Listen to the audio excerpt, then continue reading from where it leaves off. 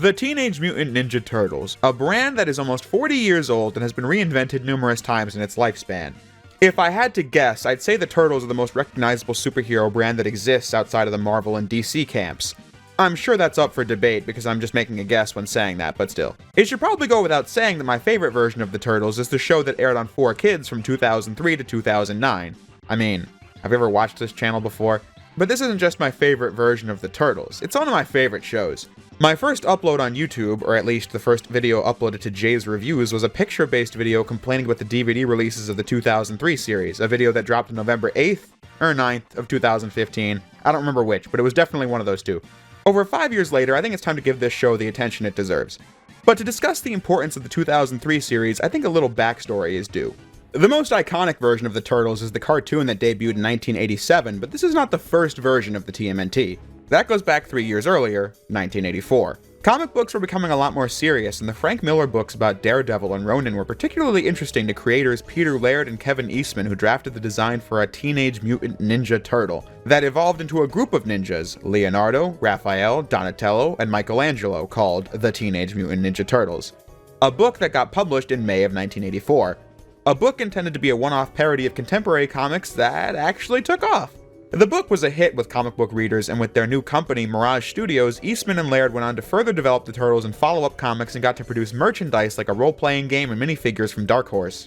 But with the comic expanding its popularity each and every day, the creators wanted to branch out into other media. They approached Playmates Toys for an action figure line, and the company was unsure of how worthwhile the brand was given its ultimately niche status. If they were going to make these figures, they wanted a television show. And thus, the 1987 Teenage Mutant Ninja Turtles from Fred Wolf Films was born. To say it was a hit would be quite the understatement. The series debuted with a 5-episode miniseries showcasing the origins of the Turtles, their master Splinter, their human friend April, and their villain, the Shredder, all elements originating from the comic series, but heavily reinvented for a younger audience. This version of the TMNT is the one that created many of the staples you'd think of with the group today, like Leonardo being the determined leader, Donatello's being a gifted inventor, Michelangelo's being the life of the party, and... well, in this version, Raphael is more sarcastic than angry, but still. The comic was printed in black and white, but whenever the art was in color, each of the turtles had red bandanas. To help the kids understand the difference between the characters just by looking at them, Leonardo wears blue, Raphael keeps the red look, Donatello wears purple, and Michelangelo wears orange. Each of the turtles also wears belt buckles with their initials on them.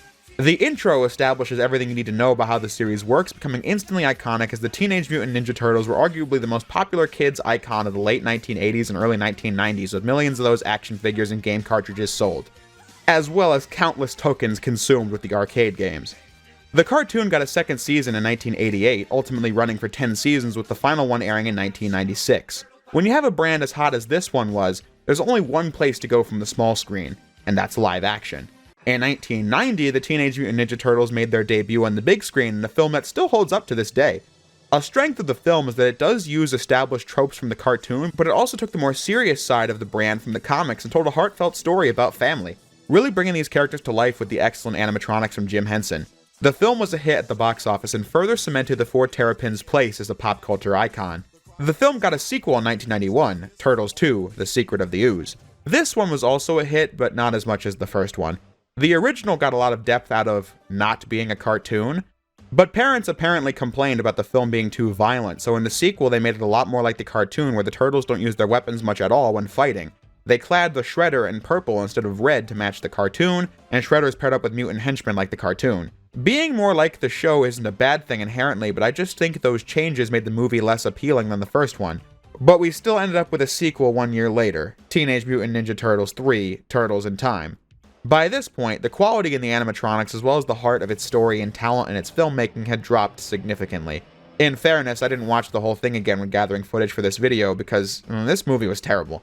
A hackneyed story and lame jokes made it so that this film got raked over the coals by the critics, making even less money than the second film. Some have a fondness for it, which is understandable, but on the whole, I'd say this film is widely considered one of the worst outings for the Turtles.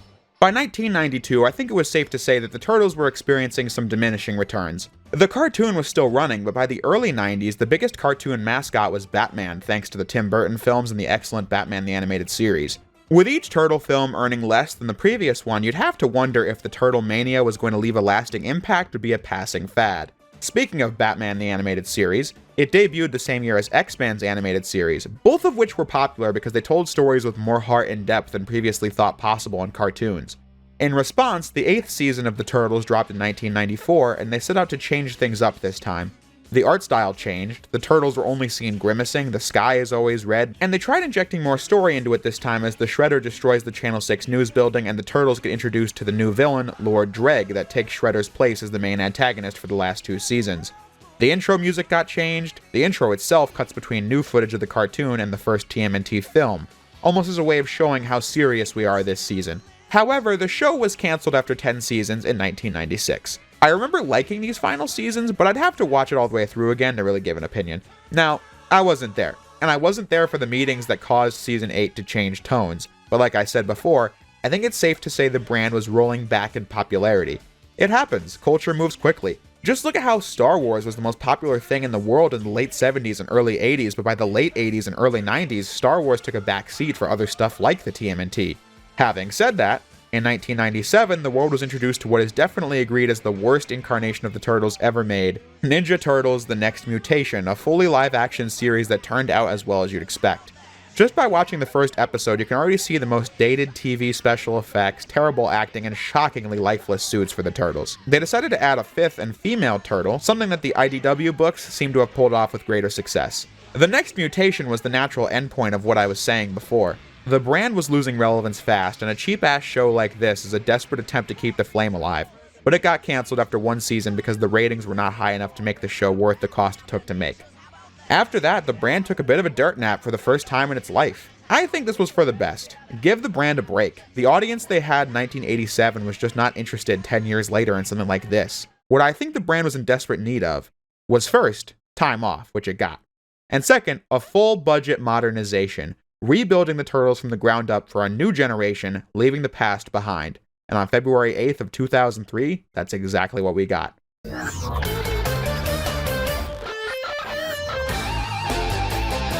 The 2003 series, a comeback 5 years in the making. This time around, Peter Laird, one of the co-creators of the Turtles, was heavily involved in producing the new series. The intent was to take the style of the comics with the nighttime setting, the heavy usage of shadows in the animations, and pure white eyes of the characters with their masks on, and adjust that into a cartoon format with some of the staples from the original still in place, like the multicolored headbands and character personalities.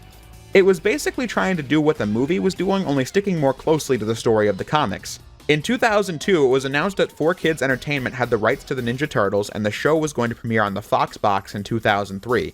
The Teenage Mutant Ninja Turtles and Sonic X were pretty big attractions for the network that both dropped in 2003. 4Kids had and still does have a negative reputation because they had the job of localizing anime, and they had a nasty reputation for censoring shows that they touched or just making changes that were unnecessary. But a strength with the Turtles was that this show wasn't made overseas and transformed by 4Kids, it was conceptualized right in New York City. By that, I just mean that the show wasn't altered to fit what the company thought a Western audience could handle, it was just created to be that. Doesn't really explain how they ended up getting away with what they did on this show, as we'll see. Maybe it's a cultural double standard, I don't know. But that's neither here nor there.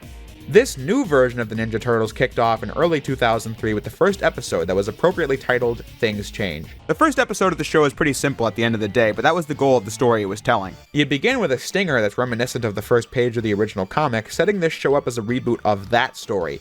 After the intro, we see Master Splinter and the Turtles in the middle of an exercise that establishes the dynamic the students have with their master. Too noisy, Donatello. Too clumsy, Michelangelo. Poor choice, Raphael. Well done, Leonardo. The sewer lair they inhabit is then attacked by a bunch of tiny robots called Mousers that the heroes smash, but the lair gets destroyed as the Turtles must venture to the surface to regroup with Splinter. They are getting into a scuffle with the Purple Dragons gang, which escalates into a battle with a mysterious group of ninjas called the Foot, where the Turtles just barely make it out alive with the armored car they took from the Purple Dragons. They meet up with Splinter, find their new home, the end. Like I said, it's a pretty basic setup for the first episode, especially for a show tied to story and continuity, but you have to start small, and that was the purpose of the episode. They wanted to do a version inspired by the comics and introduce us to the heroes and villain, but almost as important, they wanted to leave the previous cartoon behind. All efforts you can see in the first episode. In the first episode, it's evident that they're still trying to find a definitive style for the show. The aim of this series was to be more action-oriented, and the first fight the Turtles have with the Foot is the big set piece of the episode. On the DVDs, you can watch how this sequence went from storyboards to animation to fully finished, and it's pretty cool. Compared to what the show would produce even later in its first season, it's nothing out of this world, but it sells you on the idea that these turtles are actually going to be in real battles with their weapons, and maybe they won't always win. So I'm sure they were proud of seeing that intent evident in the first episode. When I say they were still trying to find a style, I just mean there are some things that are exclusive to this episode that would later be dropped. For example, Donatello's bandana is shaded in black in this episode. When looking at the rest of the turtles, they have the main color and a darker version of that color for shading, but you can clearly see for Donatello, it's black. I think it looks cool, but inconsistent since he's the only one that looks that way, except Leonardo in the last scene of the episode. I don't know when they decided to drop the idea, since it's changed as early as episode 2, but because it was an idea that reached as far as episode 1, that's how Donatello appears throughout the intro, which lasts for the first 3.5 seasons. There's also a brief bit where the turtles actually run like ninjas with the full arm extension, another thing the series would drop later.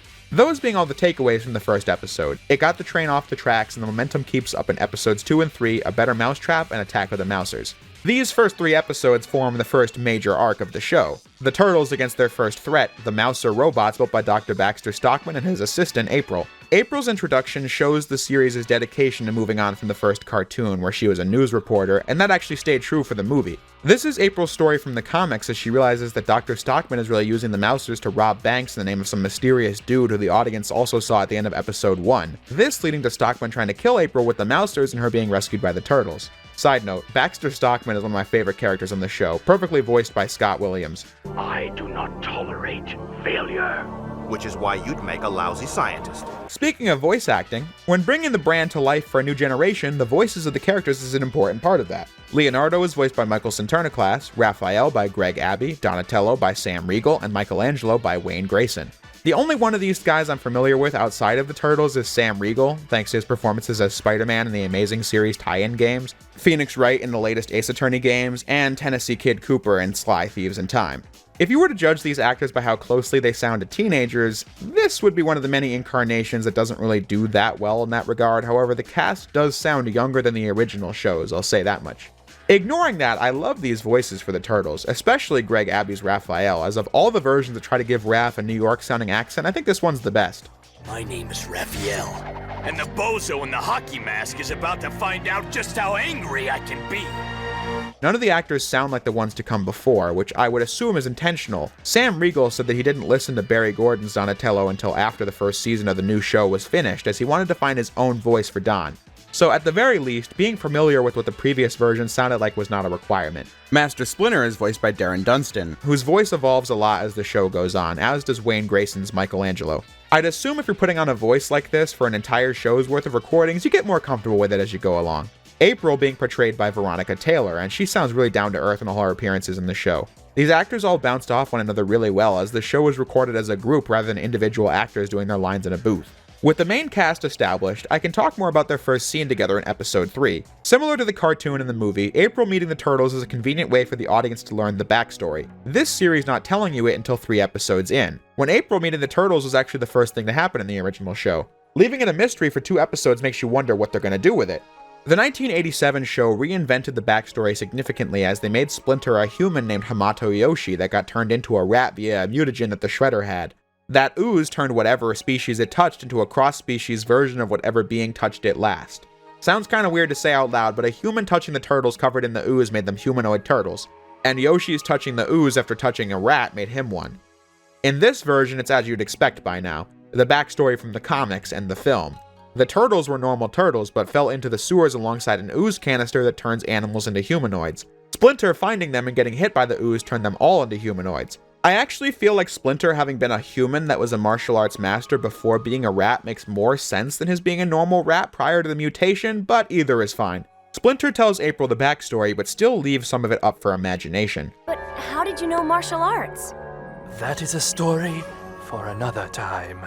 But by the end of episode 3, the Turtles and April have formed a new friendship and shut down the Mouser menace, with Dr. Stockman now having to answer to the mysterious client directly. I'll be back at work, Monday morning. You must pay the price for failure, Dr. Stockman. This also being the moment that the boss learns that these karate frogs, or whatever it was that ruined his scheme from episode 1, are real, setting up for further episodes. These are the ones responsible.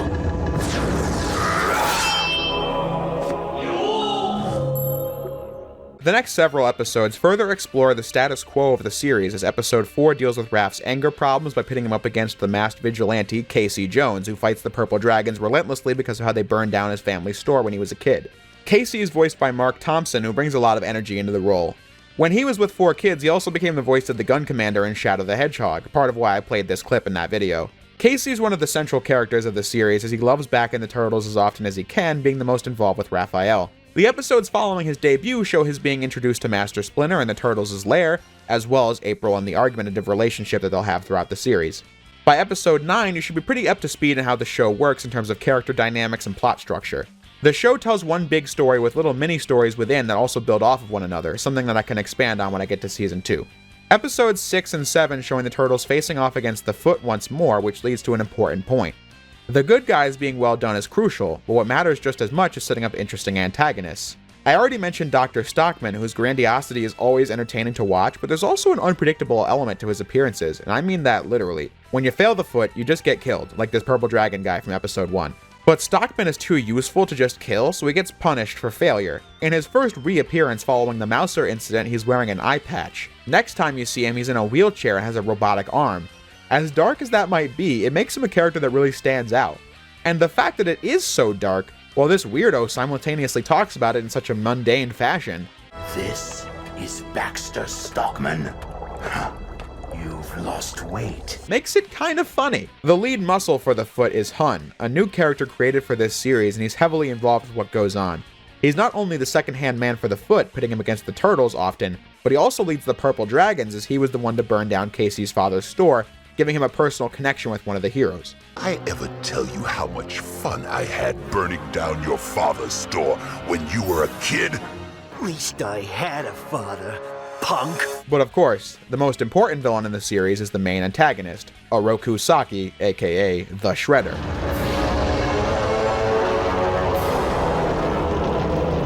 This guy's pretty bad news, obviously. The intro even says, Watch out for Shredder! But they wanted to build up to his fighting the Turtles.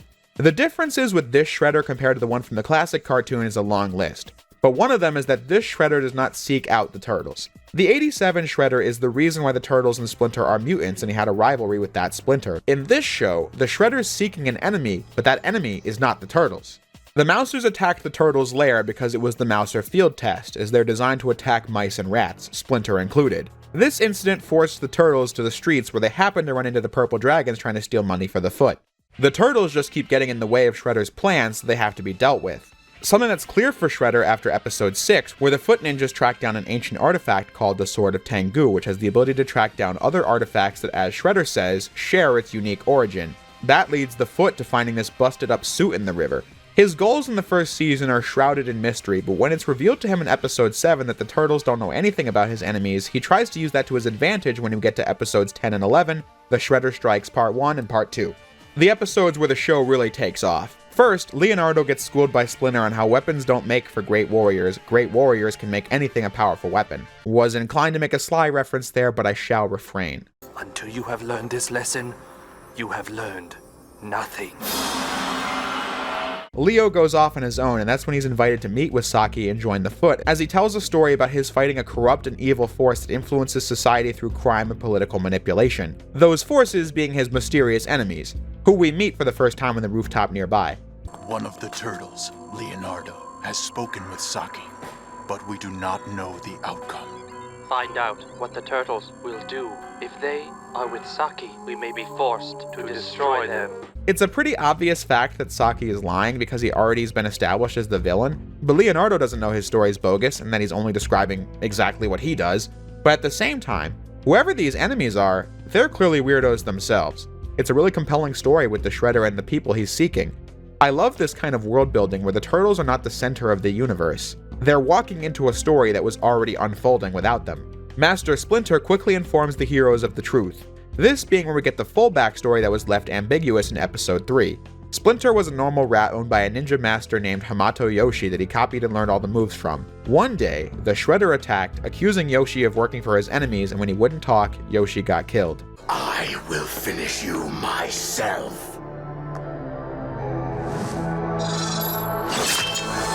We also get a bit of world building as we see Hun's scar was caused by Splinter. Also a nod to the movie, I'd say. It's the little things, you know?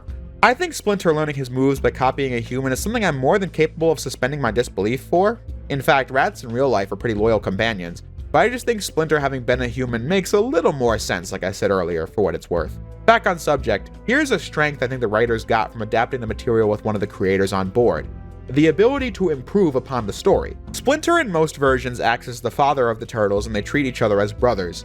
They actually make Splinter more fatherly in this version's backstory by having him say this: I never told you all this because I did not want your training to be tainted by the poison of hatred. That's a direct change from the comic where Splinter explicitly says that he trained the Turtles so they could fight Shredder and avenge Master Yoshi.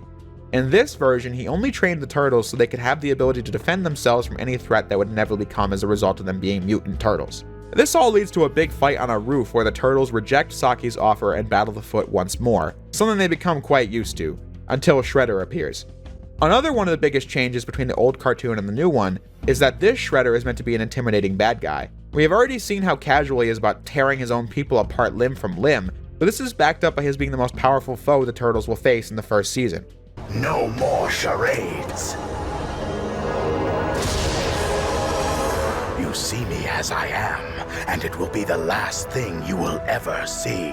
The Foot Ninjas almost beat the Turtles in the first episode, but Saki can beat multiple Foot Ninjas in just a few seconds, moving in a way that's almost beyond human, leading into this first fight where all four Turtles get a combined total of one hit in on Shredder, one where he wasn't even looking. The rest of the battle plays out like this.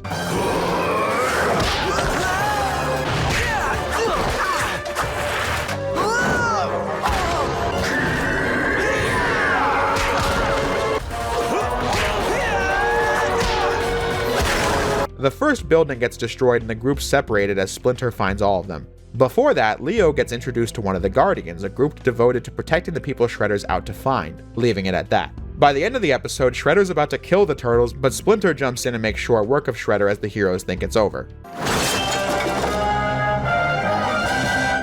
If it wasn't clear already, I think this episode is fantastic. Every moment, every line, every punch is just stuck in my subconscious. The action has really picked up in quality since the first episode. We actually get to see Master Splinter in action for the first time, and he's way more powerful than the Turtles at this point. The scope of the story has been expanded with the Guardians being introduced, but the best part was Scotty Ray as Shredder. In this first episode, he expertly plays the character as a master manipulator, a menacing villain, a hammy villain, and can do all those things even in a low voice. He's fantastic.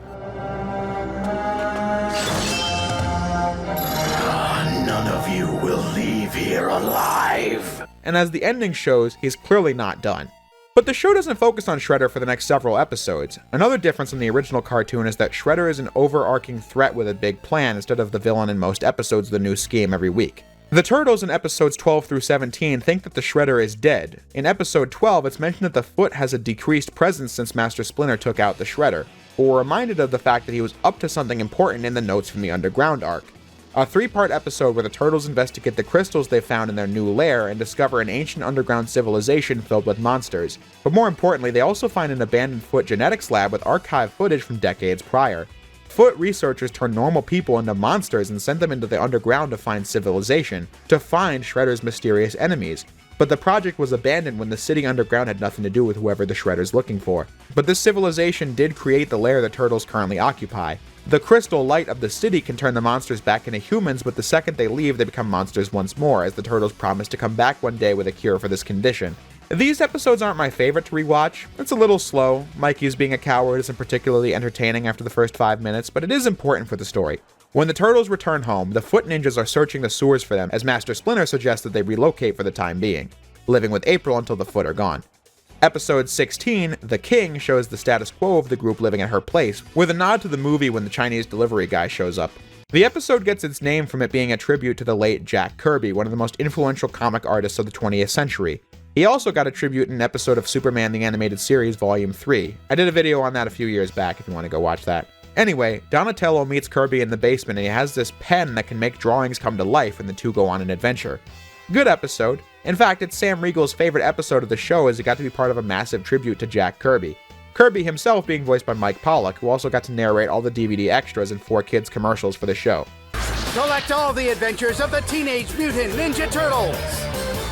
Funny story, actually. I was watching the DVDs for this show to get footage of the behind-the-scenes material, and I looked down at my phone for a minute and heard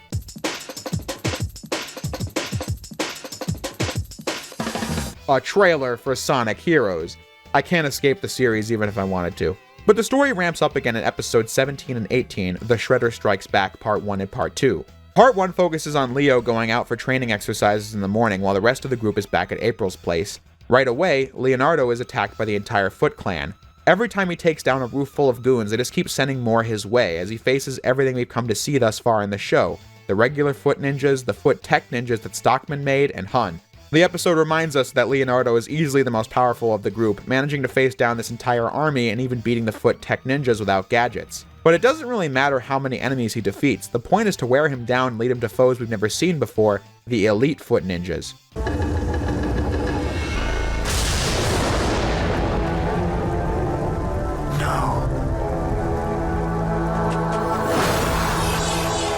Needless to say, they beat the crap out of him, sending him flying through the window at April's, ending part 1 in this iconic Shredder moment. I mean, just look at it.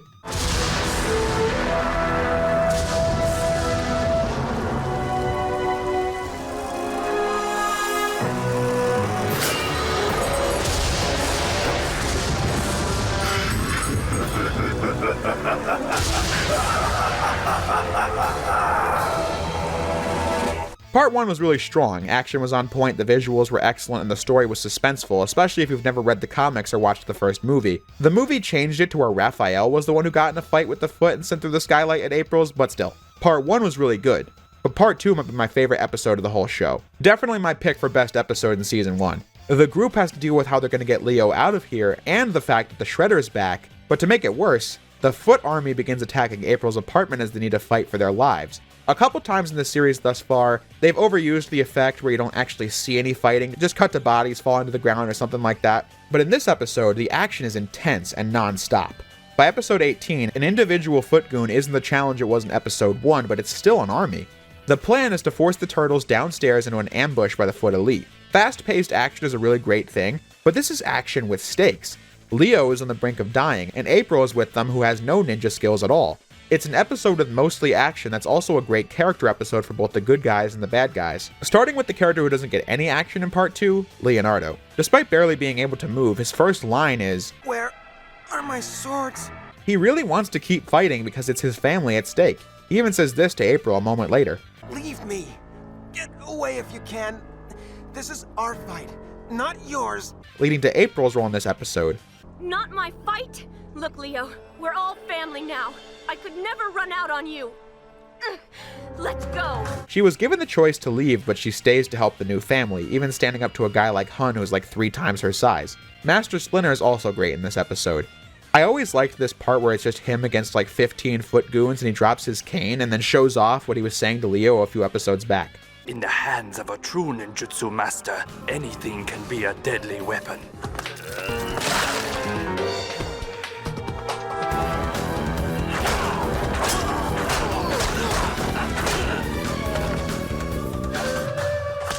The heroes survive the Foot Elite, but that's when Shredder enters. Like I said, the plan is to keep sending ninjas in to wear the group down, leading them to Shredder, who's still the most powerful foe of them all.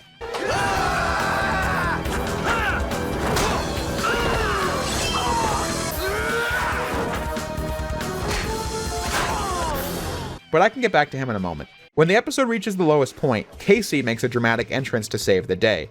This scene's a good opportunity to praise another thing I love about the show. The music has a bunch of character themes that get used frequently, and this creates a mental association where you instantly recognize the tone of a scene just by hearing the music. Like how each time the Foot Ninjas show up, you hear this.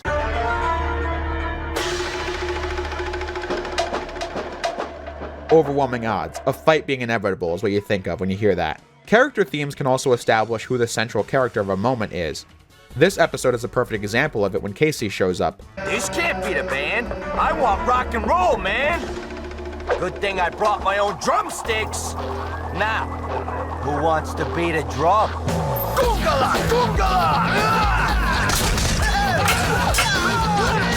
Like, he just stole the spotlight straight from the Foot. One of Casey's best moments in the show. Back to the villains. Hun then bursts through the door and he decides to try and take out April and Leo because he's a coward. Losing you should take the fight out of them. Hun, never, ever threaten her!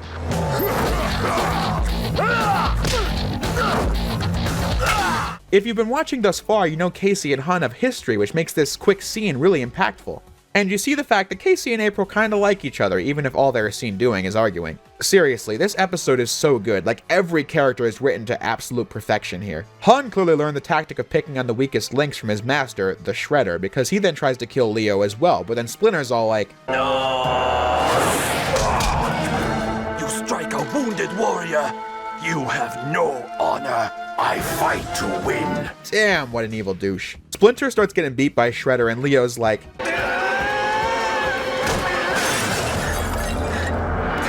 and Splinter sees that this is a losing battle that'll cost his family everything, and the group decides to retreat to the storage room in the back.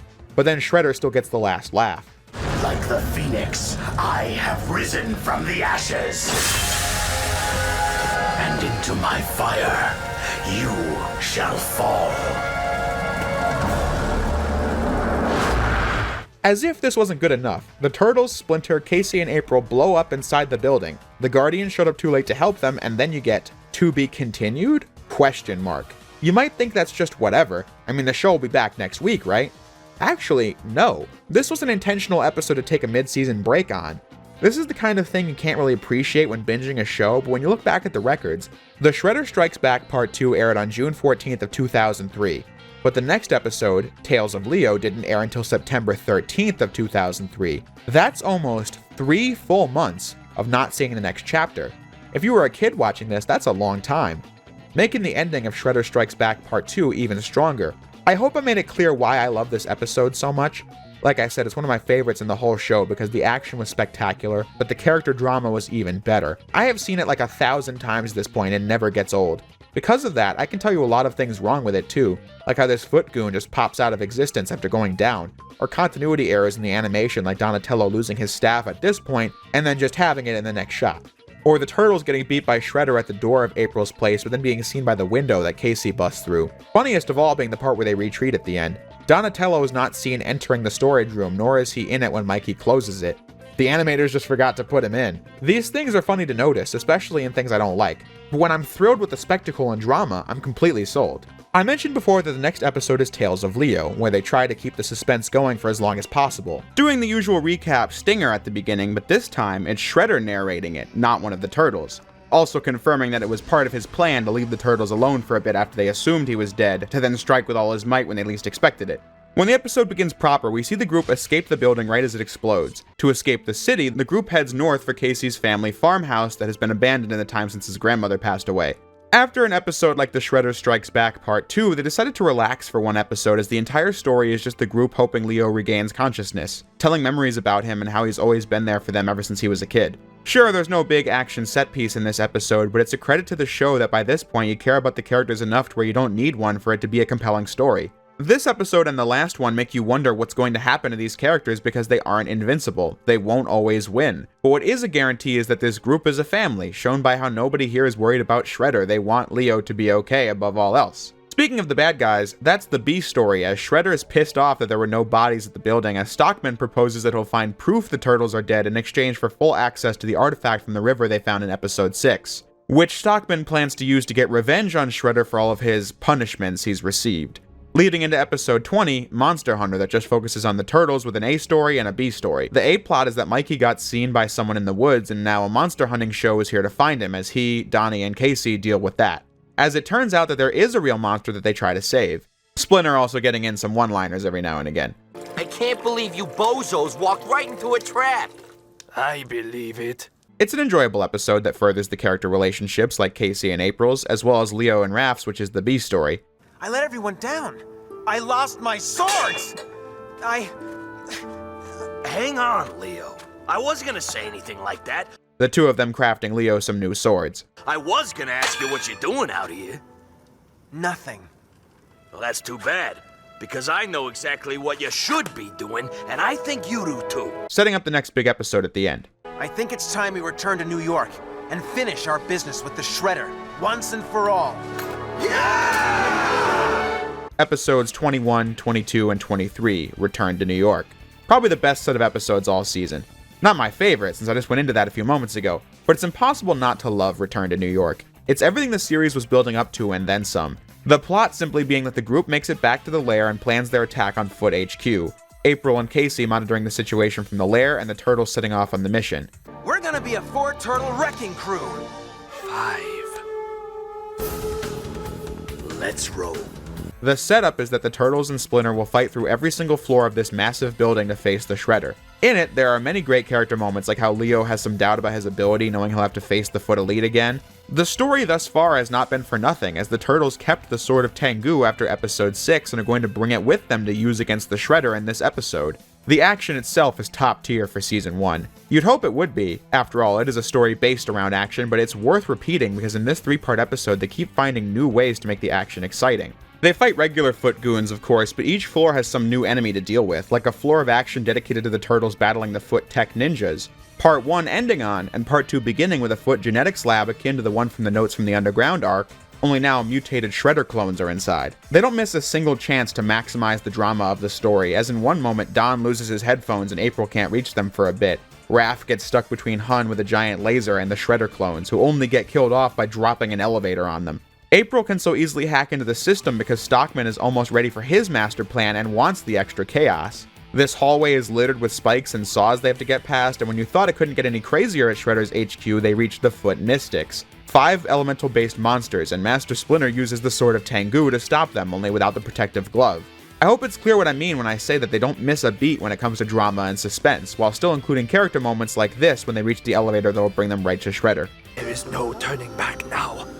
But no matter what happens today, I have never been more proud of you all. My ninja. My sons. I think placing the final action set piece right in Shredder's chamber was a great idea. I mean, every bad guy meeting scene in the season has taken place in this room, and now the Turtles have what they hope is the final battle with him right here. When you think it couldn't get any better, Part 2 ends on the note of Stockman appearing in his super robot suit.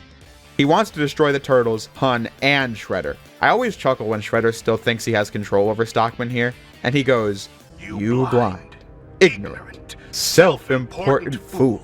The fight with Stockman is another great bit, as his machine is sturdy enough for him to keep coming back every time they think he's down. Stockman's lines and delivery in this episode is a prime example of why I find him funny. Like, he keeps reminding Shredder of his having paid for this suit. I spared no expense.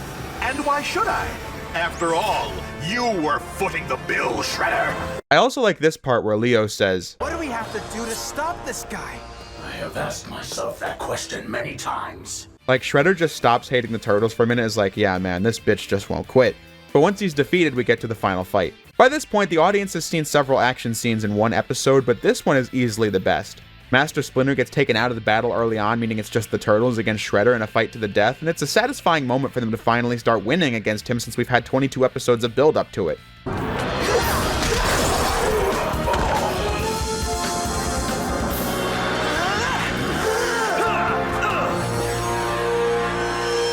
The characters have grown a lot in one season, and that's obvious just by watching the action scenes alone. I'm serious, this finale is great. The Turtles beat the Foot Elite once and for all, the Guardians actually show up to help, the Sword of Tengu comes into play as they battle over it, ending with Leo cutting Shredder's head off. What a shocking finish for a Saturday morning cartoon. But it comes with a price because Splinter disappears from where Leo left him earlier, setting up for the next episode arc. Return to New York ends in another really memorable image as we find out why 4 kids allowed a decapitation to air.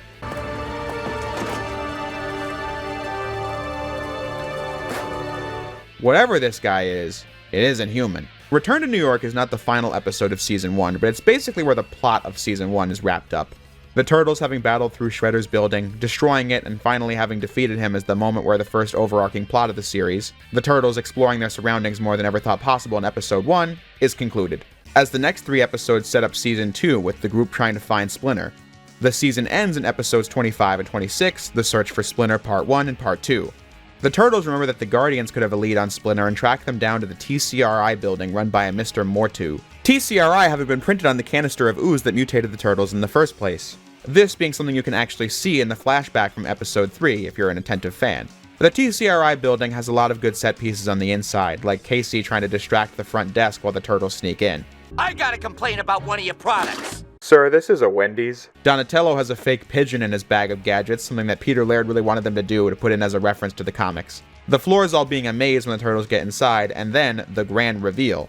The fact that the people who run this building are all slimy alien bugs that have Master Splinter in stasis. Before they can even do anything, they get attacked by the aliens and backed onto a teleportation device that warps the turtles off-world, ending Season 1 on that note. As a final episode, I don't really have that much to say because, as I said a moment ago, this episode arc is meant to transition us from Season 1 to Season 2, leaving you curious about many things. Like, what are these aliens? What are they doing on Earth? Why did they take Splinter? And what's going to happen to the turtles? Now that we know the Guardians protect these aliens, what does that mean for the Shredder who is hunting them? All questions to be addressed in Season 2, because by the time this episode aired, they already knew they had a hit on their hands. In mid-2003, it was announced that the Teenage Mutant Ninja Turtles were getting renewed for Season 2. The show was popular, to the point where it was even used to promote other shows on 4Kids. Now, what about the first season of the 2003 series allowed it to stick? Well, like I said at the beginning of the last video, it was a full-budget modernization with great action and a storyline. By the end of the season, you care about the characters and wonder what's going to happen to them next in their various adventures, taking the time to develop the characters and their relationships. But I would certainly be lying if I said that was the only reason why the show was so successful. One of the reasons why the original Turtles cartoon ran for almost 10 years was because of its ability to generate profit via merchandise, which was no different for the 2003 series. It's cool that for this new generation of Turtles, they got the same companies to do new versions of old things. For example, Playmates Toys was still the company responsible for the action figures, and they're still the ones making TMNT figures to this day. A buy I'm pretty proud of from earlier this year would be mint-in-box versions of the Turtle figures from this era, which hang proudly on my wall. This line of action figures had a greater amount of detail in the characters and accessories than they ever did in the 90s, and you can tell that just by looking at these guys in the box, because I won't dare open them. I mean, this packaging looks incredible. Although I've always wondered why the figures were off-model when they had the budget for fully detailed accessories. For example, the weapons the Turtles use are clad in brown or white straps when in the show it matches the various mask colors, or how Shredder is blue when he's gray in the show. Doing research for this video series has led to the discovery that the art design changed a lot when this show was being developed, seen here in this artwork. It shows the figures actually were being accurate to an earlier version of the artwork. Not that it's out of the ordinary for the art design to evolve in the developmental stage, it's just that I think it's interesting that the figures were based on those designs. Blue Shredder even made it as far as the official renders that got used on DVDs and video game boxes. Speaking of games, this was also important. Konami published all the classic TMNT games for the arcades and home consoles of the 80s and 90s. For the PS2, Xbox, GameCube, and PC, they published a bunch of games to tie into the 4Kids series. Teenage Mutant Ninja Turtles 1, Turtles 2, Battle Nexus, and Turtles 3, Mutant Nightmare. The first game was based on the first season of the show from Things Change all the way to Return to New York. This game had you pick your turtle and battle through various stages. It was arcade-like in its setup. When I was younger, I didn't really like this game. I've never even finished it because it always kicked my ass, but still, a nice throwback to an older generation of game. Battle Nexus was based on the second season, only starting with a Return to New York stage and a search for Splinter stage of the TCRI building, and then going into the story of Season 2 with the Turtles in space, the Secret Origins arc, and the thing the game is titled after, the Battle Nexus, which we'll get into before the video's over. This game has one campaign where you switch between turtles at will with some unlockable characters in addition to that. I like that, but the variety in the combat and the fluidity in the animation was definitely a downgrade from the first game. Mutant Nightmare obviously being based on Season 3 with the Space Invaders, Worlds Collide, Exodus, and Ultimate Draco arcs. This game is you pick a turtle like the first game, but AIs control the other turtles as other players can drop in and play as well. This being the only one of these games I actually beat as a kid, but I chalked that up to my using the invincibility cheat. All three games do use footage from the show when applicable, even though it's always crusty whenever they do. But there are also new scenes, the first two games creating new cutscenes based on the show's art style, although you can certainly see the budget being lower just by looking at it. What I found interesting about these new scenes was the dialogue being a lot more wooden and obvious, I guess. Take this part from Battle Nexus, where we get the same setup from Return to New York. In the episode, Leo notes the Foot Goons waiting for orders, and Shredder says, "Astute as usual, Leonardo." But then in the game, he says, "Always the smart one, Leonardo." That sort of thing. Mutant Nightmare having its own CG cutscenes, and Nightmare is right. In addition to the main trilogy, Konami also published handheld games based on the console ones, the GBA receiving Turtles 1 and Battle Nexus, and the DS getting Mutant Nightmare. The console trilogy translated the arcade style faithfully into 3D, but by that point, devs had already realized that 3D beat-em-ups weren't really worth doing when games as great as Devil May Cry redefined 3D combat action.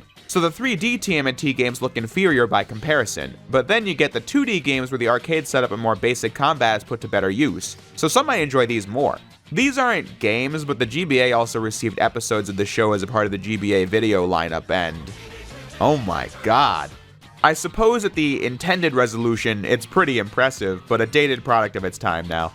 Last but not least is TMNT Mutant Melee, which functions pretty much how you'd expect. You run around arenas as your favorite characters and beat the crap out of each other.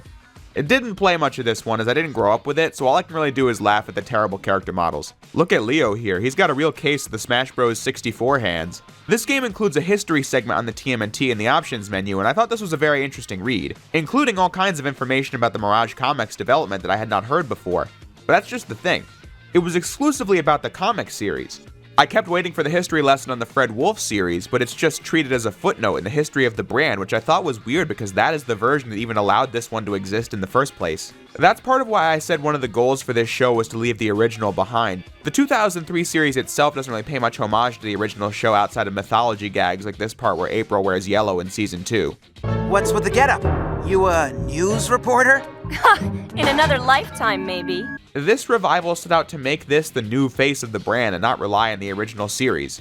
To that end, I think they were pretty successful, but this did cause a split in the fan base as some people preferred the new direction and some fans of the original show felt alienated by what the 2003 series had done in its first season alone. These days, from what I can see, the TMNT fan base seems to get along on the basis of them all being Turtle fans, but from what I gather, it wasn't always that way. Having said all that, I think the stage is pretty set for my discussion of Season 2.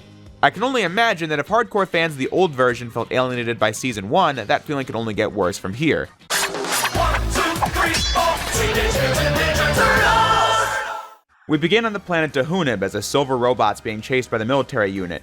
The planet is run by the Federation, led by General Blank. They're chasing the robot, known as the Fugitoid, for a currently unknown reason as the Turtles materialize in the midst of the Fugitoid being cornered.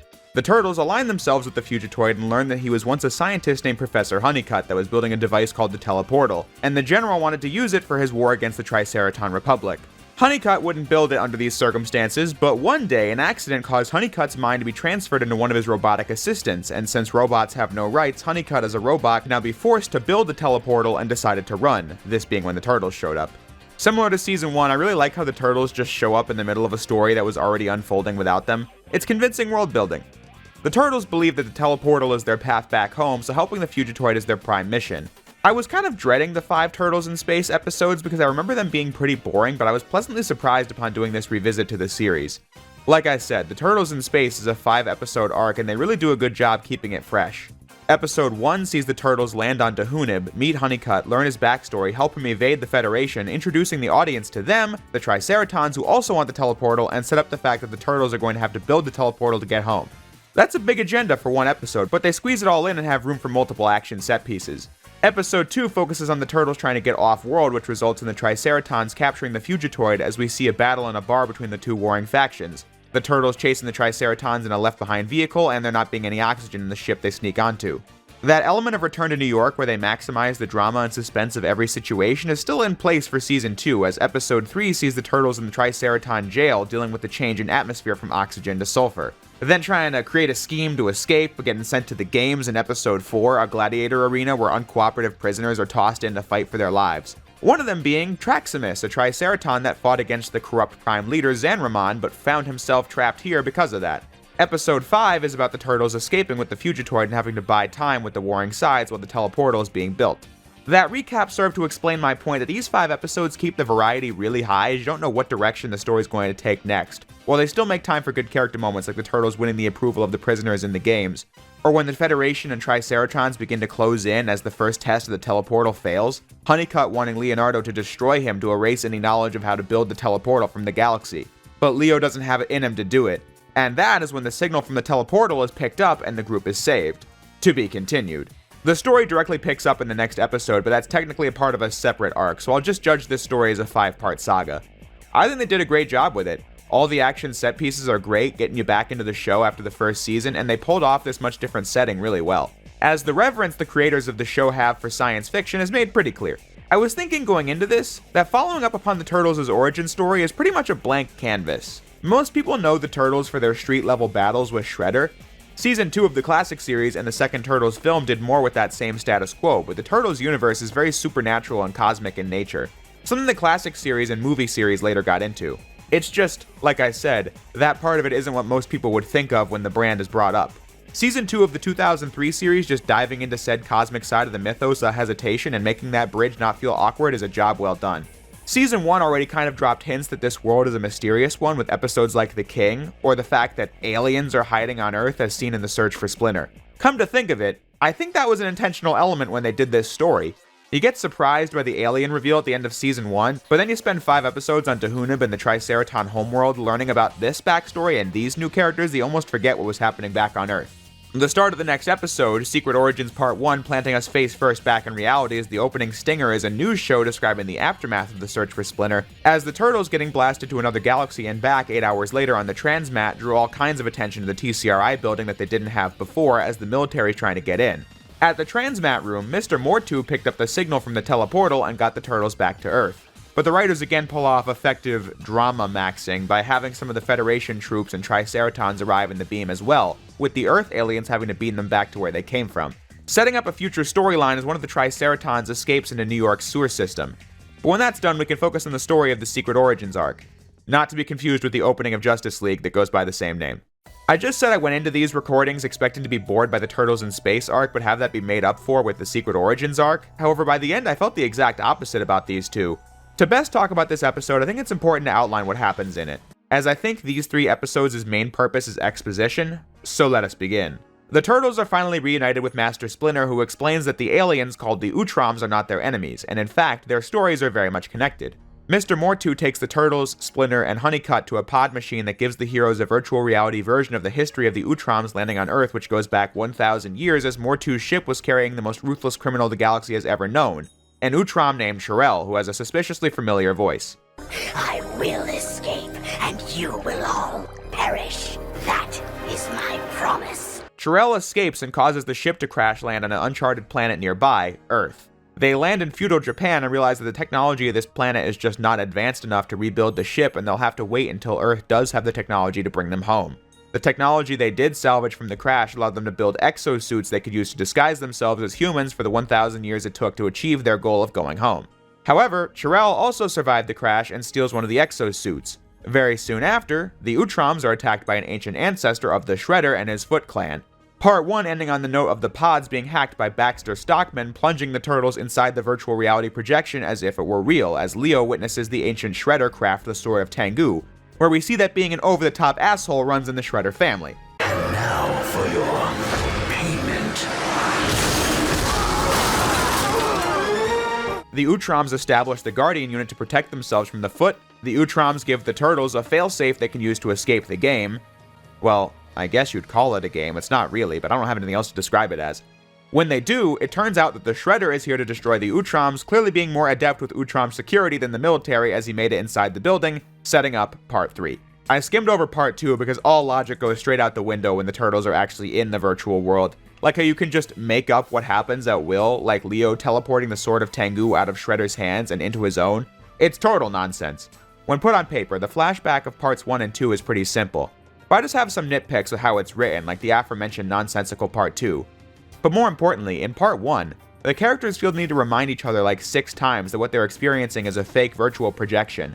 I guess this is to make sure that kids are still with us, but it does start getting a little repetitive. This brings us into Part 3, which is mostly a big action set piece. I want to start with the stuff I'm very entertained by, like how Baxter Stockman is back. He's now a head on a spider body, and the Turtles literally think that's a joke. Stockman? I almost didn't recognize you. New haircut? I really don't know how they got away with this Stockman plotline, like it's so dark. Even if his just being a head doesn't even make sense.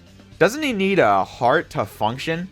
But another thing that I think is funny about this Stockman redesign is that his last body still had a torso and arms. When Stockman showed up and returned to New York, Shredder literally said, Stockman, I'll have your head for this. Well, he got Stockman's head for that. This episode is nuts, in the way where I can't even be sure if that's a good thing or a bad thing. I mean, I'm thoroughly entertained by it, but some of it's just so contrived. I mean, out of nowhere, Donatello asked Professor Honeycutt to use his voice synthesizer to impersonate the Shredder and control Stockman, which I guess he has that now. I feel like that wouldn't be nearly as out of left field if they had set up a voice synthesizer before in one of the Turtles in Space episodes, but as it stands, it feels pretty contrived.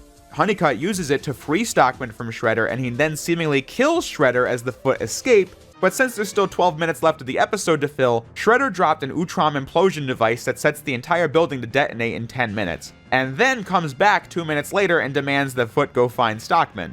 Now, prepare yourself for the incoming mouthful. By this point, the building full of Utroms has been evacuated on the transmat as the Turtles activate the device to send the Utroms home, while Shredder literally stands there giving a bad guy speech while the Utroms are escaping. After 10 centuries, I will not be denied my revenge.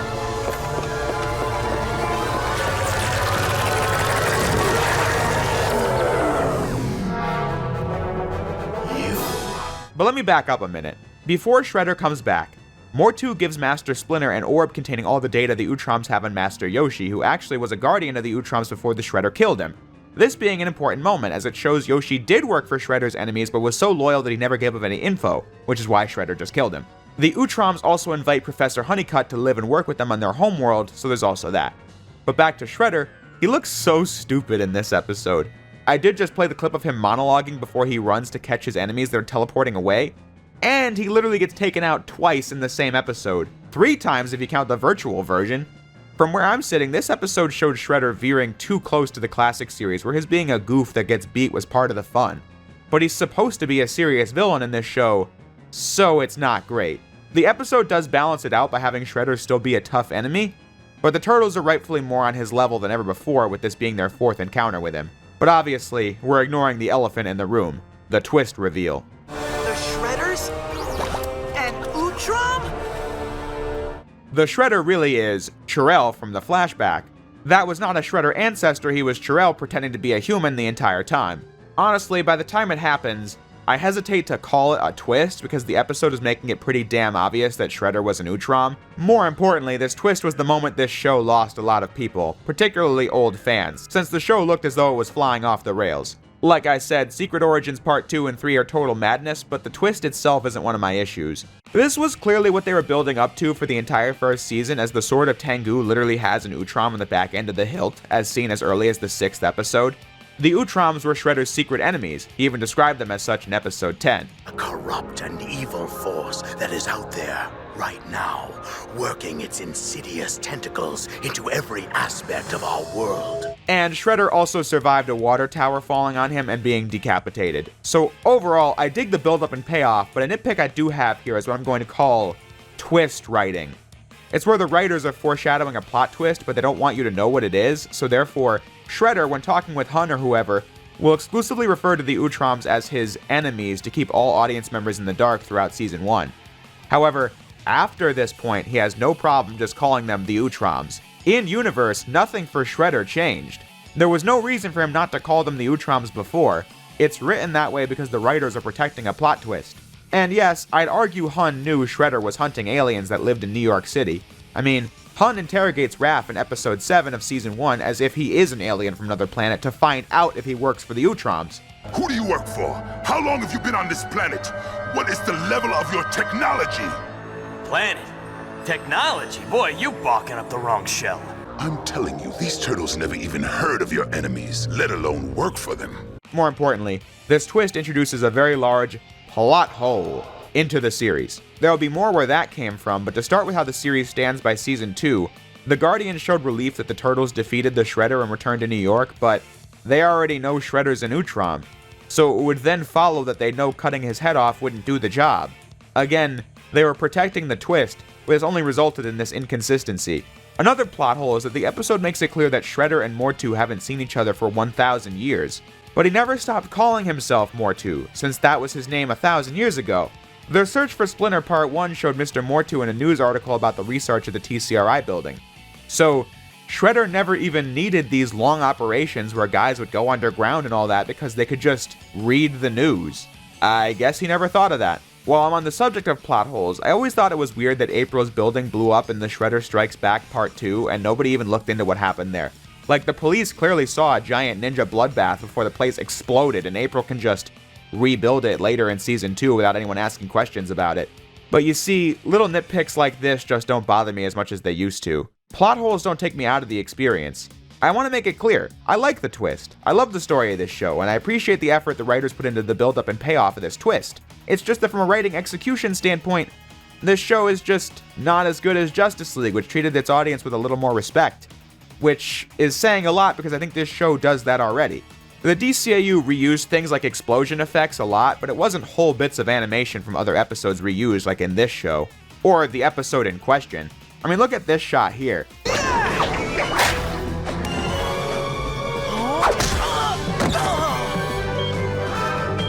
Love that bit, but earlier in the episode they used that same shot. You can tell because they cut away before the shot pans to the implosion device. I'm not trying to be really harsh, because animation is a difficult job, especially with deadlines. Finding ways to reuse footage in non-distracting ways is to be commended, but I can't help but notice it when I've seen the episodes a bunch of times over the years. But anyway, the Turtles activate the transmat and get outside to Casey and April while Shredder blows up alongside the building, ending the episode.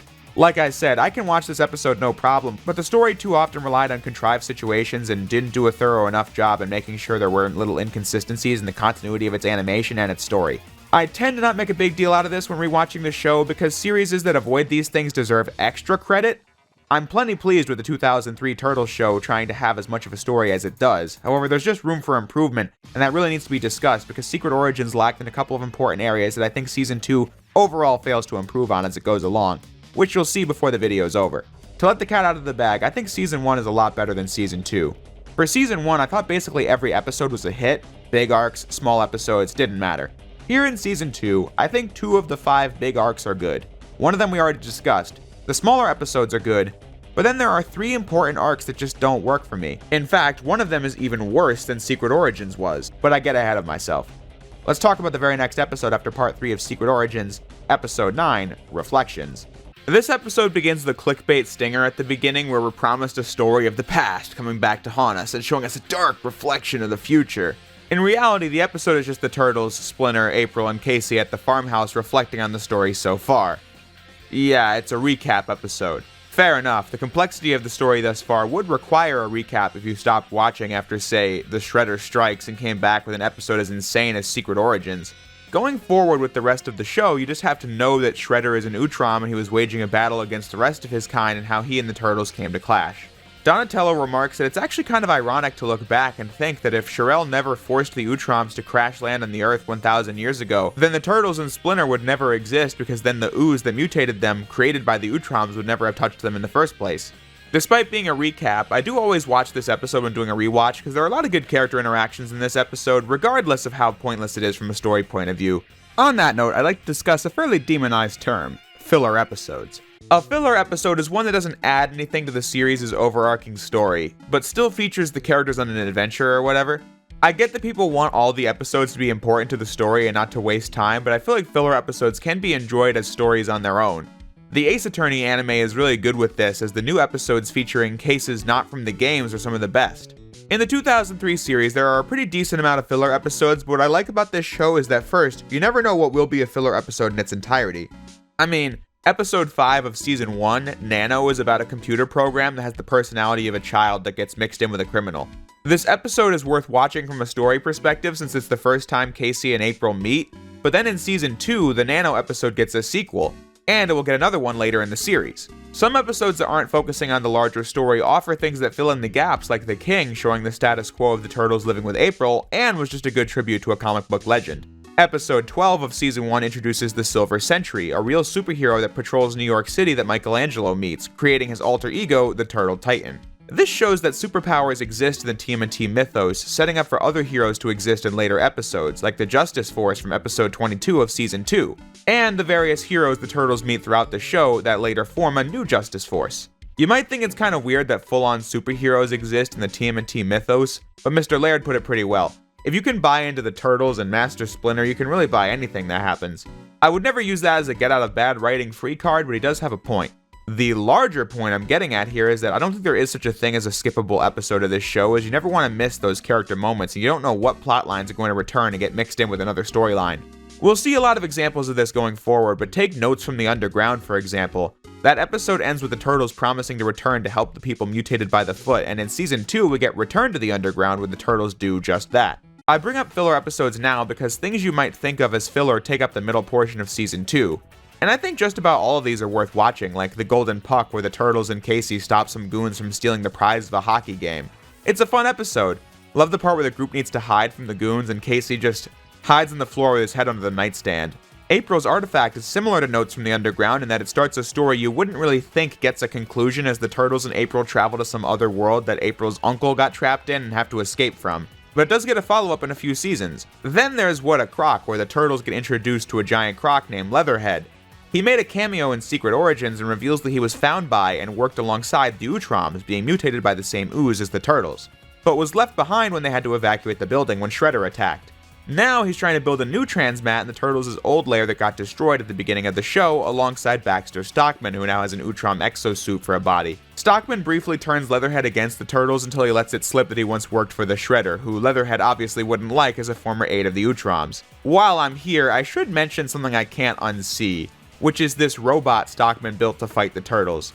From a real-world perspective, clearly when the design for this thing was created, it was intended for Stockman to have made it for Shredder, but he's dead at this point in the story, so they just make use of the robot design in this episode. However, somebody forgot to remove the foot logo on the side of the machine, which is technically a plot hole, as Leatherhead didn't know Stockman was working for Shredder until he said it, but the robot they built clearly shows Shredder's logo.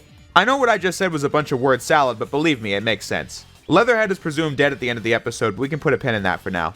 Episode 10, The Ultimate Ninja, is another one that seems like a filler episode that actually introduces us to the story we'll see at the end of the season. A warrior from another dimension has come to battle the Shredder, but since he's dead, he faces Leonardo because he beats Shredder and returned to New York, while the rest of the group can only watch and root for him. This episode sees the animators try integrating real-life footage of water with the animation, and it doesn't look so convincing, but besides that, this is a good action episode that also begins with the core cast watching a movie and getting ice cream afterwards.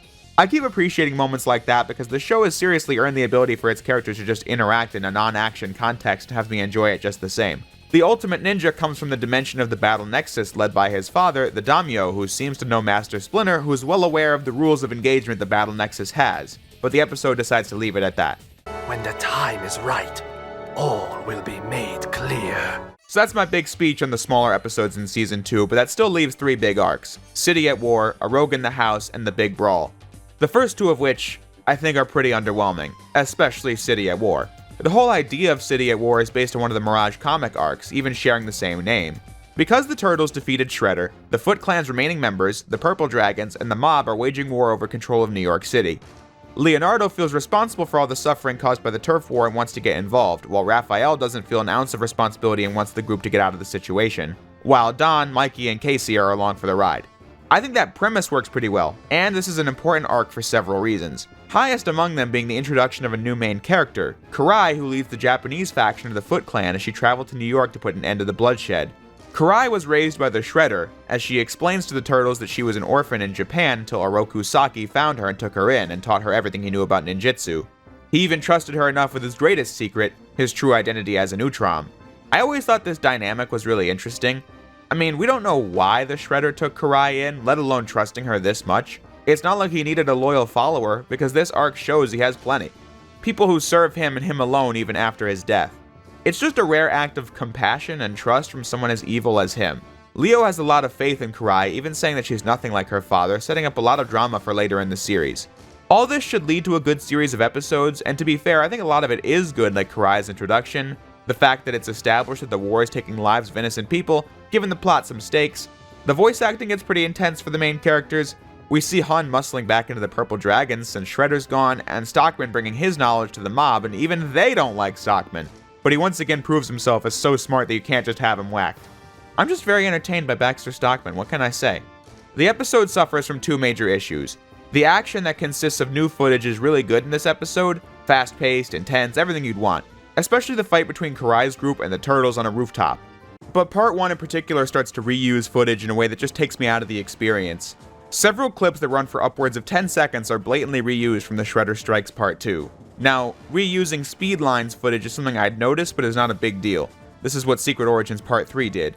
And something the Shredder Strikes Back Part 2 did. But when it's just straight up footage from a completely different episode, it just bugs me. As established, I don't know what timeline the animators were on making this, but something I wanted to point out. The biggest issue I have with this episode, and the thing I remember the most about it, is the numerous arguments between Leo and Raph over whether or not they should even be in the war at all.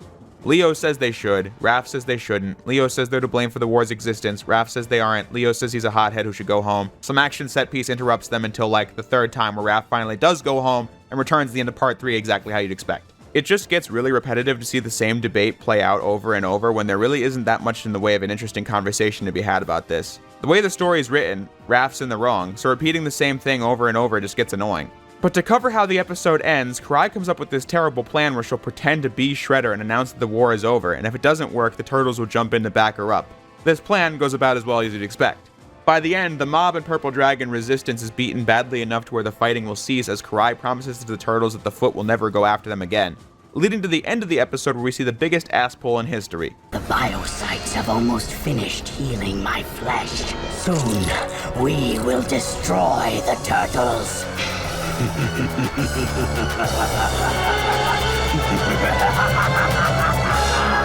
They needed Shredder to come back for the series to proceed, but I don't know why they even killed him at the start of the season anyway.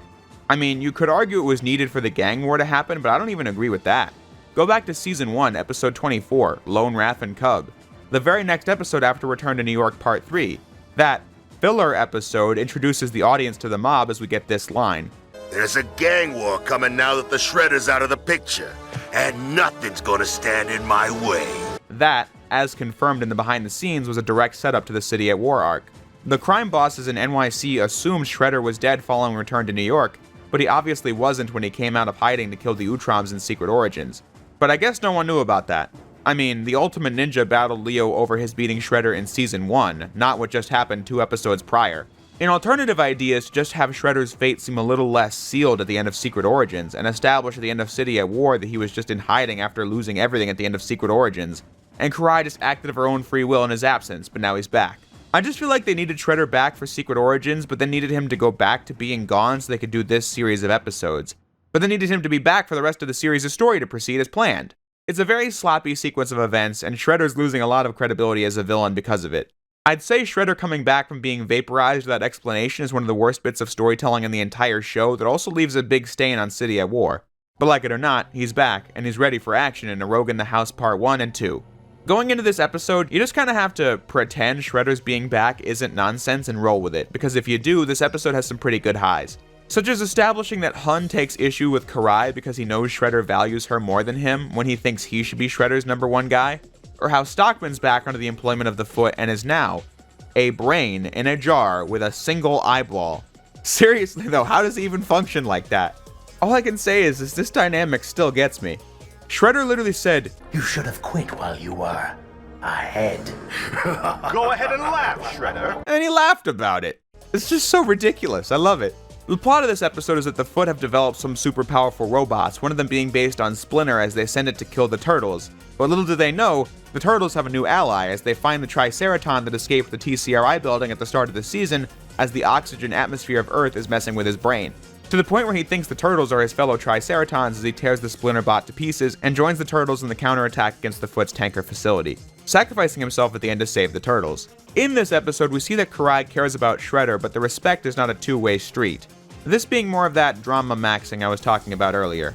Karai, you must learn that your duty to me is far more important than your honor.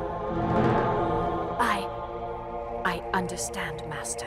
We shall see, Karai, for you will be the one to slay the Turtles. That obviously isn't going to happen, but it creates drama between characters as Karai wants to be as honorable as Leonardo is, but as he says, as long as she serves Shredder without question, that can't happen. This is a pretty good episode overall, especially in the action department, however, Shredder's role in it all just leaves me feeling mixed. On the positive side, his relationship with Karai adds conflict to the story that wasn't there before, also including some mystery to the story too. Like we see here that he treats Karai just as poorly as everybody else, but that brings you back to the same question. Why did he take her in when she was a kid in the first place? Maybe Karai's not a reliable narrator for what actually happened, but we clearly see that she knows he's an Utrom, something even Hun doesn't know, somehow. So he trusts her. But maybe that's because he knows she's the most loyal person in his ranks? I don't know. Then, like I said, there's the drama between Karai and Hun over who's the second in command of the Foot. All that being new drama introduced because of Karai. However, for the heroes, there's just something so played out about Shredder fighting the Turtles at this point. In regards to Shredder as a villain, he really is just a mustache twirler by this episode. Without his hunting the Utroms, there really isn't anything left for him to do besides fight the Turtles, and that's just kind of lame because he's going to have to lose every time he tries. I think that's why he never even fights them directly in this one. The writers know another defeat would make him look a lot less like Shredder and more like, well, this guy. I'll do it again and again. I will make X and Zero mine. Now come and get me. Give me a good fight, like you always do. Instead, he briefly battles Splinter, but mostly the Triceraton, at least being something we haven't seen before. That being the sacrifice I mentioned earlier in the episode as the Turtles get away as the ship explodes. I think the writers realized Shredder was losing a lot of steam as a villain here, compared to how great he was in Season 1, so after his defeat in this episode and rescue at the hands of Karai, we don't see him again for a while. At least, that's my reading on it. Oh, and of course, I have to highlight the ending of this one. Aha! Once again, Baxter Stockman has cheated death. A Rogue in the House is a difficult episode for me to talk about because I don't have as solid an opinion on it like I do City at War. I think this episode is better than that one, and has a lot going for it when it comes to story and action. I think it really is just that Shredder's revival at the end of City at War leaves a really bad taste in my mouth going into this episode, even if the episode is doing its best. The show just had a Shredder problem. They sacrificed a lot of logic to bring him back, but they thought it was worth it because of the added Karai drama, and of course, having seen Season 3, I know it was worth it because they fixed the problem Shredder had in this episode, which is that his only goal is fight Turtles. One he can't possibly succeed at. But as for how Season 2 stands, irrespective of Season 3, I have to call out what I'm seeing here. But of course, the season isn't over yet, there's still the last 4 episodes, the big brawl. And since this video is ballooning in length, let's get this one over with. This finale is the payoff from episode 10 as the Turtles follow Splinter to the Battle Nexus dimension. This being a gathering of the greatest warriors in the universe as they battle to see who's the best. Splinter having won the previous tournament against a vile villain, Draco, who's back to get revenge on Splinter alongside the Daimyo's son who wants revenge on Leonardo for his humiliation from earlier in the season. They're working together to kill the Daimyo, take control of his magical war staff, and then kill the Turtles. The setup of the episode is obviously geared around producing as much action as possible, and they do a great job keeping the set pieces really entertaining as we see characters who don't even have names battling it out in the tournament, and the fluid animation manages to make it entertaining, while leaving room for continuity, such as Traximus from the Triceraton homeworld being in the competition. He tells Raph that the Turtles capturing the Prime Leader in Episode 5 allowed the other gladiators to escape the games, and now he is here meeting the best warriors in the universe to build a resistance to the Prime Leader. We also learn that Master Yoshi was a winner of the Battle Nexus in the past. And so was the Shredder. Great world building all around. This episode introduces a new character, Miyamoto Usagi and his friend Gen the Rhino. Usagi is a rabbit warrior from another dimension that befriends Leonardo and his family. Usagi himself starred in an entirely different comic series that launched around the same time as when the Mirage Turtle book started, and these two brands have collaborated in the comics, and Usagi has appeared in the first 3 TMNT cartoons as a nod to that history. The highlight of this episode for me being when Draco sends a squad of assassins to kill the Daimyo as Usagi, Donatello, and Leonardo fend them off. Seriously, you'd think ninja action would get a little old after this 4-part episode, but the pacing is really good in this. First, you get the suspense of the tournament itself as Mikey gets closer and closer to winning with some good moments in there, like when Splinter ends up against Mikey and he just lets his son win so he can progress further. Or when Raph specifically gets out of the competition at the hands of Mikey. The episode marvelously positions characters where they need to be for the story to progress, like Donatello getting out first so that he can be there with Usagi when they're fighting the assassins, or Raph getting out and teaming up with Traximus to rescue Splinter when he gets blamed for attacking the Daimyo. In the finale, Draco steals the War Staff, but it goes out of control and creates a portal as he and the Ultimate Ninja fall inside the portal, meaning the Daimyo now has to grieve the loss of his son. But on a more lighthearted note, Mikey actually wins the Battle Nexus on a pure technicality. The episode ends with a cliffhanger for Season 3 as the Triceratons have tracked Professor Honeycutt to Earth and plan to invade, ending Season 2. All in all, I quite like the last episode. It's my favorite arc in the season, paying off big time on the promises of an all-out action series of episodes. But on the whole, how do I feel about Season 2? By this point in the video, you'd know I'm just not as crazy about it as I was the previous one.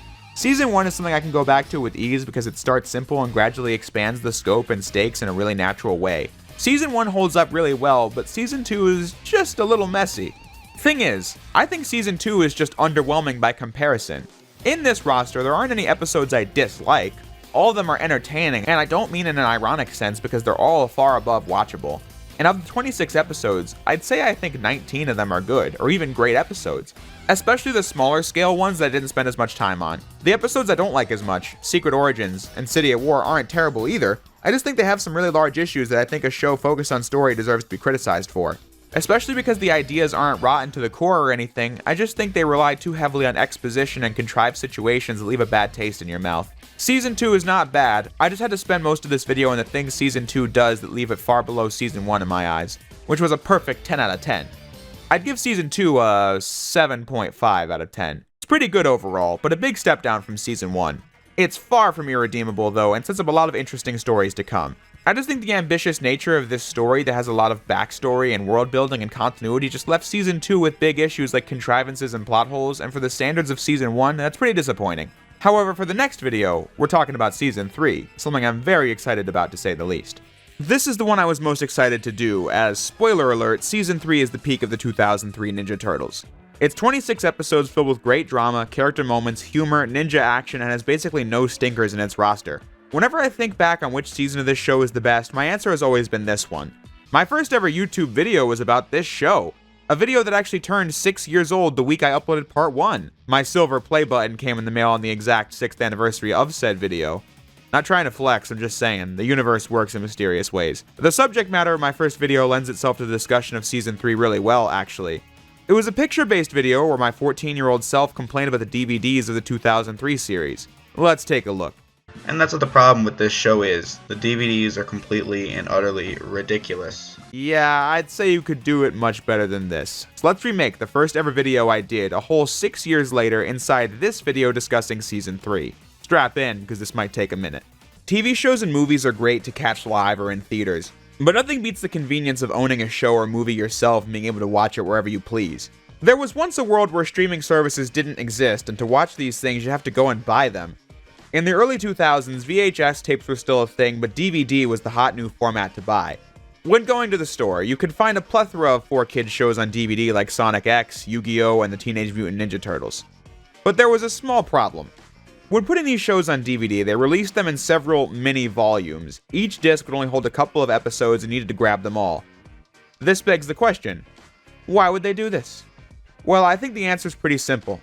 You don't see this for adult shows, even to this day. The people producing it probably know the average adult wanting to get their favorite show on DVD are willing to fork over the asking price that comes with a full season release. But for things aimed at children, releasing a couple of episodes on one disc cuts down on the cost it takes to produce these, and that means you can put them out at a really low price at every Walmart or Hollywood video in the nation. Parents get it, the kids watch it for the weekend, and that's that. Everyone's happy. Well, guess what? There's one party they didn't plan on. The geeks trying to collect the show 20 years later. I don't have a problem with this format. I mean, companies still do it now. As long as they still release the full season packs that I can easily track down and get, I'm happy. For the 2003 Turtles, it's a much different story. Back in 2015 and prior, the easiest way to watch this show was just on YouTube. But the problem was that the quality was absolutely abysmal. Not something I was bothered by in 2012, but it certainly wouldn't be usable in a YouTube video today. Those old uploads are long deleted, and new ones exist now, but the problem is the same. The point of my first video was to complain about my inability to collect this show because of how expensive it would be. But I'm not 14 anymore, so now I can discuss my experience actually collecting the whole thing. Like I said, the series is divided into several volumes. Season 1 starts pretty simple. The 26 episodes are released in order across 8 DVDs. All of those are pretty easy to find and come very cheap. It's Season 2 where things get complicated. The first DVD of Season 2 was The Turtles in Space, followed by Secret Origins and then The Ultimate Ninja, Croc Attack, but then you get the Big Brawl Saga, completely skipping over City at War and A Rogue in the House. Those two arcs releasing on the next DVD. All in all, Season 2 is still easy to find, but you just have to remember that Volume 13 takes place after Volume 14. I'd say it's worth collecting if you're a fan of the show, as the spine of the first 16 DVDs form this collage of the 4 Turtles. Pretty cool. It's Season 3 where it stops making sense completely. First, they changed the numbering scheme. Volume 14, City at War, is the second of the Donatello-themed discs. The next one isn't Volume 15, it's Season 3.1. Season 3 was released across 8 DVDs, and 7 of them are numbered 3.1, 3.2, 3.3, all the way up to 3.7. I did say 8 DVDs, and that's because the first episode of the season, or the 13th, whatever you want to call it, The Christmas Aliens, came out on its own as a Christmas-themed disc, it being the only unreleased episode on said disc. The biggest problem with the Season 3 DVDs is that two of them, 3.6, Turtles Against Hate, and 3.7, Hun on the Run, are the two rarest in the volume set. Post-production update. 3.2 is now the most expensive. I mean, look at this. Now, back to what I was saying about 3.6 and 3.7. I got these for the lowest prices I could find, and neither one of them worked. Probably should have just gotten them for more expensive prices. The biggest crime of all would be the episode order, though. 3.1 houses the opening arc of the season, Space Invaders Parts 1 through 3. 3.2 having the follow-up, Worlds Collide Parts 1 through 3. 3.3 then jumps to the very end of the season with the Ultimate Draco arc. 3.4 is where the season finale is. 3.5, 3.6, and 3.7 jumping back to the middle of the season, while mixing in episodes pulled from Season 4. 3.5 is an easy one to look at. The disc contains 5 episodes. Season 3, Episode 14, The Darkness Within. Season 3, Episode 16, The Entity Below. Season 3, Episode 24, Bishop's Gambit. Season 4, Episode 5, I Monster, and Season 4, Episode 12, All Hallows Thieves. To watch Season 3 in order on DVD, you have to watch 3.1 for Space Invaders, 3.2 for Worlds Collide, back to 3.1 for Episode 8, then 3.6 for Episode 9, 3.7 for Episode 10, 3.2 for Episode 11, 3.1 for Episode 12, the Mikey Christmas DVD for Episode 1/13, depending on how you look at it, 3.5 for 14, 3.6 for 15, 3.5 for 16, 3.6 for 17, 3.7 for 18, 3.3 for 19 through 23, 3.5 for 24, and 3.4 for Episodes 25 and 26. What a nightmare! Season 3 is the worst it gets, but I'm not done. Like I said, these 3-point discs also had Season 4 episodes scattered on them. The next release was just called Season 4, but it was not all 26 episodes, it was a compilation of the episodes that were not on the 3-point series. So to watch all of Season 4, you'd have to bounce back and forth between the 3-point discs again, and then watch the DVD called Season 4 for the back half of the season, excluding the last episode, which they intentionally kept off the Season 4 disc. That's because the final arc of Season 4 ends at Episode 25, Episode 26 being a setup for Season 5. They just dumped the last episode of Season 4 on the Season 5 DVD, but Season 5 is its own can of worms we can get into in a couple of videos. That was supposed to be the last season, but it still went on for 2 more, as Season 6, fast forward, finally saw them get their act together. 2 DVDs, all in order. They then decided to go back and correct their mistakes and did Season 1 Part 1 and Season 1 Part 2 all in order. They did this for Season 2, but I don't own those because they're possibly the most rare and expensive TMNT DVDs to exist. I realize as an adult that $120 isn't that much money, but for TMNT DVDs, that's a shit ton. Season 3, the one that needed a streamlined season pack the most, never got one. Season 7, Back to the Sewers, just never came to DVD in the West at all. Don't let this box on my shelf fool you. It's a fake I put together to fill the space using the art from the Australian DVD where Season 7 did get some attention. By the time we got to Season 2 Part 2, 4Kids' run with the Turtles was basically over. Turtles Forever, the series finale, released in 2009, and after that, Viacom got the rights to the TMNT, and so all future TMNT products would be aired on Nickelodeon. They actually gave us the Turtles Forever DVD, which is pretty affordable, even with its awful and bland packaging. Although this was the shortened TV cut of the film. Later, they said they wanted to put DVDs out for the 2003 series, and what we did get was more of these 3 episodes per DVD volume discs. I actually got Nickelodeon's version of the Mikey Christmas disc from 2015 because that was cheaper than getting the 4Kids version from 2004. This came as a massive disappointment, as what all the fans wanted was a complete series pack like the original series and the Next Mutation got. Although, can you call the Next Mutation DVD a complete series set when there was only 1 season? I don't know, forget I said that. There exist fan-made DVD box sets of this show, but that's not legal and will probably run into the same problem as the YouTube uploads, them being crusty AF. In 2020, I got all these DVDs specifically because I knew I wanted to do videos on this series one day. These last few minutes have served as therapeutic venting for me. I used the Wikipedia DVD list to track down each of the DVD listings on Amazon and compiled a list of them on a Google Doc. All work that was a complete waste, as like 2 months later the whole show was then released on Paramount+. For everyone asking me how you can watch the show in high quality, you have 2 options. Go through what I did, or watch it on Paramount+. I actually already owned a Paramount account when they released this show because I was watching Big Brother there, and now got the added bonus of TMNT. Although, be warned, Paramount Plus doesn't have Turtles Forever, but it does have Rise of the TMNT, the new show. Hoping they add the 2012 series at some point. Credit to the TMNT social media, they make sure all fans are up to speed in the latest Turtle news, and pay homage to all 4 cartoons and celebrate the anniversaries of all the movies, including Turtles 3, which many dislike, and TMNT, which was always mixed in reception to begin with. But I'm getting wildly off subject here. I've spent the last 10 minutes complaining about DVDs for a 20-year-old kids show, but what can I say? I'm a lifelong fan of this series, wanted to collect the whole thing, and doing so is hell, so I wanted to share it. Hopefully some of you guys can relate to this story and have some of your own to share with this show's DVDs in the comments, since you guys relating to my nostalgia for this show seems to be what people like the most about this retrospective. Now, with that out of the way, we may begin discussion of Season 3, the best season of the 2003 series.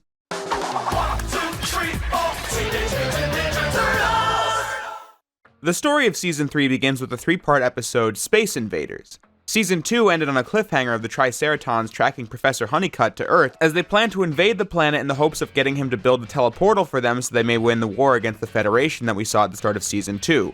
Little did they know, Honeycutt left alongside the Utroms in Secret Origins. So now the Turtles have to deal with this invasion. So let me get this straight. The Tricera creeps are after someone who ain't even here, cause they want an invention of his that don't even work? That about sums it up.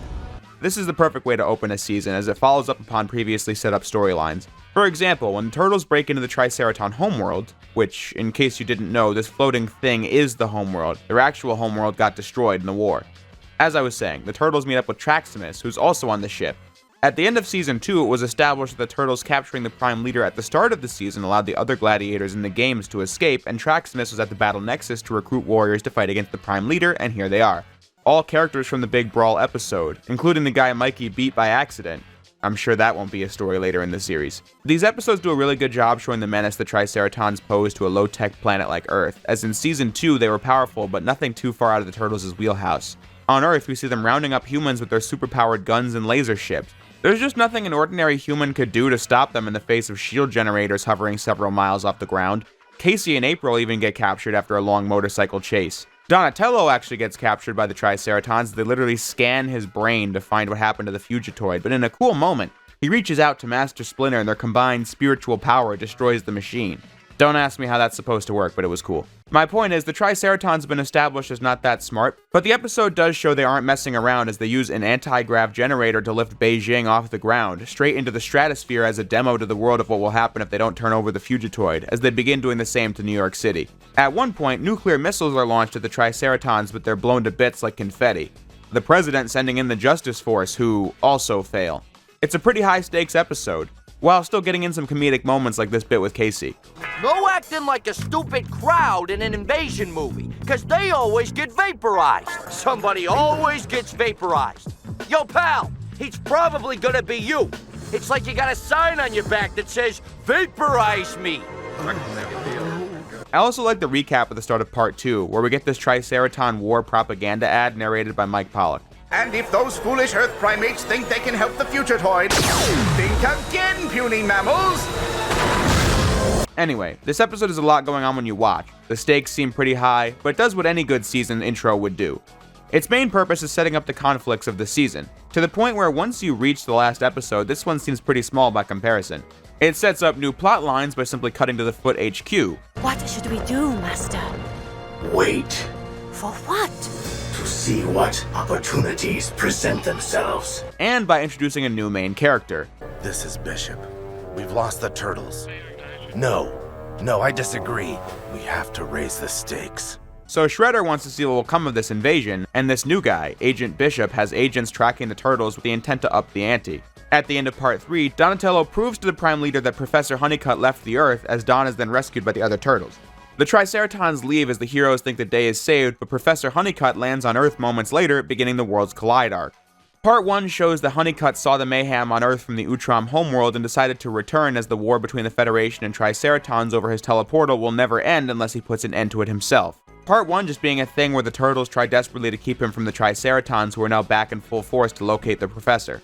Nothing super special about this episode, but it's Part 2 where things get really interesting, as after the group evades the Triceratons, they're cornered by commandos working for Agent Bishop, who capture the whole group. A lot of mysteries going on here already, but in a twist, it turns out that he isn't seeking the Fugitoid. He wants the Turtles, whom he has known about for basically the whole series. He captured the Fugitoid because his effort to up the ante was enlisting the help of the Federation to fight off the Triceratons. giving Professor Honeycutt to General Blank as a bargaining tool. One of these groups will take out the other, and then the Earth will get left alone after all is said and done. And Bishop has what he needs, the Turtles on a dissection table. Bishop is a new villain, not just to this show's story, but was actually created for this series. I can delve into Bishop as a character much more in his later episodes from Season 3, but as it stands now, we see he's pretty sadistic, played really well by David Zen Mansley. Sorry I can't administer a sedative, but it might corrupt my findings. Noticing that the group is missing, Splinter, April, and Casey go on a rescue mission that leads to Bishop's base as we see April has gotten trained by Master Splinter, while Casey is the same goof he's been all series. The cliffhanger at the end of Part 2 is Bishop about to carve up Mikey while the rest of the group watches, but before I even get to Part 3, I should mention one thing that comes to my mind when watching Part 2. I don't have a word for it, so I'll just call it, just in case you forgot writing. Like this line. Great! That's the guy that was chasing down the Fugitoid back on the Hunib! Yeah, Raph. Everyone in the room knows who General Blank is, what planet he comes from, and that he was after the Fugitoid. But someone in the audience might have missed that episode, so we have Raph say that weird sentence. It's like this part in Return of the Jedi. Artu, look! Captain Solar. And he's still frozen in carbonite. The same thing happens a few minutes later when Bishop reveals that he actually encountered a mutation similar to the Turtles before this. We assumed Leatherhead died in the Turtles' old lair in Season 2, but he survived and was captured by Bishop and went through torturous testing. Mikey says, The last time I saw you, our old lair caved in on you. We know, buddy. I watched the episode. Not a big deal. I just wanted to mention it since this episode has 2 examples of it back to back. Part 3 starts in this big action scene with Bishop against all 4 Turtles, Splinter, Casey, April, and Leatherhead. Like I said, we don't know much about this guy in this episode, but in this fight, you clearly see he's good at what he does. So much so that he's not even afraid of this fight, literally taking on the Turtles with nothing but a wooden bat. You have no idea what you're up against. When the odds shift, he makes a getaway on a sinister note. Until we meet again, and we will. Count on it. But that's it for him in this episode, as it turns out that Honeycutt's real plan was to get captured so he could show that he erased the teleportal from his memory banks and thoroughly infects the system of the Federation to broadcast his final message to all the worlds affected by the teleportal wars. This scene of the message being shown all over the Earth gave me some "You Are Not Alone" flashbacks from Man of Steel, but that's another story. Honeycutt wipes out the Federation fleet, and the stall in the action gives Traximus the chance to break into the throne room, convincing his fellow Triceratons of how corrupt and awful Prime Leader Zanramon has been for the Triceratons. And he's forcefully removed from power, beginning a new age for the Triceraton Republic. This final act wiped out all the remaining power Professor Honeycutt had, destroying his robot body. He sacrificed himself to put an end to the bloodshed over the teleportal, as he's memorialized by the characters in an ending that paid homage to Star Trek II.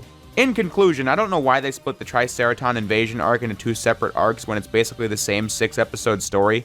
Maybe Space Invaders Part 6 sounds like a mouthful, I don't know.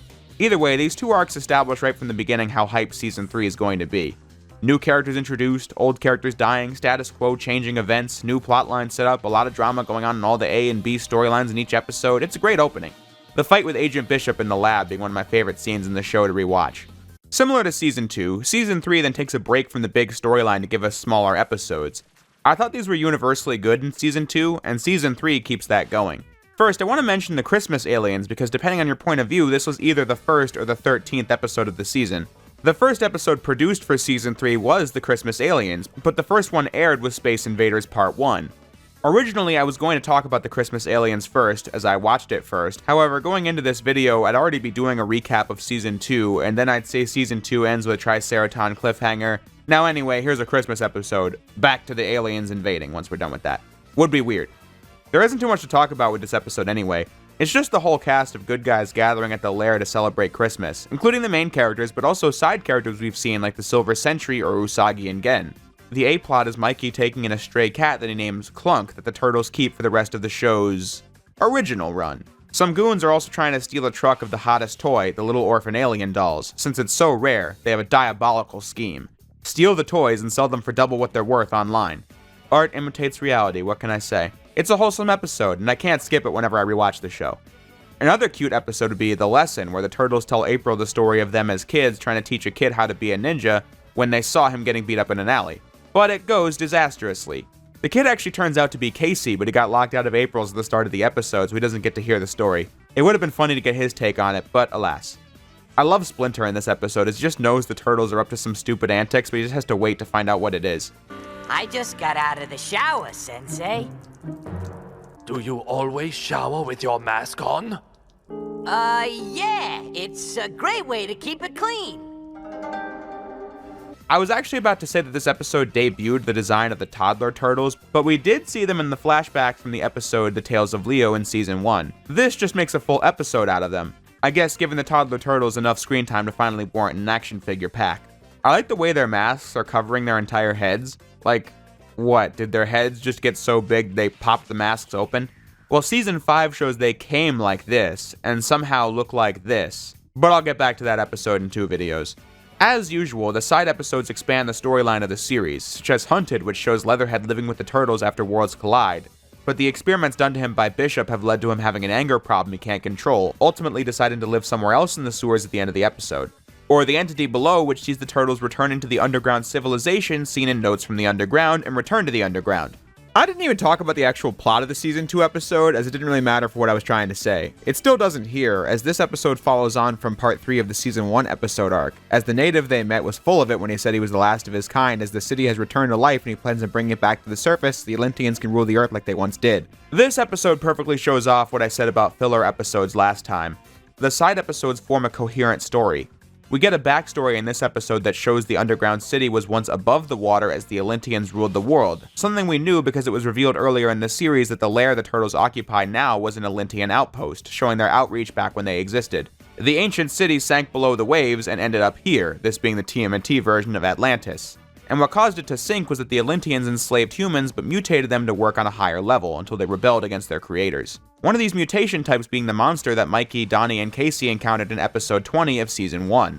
The other 2 mutated human types are introduced here to be expanded in Season 4. It's episodes like this that remind you, from a plot perspective, this is a pretty complicated show, but I'm doing my best with it. The episode Time Travails introduces the audience to Lord Simultaneous and his Time Scepter, this being a relevant episode because it shows that Draco and the Ultimate Ninja are still alive, but have fused together after spending an eternity trapped inside the portal that opened at the end of Season 2. This episode ends with Ultimate Draco stealing the Time Scepter. Surely that won't be a story later in the season. I really enjoyed the episode Nobody's Fool as it introduces a new hero. The Silver Sentry is obviously the Superman stand-in, and who's nobody? The Batman stand-in, and I'm more than down for that. Who am I? I'm nobody. This episode showed Hun failing the Shredder a second time this season, as he also did that in the episode Touch and Go.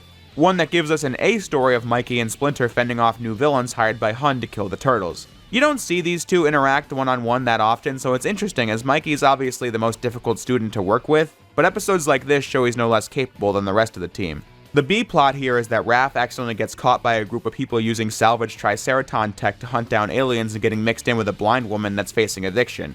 I like his plot in the episode because Raph might have an anger problem, but it's because he's nice to a fault. Cares about people a lot, and is overly sensitive at times, which is projected through anger. But in times like this, or in the B-plot of the Monster Hunter episode, can be channeled in a productive manner. But on the subject of people hunting aliens, that's the focus of the episode Hate, where a group called Humans Against Extraterrestrials has read in the tabloids that aliens still live in New York, so they plan to detonate a nuclear bomb to save humanity. Why don't you make like a good little hate manga and disarm your nuke? This one being based on a Mirage comic issue, only the acronym was toned down for the TV version. I like that the smaller episodes are showing that the alien invasion has had a ripple effect on the world. The main arc of the season we'll talk about more after this segment shows the effect it has on the villains, but stories like this show that yeah, the whole alien invasion thing has had an impact on everybody. Lastly, there's this episode where the Turtles help Angel, a character introduced in Season 1, find her brother in a creepy mansion. It's an obligatory nightmare montage episode, but it does have a brief fight between Raph and Shredder where Raph's face is under Shredder's helmet. What, did Raph watch Empire Strikes Back the previous day and feared Shredder was his father or something? The monster of the week is a giant tentacle thing that has a superpowered crystal behind it. A crystal that dated back to the days of the Native Americans, but they never tampered with it. And when they were going to destroy it, the crystal called out to the explorer C.F. Volpahart to claim the power for himself, which made him immortal. This guy kind of reminded me of Max Winters from the 2007 TMNT movie with the whole immortality thing. Especially as the movie and this episode both end with time catching up to them. Somehow the show on 4Kids is darker as the movie ends with Winters, ascending into spores or something. But the show just sees this dude get turned from alive to dust in seconds. What can I say? This show's pretty casual with the dark imagery. So that's my speech in the smaller episodes this season, meaning I can now get back to the main plot with the Shredder. One of the biggest talking points from my Season 2 video was that I felt the Shredder was losing a lot of luster as a villain as he died, came back, got beat, died again, rinse and repeat a couple of times back to back. I really liked the plot twist that he was an Utrom, but his failing to defeat the Utroms at the start of Season 2 left him without a goal besides fighting the Turtles when he did come back. It was just underwhelming compared to how menacing he was in Season 1. But in comes Season 3, which fixes all my issues with the Shredder in Season 2. So first, showing the Shredder fight with and lose to the Turtles again would further reduce his threat level, so the writers made Shredder take more of a hands-off approach throughout this season, while building off of the Space Invaders arc. After the Triceratons left the Earth, they had left a bunch of crashed ships and other technology behind, which left big parts of New York decimated. This was perfect for Shredder as he, using his Oroku Saki identity, becomes a bit of a Lex Luthor type as he funds the citywide salvage operations, where he gets to look like this great philanthropist, when in reality he's only doing this so he can hoard the alien tech for himself. Here, we get interesting moments like Shredder getting called out by a reporter for his alleged ties to a criminal organization and he has Karai knock the guy out. Or when he gets the mayor to forget the whole incident by giving him more money. You will require $147 million. I have already wired the funds into the city's account. Oh, well, I'm sure you know best.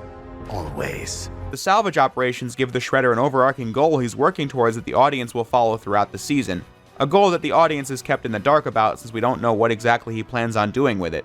I appreciate your concern, Karai, but money will be meaningless where I am going.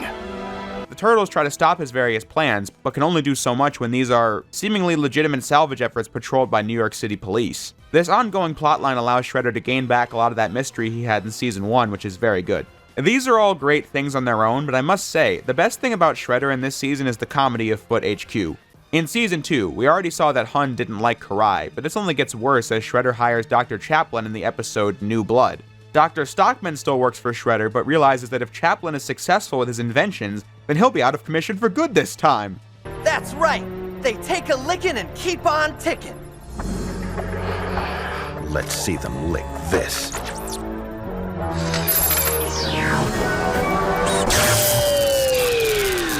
What?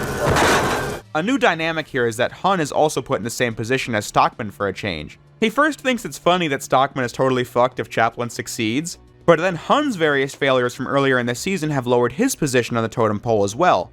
Apparently, I'm not the only one who's being considered for early retirement. Meanwhile, Karai herself also works against the Shredder to help the Turtles as much as she can. So here at the Foot HQ, you have Stockman sabotaging Shredder missions so he doesn't get killed. You have Hun desperately trying to win the favor of the Shredder and failing, Karai working alongside the Turtles to reduce the amount of harm caused by her father, Dr. Chaplin is just happy to be working alongside Dr. Stockman, and the Shredder being as much of an evil asshole as usual. Enough! Karai and I need to discuss how best to rid this organization of dead weight. This dynamic is one I find so entertaining that I could watch an entire episode of just that. It would be like The Office, but with death and evil robots. Episode 15, Mission of Gravity being a perfect showcase, as the Shredder is sending a team to the floating city of Beijing to recover the anti-grav generator that's keeping it in the air. Removing an anti-grav generator from a city floating 20 miles above the Earth's surface is a virtual suicide mission. That is why I have selected you to lead this operation. Me? What of the millions of innocents that will perish when Beijing comes crashing to Earth? They are of no concern to me. I'm behind this plan 100%. Good. You will have the honor of accompanying Dr. Stockman on this extremely dangerous mission. There are a lot of scenes in this episode I like, such as Hun complaining to Stockman about how they are treated, when Hun is literally the one who turned Stockman into a brain in a jar. Speaking of which, Stockman gets a new body provided to him by Dr. Chaplin, and his reaction to this gets me every time. I have limbs! Ha! Powerful limbs! The unrelenting grandiosity and confidence from this character is something I enjoy, what can I say? Even after that, though, he still can't give Dr. Chaplin any respect. Chaplin builds what he calls Mousers 2.0, a bigger and badder version of what Stockman made in Season 1, which they deploy against the Turtles. Stockman can only say, "Upgrade? More like a side grade." By the end of the episode, Hun and Stockman try leaving Karai and Chaplin for dead, hoping to get rid of them and their competent results, so the Shredder will only rely on them. This goes disastrously as the Turtles manage to save the city from crashing down and instead slowly float it back to the ground. Karai and Dr. Chaplin are... Wait. Perhaps you would like to share your news with Karai and Dr. Chaplin. It's moments like this in Season 3 that always get a chuckle out of me.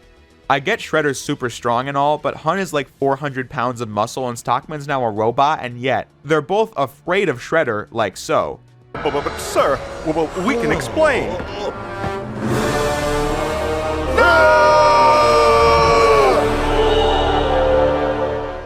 I mean, what is going on down there? It sounds like he opened the gates of hell upon them or something. But enough of Foot HQ for a moment. The Turtles end this episode by telling Karai she can disappear now that it looks like she died, but she refuses for this reason. Could you so easily turn your back on your father? Even if you knew the things he did were wrong.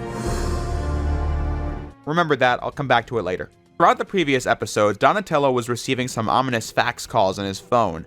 That plotline comes to an end in this episode as it turns out that the one calling was Professor Honeycutt. He reveals that in Worlds Collide Part 1, when he helped Don block his signal to the Triceratons, he also uploaded a backup of his memory that he could download onto Donnie's network in the event of an untimely death, which he knew was coming since he planned on doing what he did in Part 3. But there wasn't enough data available, so he had to delete some non-essential information. Who cares, Professor? I'm just so happy to see you! I'm sorry. Do I know you? So there's that. He's now back in the show. Isn't the sun supposed to rise in the east? Oh dear. Did I set the city down facing the wrong direction? Towards the end of the season, we get more content with Agent Bishop, the first time being Hun on the run, where Karai has to steal a Triceraton device from Bishop but is caught. Bishop then flexing his influence by getting a direct line to Shredder. I want all the alien technology you've been collecting. I have no idea what you're... Please. Knowledge is my business, Mr. Saki. And I know all about you. Shredder responds by giving Hun one last chance to redeem himself, rescue Karai, or else. The Turtles get involved because Stockman thought it would be funny if Hun failed, resulting in the death of him and Karai, so he sends the Turtles a threat they would look into. The highlight of this episode is at the end when the Turtles team up with Hun and Karai to fight against Agent Bishop. I already mentioned how Bishop surprises the audience at the start of the season by taking on the Turtles and Splinter, but here we get even more of that where he's so skilled in combat and is able to use his environment to his advantage with split-second precision that he has no fear in taking on 6 trained fighters with nothing but a tie.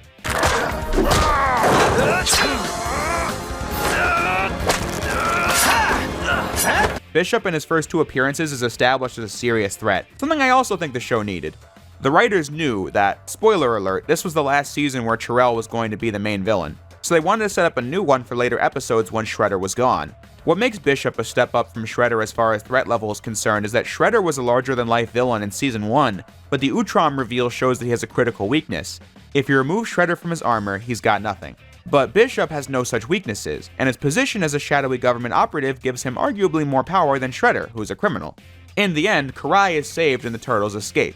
Hun gets back in the Shredder's good graces by having accomplished the mission. Karai may have failed to retrieve the device, but she got a detailed scan of it, so Shredder's team can build their own. You've finally seen the error of your ways and are going to let me do what I do best. No! Dr. Chaplin will create the prototype for the microchip. I don't have anything else to add on that. I just wanted to set up playing this clip. I want to speak with you about an unauthorized communication you made earlier today. I can explain everything. No! No! While we're on the subject of Bishop, we get an episode dedicated to him right before the finale. Bishop's Gambit, where his crew puts some sonic disruptors in the sewers with a frequency that would affect rats, forcing the Turtles to bring Splinter to the surface, where they get ambushed by Bishop's goons who capture Splinter and try to kill the Turtles, but Leatherhead saves them at the last second. In between episodes, Leatherhead built a new body for Professor Honeycutt as the group uses Bishop's train car they got in Hun on the Run to bring them to Bishop's base so they can rescue Splinter. Before doing that, I want to mention this line from Raph. Those were Bishop's flunky commandos. I always heard it as what it's obviously supposed to be. Those were Bishop's flunky commandos. But a lot of people think it sounds like he was saying, those were Bishop's fucking commandos. So whatever you heard when I played the clip first, let me know below. While Splinter is captured, we finally get some insight on Bishop as a character. By using the DNA of Leatherhead and the Turtles, he was able to accelerate his research 50 years overnight. Splinter is being the final piece of the puzzle. That project is creating an army of genetically modified super soldiers to ward out aliens in the population. Why? That's because Bishop works for the government organization, the Earth Protection Force, a secret branch that's designed to research and protect the Earth from extraterrestrial threats. created by President Grant after the first UFO crashed on Earth. The photo even showing Agent Bishop in it. So how he's been alive for so long is something we don't yet understand about Bishop, but we now know what his MO is. And when Splinter asks what happens when errors are made and innocent people die, we find out that Bishop is clearly trying to outdo Thanos. My calculations suggest that it would be beneficial if 57% of the Earth's population simply disappeared. Like, wow, not just half the population, 57%. The test run of these super soldiers is put against the Turtles. Whenever I watch this fight scene, I can never unsee the mental image of Greg Abbey in the recording booth doing the grunt track for Raph. I mean, listen to this.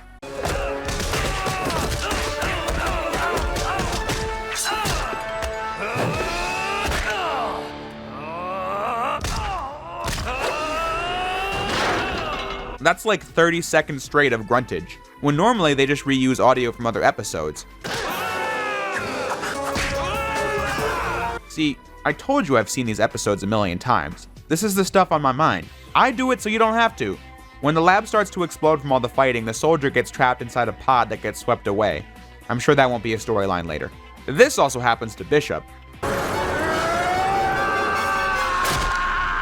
He manages to live through that. This season is doing the exact same kind of mystery it did with Shredder in Season 1. But I just find it equally compelling as Bishop is just set up as a great villain so far. I want to know what his deal is, given the audience excitement for Season 4. Now that we're a pretty decent way into the video, it's time to talk about the thing everyone's been waiting for, the Ultimate Draco arc. This got set up in episode 17, but in episode 19 we see Ultimate Draco invade the Turtles' lair with the Time Scepter from Lord Simultaneous. With that, they're basically unbeatable, as they also plan on stealing the War Staff from the Daimyo, but first, they teleport everyone to a different reality. This is a 5-part episode arc and does some really interesting stuff. Each of the first 4 episodes focuses on a different turtle, beginning each of the episodes from their perspective of Draco's attack like it's a Sonic Adventure game or something. Oh, Sly Cooper. I forgot to mention those words somewhere in the video, so that's the obligatory one. The first episode is Reality Check, where Mikey's warped to another dimension where the Turtles are a superpowered group like the Super Friends. This episode is a giant tribute to cheesy, old superhero stuff as the Super Turtles operate from the shell of justice and must battle their arch enemy, the Sliver. There isn't that much to say about the first 2 episodes. The first one's a fun episode, but not much besides that. I do like the fact that the Super Turtles are seen battling their former master, the Sliver. I don't know if this was intentionally a parallel or not, but Karai said in Mission of Gravity, "Could you so easily turn your back on your father?" And here, we see an alternate dimension version of the Turtles battling an evil Splinter, showing that Karai has no excuse for following Shredder knowing he's evil. But her character's psyche is something we can talk about later. The second episode of the arc, Across the Universe, is my least favorite as Raph gets teleported to the dimension of the Planet Racers. The Planet Racers is another comic tribute as Peter Laird and Jim Lawson published those books, and they've crossed over with the TMNT before. That's cool, but I always felt like this episode was boring. I was never super into racing or cars, so an episode mostly devoted to racing set pieces just loses me. In fact, my DVD is scratched to the point where it cut past a couple minutes at the start of the episode, and I didn't feel the need to go back and see what I missed. I've seen the episodes a million times before, and like I said, never thought this one was particularly amazing. Bad guy kinda looks like the Red Skull though, so that's something. With those 2 out of the way, we can talk about the real reason everyone remembers this arc. Donatello's episode, Same as It Never Was. He gets teleported to a world set 30 years in the future, in New York City, but the Shredder has completely taken over the world, enslaving humans and Utroms alike with the intent to rule the galaxy. Don himself disappeared from this timeline 30 years ago. This episode holds nothing back. Don quickly meets Mikey, who's missing an arm, but fights better than ever before. In this world, Master Splinter was killed trying to save the remaining Turtles. The group fell apart with Donnie not being around. April's leading a resistance in opposition to the Shredder's empire, Casey's dead, Leo is blind, and Raph's missing an eye. It's a lot of brutal stuff. And while it might seem like it's a dark episode for the sake of it, it's really impactful as it shows Donnie what would happen to his family without him. Not in an egotistical way, but it's just that, like Mikey says, they were a team. Without the whole group, it just doesn't work. We don't see these post-apocalyptic Turtles for long, but you know that the characters you've seen for the whole series could become like this if the Shredder succeeds at his goals. It's what he wanted, Raph, to save us. If we had gone back there, we would have all been destroyed. We could have saved him! You know we couldn't! He was gone! No! So moments like Don seeing Splinter's grave or Leo and Raph seeing Donnie again are impactful. Leo, Raph, we need to talk. Donnie? No way! Donatello, you're back. I don't believe it. The group leads one final assault on the Shredder and things get really serious here. Donnie, I'm... Mikey, no! Mikey dies, and Leo gets in a final battle with Karai, who kills him. And Raph, too. This episode shows 3 of the turtles get murdered on screen. Yeah, it's not the turtles from the main timeline, but it just creates a lot of suspense in the show because you don't know what direction they're going to take the series. I highlight this because I think this episode has a lot of parallels with the season finale, but I suppose it can wait for us to get there. Donatello manages to finish the Shredder for good, but it costs his family everything. They don't hide the fact that Don just met these older, fucked up version of his brothers and then watched them die. But older April says their sacrifice has saved the entire world from the Shredder. This is a lot of people's favorite episode of the show, and I think it makes sense. It was really shocking, easily the darkest episode the show had done up to this point. A series highlight if you ask me, but not my favorite episode. Not to spoil it, but the season finale slightly wins out as the best episode of season 3 for me. I'd have to finish the show again to really pick a definitive favorite episode, so maybe we'll revisit that at the end of the retrospective. The Ultimate Draco saga comes to an end in the Real World Part 1 and Part 2, where we follow Leonardo in Usagi's dimension helping him protect Lord Noriyuki from the evil Lord Hebi. Leo remarks that Hebi has no arms, and I was half expecting this to happen. Snakes don't have asses, so you can't kick my ass. But we're in the clear on that. Part 2 is about Leo and Usagi traveling to the Battle Nexus to get the Daimyo's help in saving his family. In the first 3 episodes, we saw Mikey, Raph, and Donnie start to teleport away halfway through, but it failed. This was a good moment in Raph's episode as it caused Raph and Falcon to fall off a cliff, but then made a safe landing after the commercial break. This episode shows that it was Leo trying to use the War Staff to bring them back home, but he failed because Ultimate Draco was blocking the signal. Skipping ahead a bit, Splinter and the Daimyo were about to get offed by Ultimate Draco, but the Ultimate Ninja side of them said they didn't want to kill his father, the Daimyo. That might have been the biggest chunk of word salad I've ever wrote, but it makes sense if you watch the show, I swear. This gives Splinter a chance to get his hands on the War Staff, and he's the one who used it successfully to bring the other turtles back, which is why they all faded away at the end of their respective episodes. Mikey, Raph, you're young and alive, and Mikey, you have both arms. Good to see you too, Donnie. I think. The turtles use the War Staff and the Time Scepter to destroy Ultimate Draco, and then Lord Simultaneous shows up and uses the Time Scepter to bring the Daimyo's son back to when he was young and not a villain. And then the War Staff is used to bring Usagi back where he belongs and the turtles with Splinter back where they belong. Ending a great series of episodes. I always love watching these, especially the last 3 with how dramatic the stakes are. It feels like the most dire circumstances the series has seen up to that point by the end, with the 2 all-powerful staffs in use at once. I also love how they handle the different perspectives, building an ongoing mystery throughout the episodes. It really is a series high point. But like I said, the final 2 episodes, Exodus Part 1 and 2, are my favorites this season. It's the episode where the last 3 seasons worth of buildup is going to get paid off, so let's not waste another second and talk about it. While meditating, Splinter gets a vision of Shredder's final plan coming to fruition. He plans to leave the Earth and invade the Utrom homeworld and then return to rule the Earth. Splinter sees himself alongside Master Yoshi as a guardian of the Utroms and has decided that it's time to finally finish off the Shredder. The opening of Part 1 showing that Shredder's leaving New York City and to celebrate is throwing a massive party at his headquarters with the mayor and other honored guests, as he's celebrated for saving New York in the fallout of the Triceraton invasion. He tells Karai that she'll lead the Foot Clan while he's off to destroy the Utroms once and for all, while the heroes are trying to break into Foot HQ. Leo and Splinter from the roof, Casey lugging in a cart with Raph and Mikey inside, April also getting in to help Professor Honeycutt disable the security, while Don and Leatherhead are trying to get in from underground. It's every good guy we've seen thus far working together. That's how serious this mission is. The intent is for this to be the final battle with Shredder. Donatello finds that the secret thing Shredder's been working on these past few months is a giant spaceship he'll use to finally escape from Earth. Meanwhile, Agent Bishop is also here because Dr. Stockman is now an insider for Bishop, so he's here to rig the Shredder's transport tunnel for demolition. This episode is really entertaining as you can't tell who's winning throughout. I mean, it seems like the Turtles are gaining some ground on Shredder upstairs, but when he finds out from Chaplin that Bishop is here, that's when it's go mode.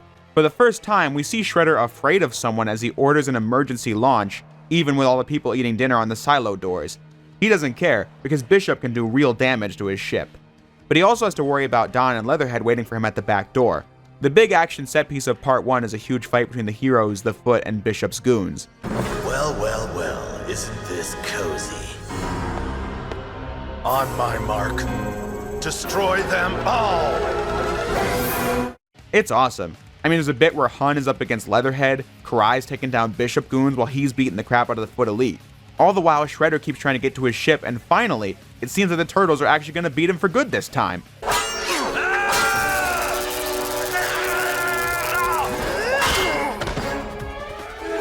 there's a lot of status quo shaking drama in this episode, like Hun learning that Shredder's an Utrom. Like I said last time, I don't know how he didn't know that, but that's setting up his losing all respect for Shredder in Season 4. Earlier, Karai pleads with Leo to leave Shredder alone since he's leaving the Earth. That means everyone can be happy, but it just shows how badly she's been lied to by Shredder since she was a kid. The Utroms have hunted my father all his life. They are heartless monsters. He's the heartless monster, and I'm gonna stop him. Leonardo, no! This being the moment where she makes her final decision to stand with Shredder no matter what, being the one who saves him when he's cornered by the Turtles. At the end of Part 1, Shredder, Karai, and Chaplin took off while the Turtles plus Splinter stow away on the ship. Part 2 being where it gets even more interesting. I was actually able to find the commercial for this episode on YouTube. Credit to Toonami20 for this find. Let's take a look. It's the final showdown between the Turtles and Shredder, and we guarantee you'll never see one of these characters again after Exodus. Don't miss the stunning conclusion of this Ninja Turtles season finale special. All new next week. They really wanted to hype up this last episode. It literally says, we can guarantee one of these characters will never return. And to give the writers credit, when they said that, it was true. But ignoring the later developments of the show, let's talk about Part 2. It's the final battle between the Shredder and the Turtles, and you feel how climactic it is. Splinter even brought Master Yoshi's sword for the ultimate vengeance. At first, it's a hype fight because we're totally going to watch the heroes wreck Shredder, but the tides quickly start shifting as a result of a few things. First, Bishop is still trying to blow the ship out of the sky, and to help with that, Stockman enables the override in the ship's shield. He could have just turned off the shield, but of course, this happens. No way! Mr. Saki! Our defense grid just went offline! Only he could think of having the machine go, you didn't say may I, on an infinite loop. Genius stuff here. Anyway, the missiles Bishop's firing the ship with cause debris to fall in the power room this fight is taking place in, and that is what leads to Shredder gaining the upper hand. Splinter is taken out and Leo gets in a fight with Karai. Distracted by that, this happens.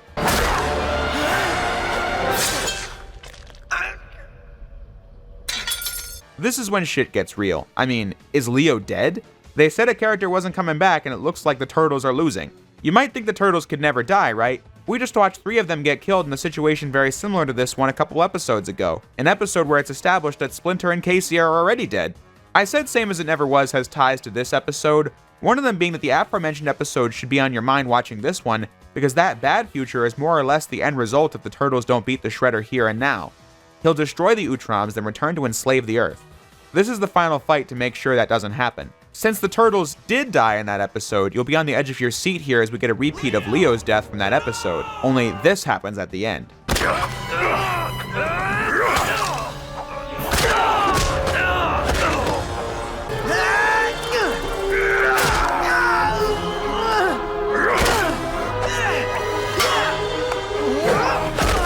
Literally all of the Turtles are down and Shredder has won. The only hope that was there, Honeycutt hacking the ship, is also lost.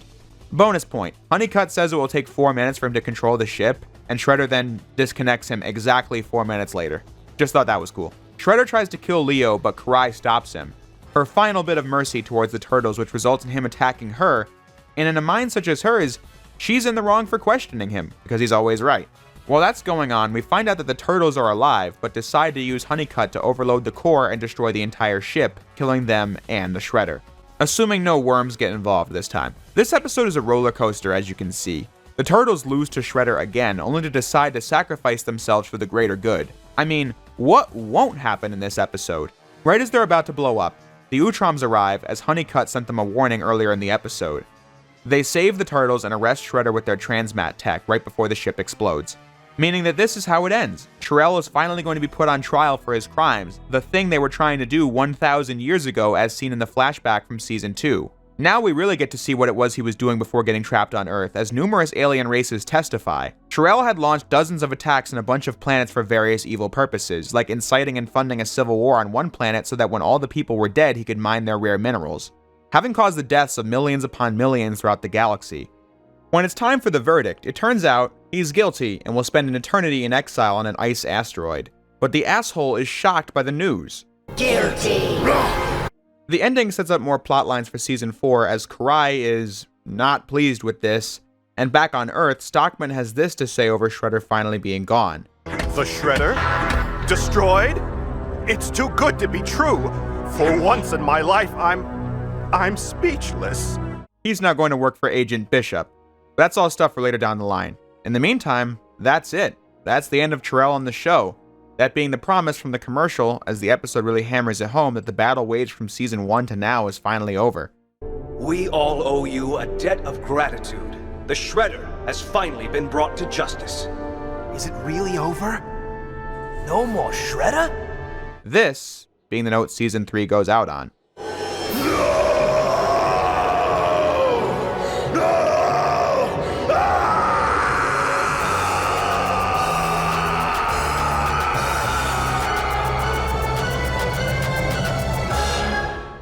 Looking back at all this, I can only say that in conclusion, Season 3 was every bit as good as I remembered.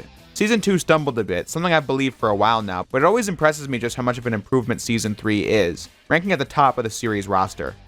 For me, this is the peak of the 2003 series. The season built off of previously established continuity from the first 2 seasons. It progressed the character arcs for all our favorite heroes and villains, introduced new ones, gradually escalated the stakes from how high they already were in Season 2, it wrapped up the story of the Shredder really well by giving him one final plan that lasted the whole season with a climactic finish that has clearly taken a toll on the heroes. It sets up a lot of drama for later seasons, and while doing that, included high-octane action, memorable character moments, whether that be comedic, wholesome, or tragic. Season 3 is just fantastic, and that's all I can really say at the end of the day. In the next video, we'll be discussing Season 4, one I do believe I have quite a bit to say about, so prepare yourselves for that, because I'm looking forward to this one.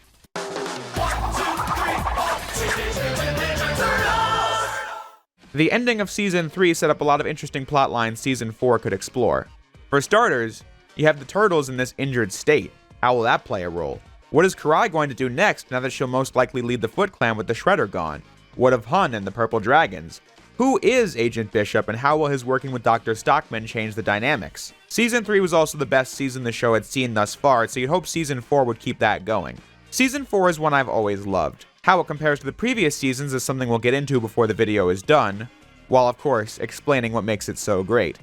But also, explaining the irreversible damage Season 4 did that led to the destruction of the 2003 Teenage Mutant Ninja Turtles in the long run. In my notes here, it says to talk about Season 4's opening, but that actually has a double meaning in this case. I would like to talk about the opening episodes of Season 4, but we have to talk about the actual opening of the show in Season 4.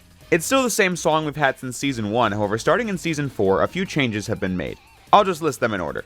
First, you can see the show's logo in the water when the big TMNT letters are in the street. Second, these 4 character shots have been updated to be in line with the show's promotional material, looking more colorful and saturated than they did before. Next, they changed the lyrics of the song in the middle. In the first 3 seasons, the opening song had a portion dedicated to the 4 rules of being a ninja. Not that there actually is a thing like that, but you can see the lyrics on the screen. Starting with Season 4, they do a bit where they highlight each turtle's name and a thing about their personality, although I must say, these lyrics pale in comparison to the classic series intro, and I mean big time. But then, instead of this shot of the turtles and Casey in the air, we get a brief montage of villains, Agent Bishop, Dr. Stockman, and Hun. They replaced these still frames of action with Casey, April, and Master Splinter battling some foot goons. These 4 portraits of the turtles have been replaced with these ones that are also more colorful and saturated, reflecting the characters we see on this show much more than what we had before. Lastly, the iconic bit where they said, "Watch out for Shredder!" has been replaced by Mikey saying, "He shredded Shredder!" They really wanted you to know that they meant it this time. Terrell, the Utrom Shredder, was gone for good. Past that, the rest of the intro remains the same from how it was in the previous seasons. But those are all decent changes. The last one I mentioned highlighting the dedication to continuity. Season 3's ending changed the dynamics of the show, and the intro is already putting that into action. The entire first half of this season is dedicated to showing the fallout of Shredder's exodus, beginning in Episode 1, Cousin Sid, as the Turtles, Splinter, Casey, and April are once again taking a trip to Casey's family farmhouse. The individual plot lines these first 3 episodes aren't super important, as the first shows Casey's gambling addict cousin Sid in trouble with the Purple Dragons. Episode 2, The People's Choice, seeing a political conflict from another planet mix in with the Turtles' camping trip. And Episode 3, Sons of the Silent Age, being about the Turtles, plus Casey and April fighting to destroy a nuclear power plant that threatens the environment, as well as a nest of eggs housing merpeople. These creatures were first seen in Season 3 when we saw them as one of the mutated human species that the Atlanteans held as slaves, this being the last generation of the merpeople, as the group feels obliged to help save them. Like I said, nothing super important here, it's the character dynamics that matter most. In Episode 1, the Turtles are pretty banged up, like we saw in Exodus. Because of that, a Purple Dragon squad, something that's never been a big conflict past the first 10 episodes of the show, is a big deal as the Turtles in crutches and bandages have to find a way to take them all down. By episode 2, the turtles are mostly healed and Splinter's hair is mostly grown back. And by episode 3, everyone's back to normal. But before I get ahead of myself, these episodes of the farmhouse show that Casey and April have a serious relationship going. The previous seasons had so much going on that I didn't have a good chance to mention it, but that's a plotline they've been building up since episode 5 of season 1. Casey's mom meeting April being the big storyline of the B-plot of the episode Hate from season 3. It's episode 4, Dragon's Brew, where we head back to New York where we see the fallout of Shredder's exodus from the perspective of the villains. Hun is still alive after his brief battle with Leatherhead and is now fully leading the Purple Dragons. In the show before, he was fully following Shredder but had the dragons on the side do things for Shredder. With his allegiance to the Foot being a thing of the past, he's able to take what he learned from Shredder and turn the dragons into a legitimate criminal empire that puts up a real fight and pulls off serious jobs like stealing from the military and other high-tech sources. Compared to the street gang they were before, it's a massive improvement. Episode 10, Dragons Rising, showing off Hun's new base, an office building located right in the city. As Leo says, he's hiding in plain sight, something he learned from Shredder. This episode gets really serious as it goes on because they bring back a plot they didn't really follow up on past season 1. Hun is the one who burned down Casey's father's store because he didn't pay protection money. This episode gets more detailed with the backstory as Casey remembers his dad trying to contact the police to help with the situation. Giving Casey a personal vendetta against Hun was a good move by the writers, as it adds more drama to his various fights with the heroes, especially in this episode. Hun is a pretty underrated character in general, if you ask me. He could easily have been a Shredder lackey with no personality, but first he has that thing with Casey, and then there's the fact that he has conflicting interests between the dragons and the Foot. He had a bone to pick with Karai in seasons 2 and 3, but was forced to rescue her in one episode, and his relationship with Stockman in season 3 was also entertaining. A well-rounded character. The end of Dragons Rising reveals that Casey's dad is dead because of the Purple Dragons, something you'd probably realize earlier, but this one just flat out says it. But that's all I gotta say about Hun for now. In Dragon's Brew, the government organization Hun was trying to steal from was the EPF, Agent Bishop's outfit. Bishop's status following Exodus is really interesting. The first time we see him in season 4 is Dragon's Brew. He's at the White House meeting with the president, and it turns out he's in really big trouble. First, the president points out something you probably wouldn't even think of your first time watching the series. When the Triceratons invaded Earth, Bishop and the EPF were completely useless. It was the Turtles and Professor Honeycutt that saved the day by disabling the Federation ships while Traximus dismantled Zanramon's dictatorship over the Triceratons. It was because of Bishop that the Federation was even on Earth. His idea was to get one side to kill the other and the winner gets Honeycutt. Great plan, truly. But then, the president is even angrier over what happened at Oroku Saki's mansion. The mayor of New York City, 2 members of Congress, and a senator were at Shredder's party, and Bishop just drops missiles, bombs, and troops right in. One more fiasco and I will personally pull the plug on your entire operation. I've already got budget cuts to make, and believe you me, I've got my eye on your chunk of the pie. As if Bishop's day couldn't get any worse, he finds out that the Purple Dragon stole a shipment containing a giant monster he was experimenting on. This episode also gets pretty serious as we keep seeing the monster dealing with flashbacks of his wedding day back when he was a human being. Agent Bishop being the best man. The writers were able to get around outright saying what happened by giving us all the pieces needed to see how evil Bishop is. The final piece of the puzzle being this line he says to a lackey. If you haven't located the exact position of T-9581 in 30 seconds, you're going to be volunteering for genetic research. Bishop was friends with this naval officer and convinced him to be a part of his research. The end result is him being this disgusting monster that needs to be put down. I say this episode is serious because the monster remembers his previous life. Bishop has no problem doing this sort of thing to people if it means protecting the Earth in his twisted definition of the phrase. The episode shows the monster's wife and child at the end, as it's pretty likely she doesn't even know what happened to her husband. Then there's the fact that this episode has some body horror in it as the monster gets split in half and the two halves join back together. A sign of things to come in season 4.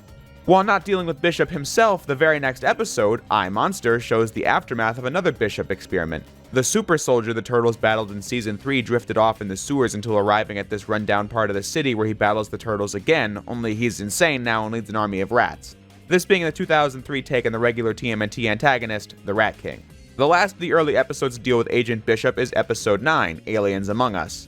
The opening stinger shows Bishop alongside his EPF goons blasting a UFO out of the sky and capturing the alien inside. As established in the last video, Bishop's been at this for a while, and he will do anything to further his cause, something this episode is all about. Bishop's a complete psycho, and with his funding potentially being cut, he comes up with a scheme to make sure that never happens. Using the alien technology he's hoarded over the decades, he gets Stockman to create an army of fake aliens that will attack the president while he's giving a speech in New York. The sky is littered with UFOs, but only one of them is real and the rest are illusions. The plan is to put a little fear into the president, then capture him, only for Bishop and his team to swoop in and rescue the president, making him so thankful for the EPF they'll continue being funded. Despite the Turtles trying to get involved, this only makes the situation better for Bishop because the president thinks they are also aliens trying to kill him, ensuring the continued funding of the EPF. This isn't the most exciting episode, you won't be on the edge of your seat in this one, but I just think it's interesting because we see just how far Bishop's willing to go to protect the Earth. I just find him a really interesting character because of all this.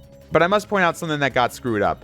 While the president is praising the work of the Earth Protection Force, he keeps calling it the Earth Defense Force, I would like to thank the Earth Defense Force for rescuing me from the invaders. when the name is the EPF, something this logo on Bishop's base shows at the start of this very episode.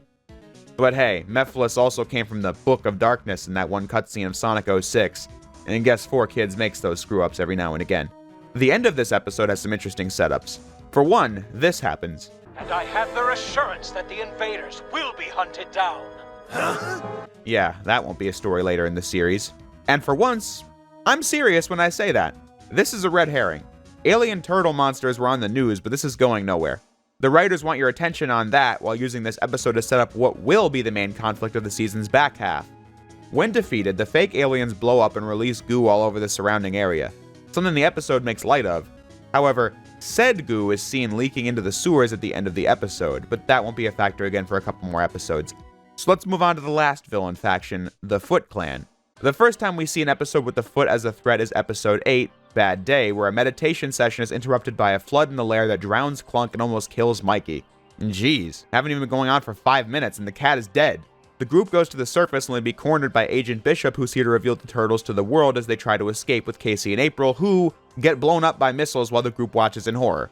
While you're left to process that, Shredder returns to announce that he's responsible for the whole thing as he's teamed up with Agent Bishop and the EPF, Karai, Hun and the Dragons, along with Stockman to kill the turtles once and for all. Before you can even begin to comprehend if that makes sense or not, which it doesn't, you get this fight between the turtles and Shredder, which is always one of my favorites in the whole show, as it's possibly the most brutal we've seen. One where the group gets a combined one hit in on him like it's season 1 cranked up to 11.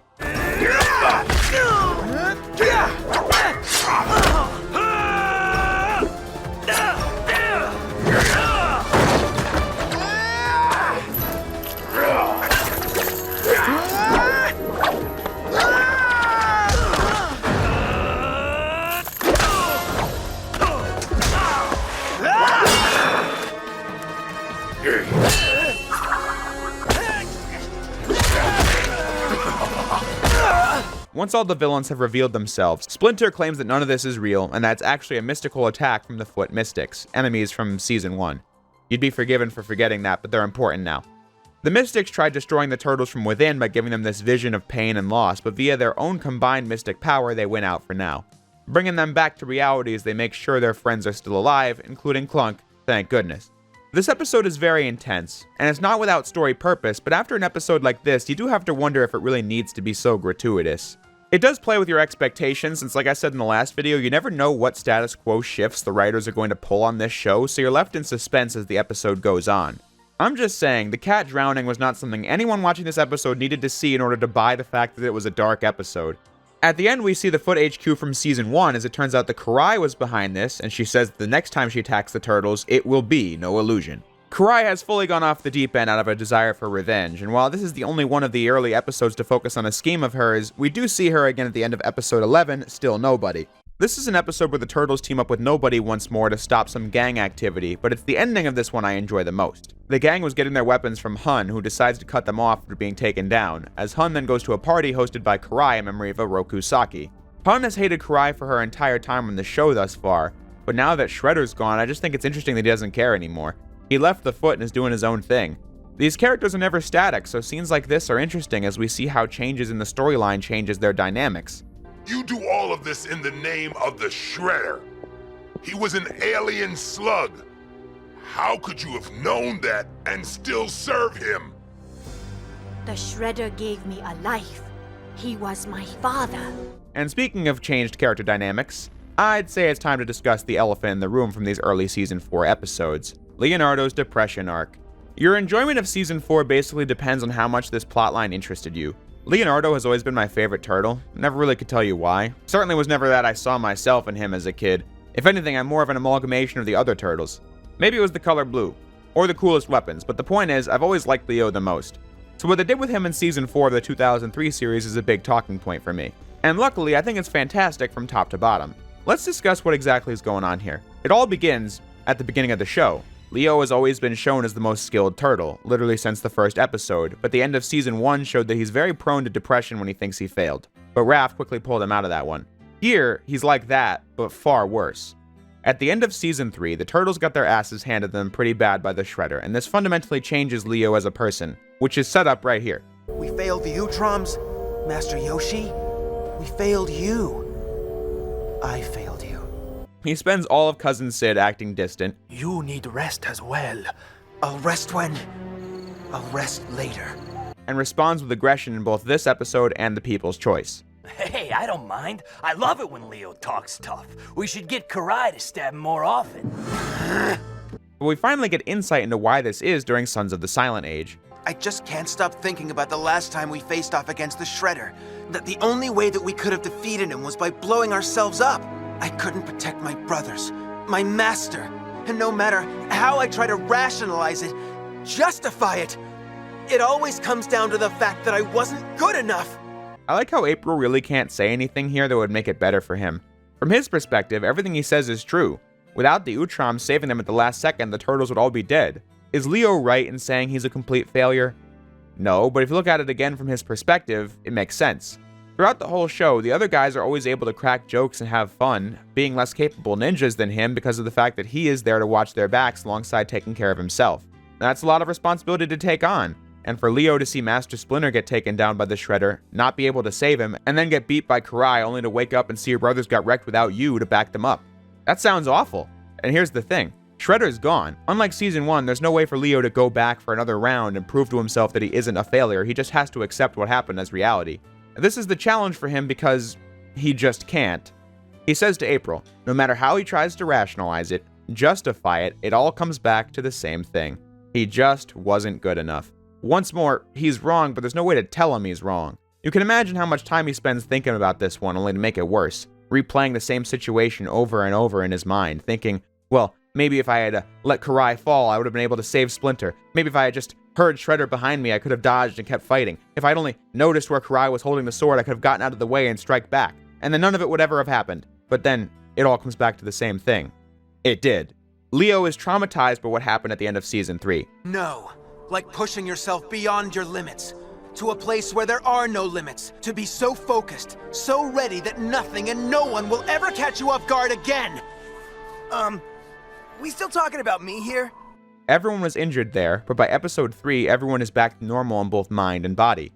The art designers visually showed how Leo is different from everyone else because a piece of his shell is just missing as a result of his injury, a physical scar that lives with him for the rest of the show. In this depression arc, it's a constant reminder of his perceived failure. Because of the fact that Leo cannot accept what happened, nor can he change it, what changes is his personality. This is my favorite part about it. They gradually show his descent, as at first, he's distant. Then he's just sad, as seen in Sons of the Silent Age. But this transforms into full aggression and hostility.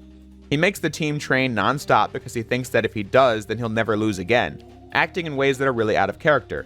Dragon's Brew, for example, is an episode where we follow Leo and Casey exclusively. The rest of the team is just not in it. Jeez, Raph, don't sneak up on me like... Whoa, Leo? To what do I owe the honor? He fights the Rat King alone and destroys the guy in a way he wished he could in Season 3, and while these are just showings of him acting different, it gets worse as he snaps back at Master Splinter in Bad Day. I do what I have to protect this family. As do I. Back to meditation. And then explodes on his brothers and Casey at the end of Dragon's Rising. Is that good enough for you? Is it? We're always one step behind. We act like a bunch of amateurs. How many times are we gonna get beaten before you guys wise up and realize this isn't a game? I mentioned this episode's ending before, and it's Casey at his dad's grave saying he's got good friends now. It then cuts to Mikey, Donnie, and Raph watching. Leo's just not here because he stormed off after having a fit. I think that's intentional. You understand why this is happening to him, but it's awful to act like this. Not to be there for people when you should be, and then being an energy vampire when you are around. Take episode 12, All Hallows Thieves, for example.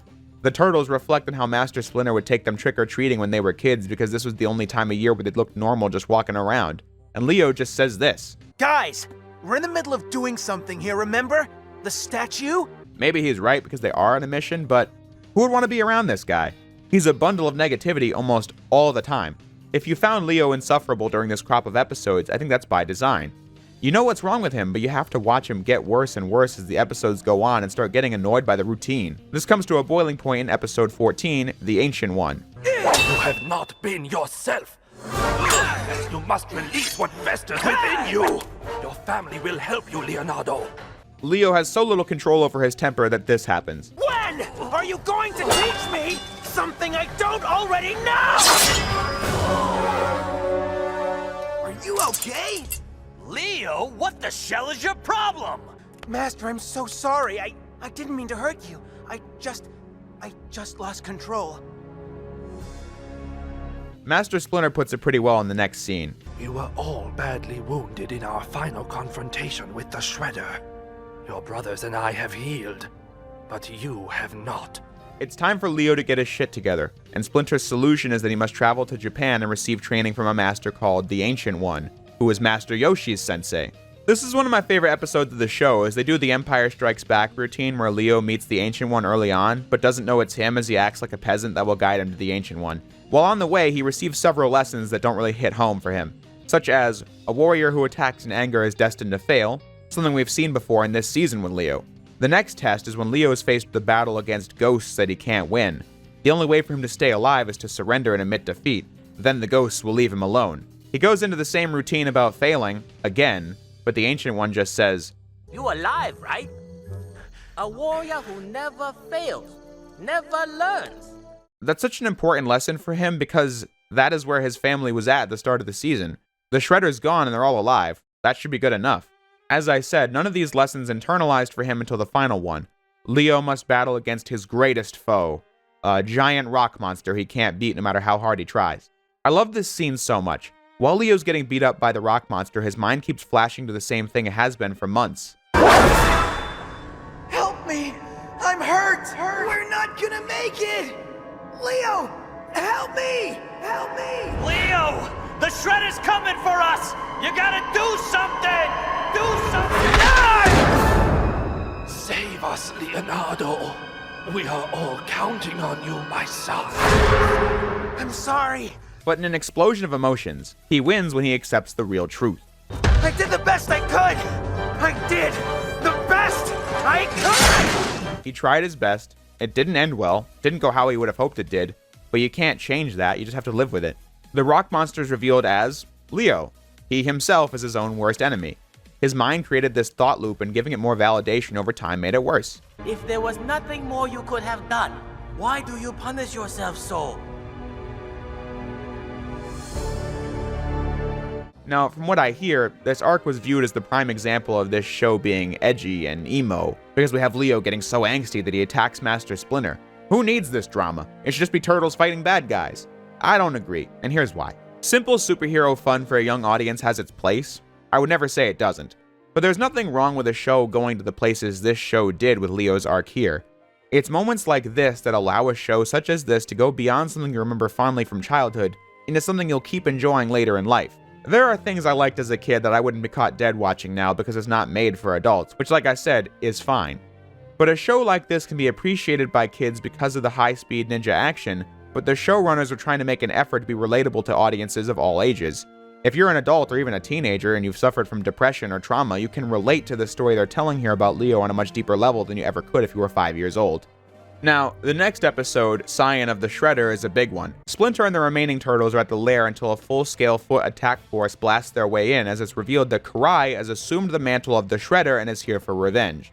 A detail the show has been setting up for since Season 2 is that Karai's ninjas are better trained than Shirel's, making them tougher to beat. In an episode like this, you feel it as the turtles are completely cornered and losing at their home base. We're only at the halfway point of Season 4, and I must say, credit to the team behind this show for consistently finding new ways to make the turtles' fighting feel fresh. They constantly introduce new enemies and creatures to battle so that the action stays interesting. For example, the Foot now has these giant robots that get into the mix and start destroying stuff, in addition to the group having to deal with the more elite warriors. Karai as the Shredder isn't something this show spends a lot of episodes on, so I have to appreciate how much damage they show her doing and what little screen time she gets as an antagonist. In this episode alone, the Foot have invaded the Turtles' lair, something Terrell was never able to accomplish despite trying. She destroys the orb of Master Yoshi that the Utroms gave to Master Splinter in Season 2. The orb gave Splinter a spiritual connection to Master Yoshi, and now it's smashed. With intent to kill, Karai is really powerful, going toe-to-toe with and gaining the upper hand against Master Splinter. The Turtles are forced to retreat, and Karai has the entire lair leveled. And while they try to escape in their various vehicles, Karai sees to it that they all get hunted down and seemingly killed, ending with Karai leaving a warning for Leo at April's place. That's a pretty impactful list of damages she does in just one episode. But what I think is an even more interesting discussion than that would be how Karai's personality has changed. In this episode, she's completely off the deep end.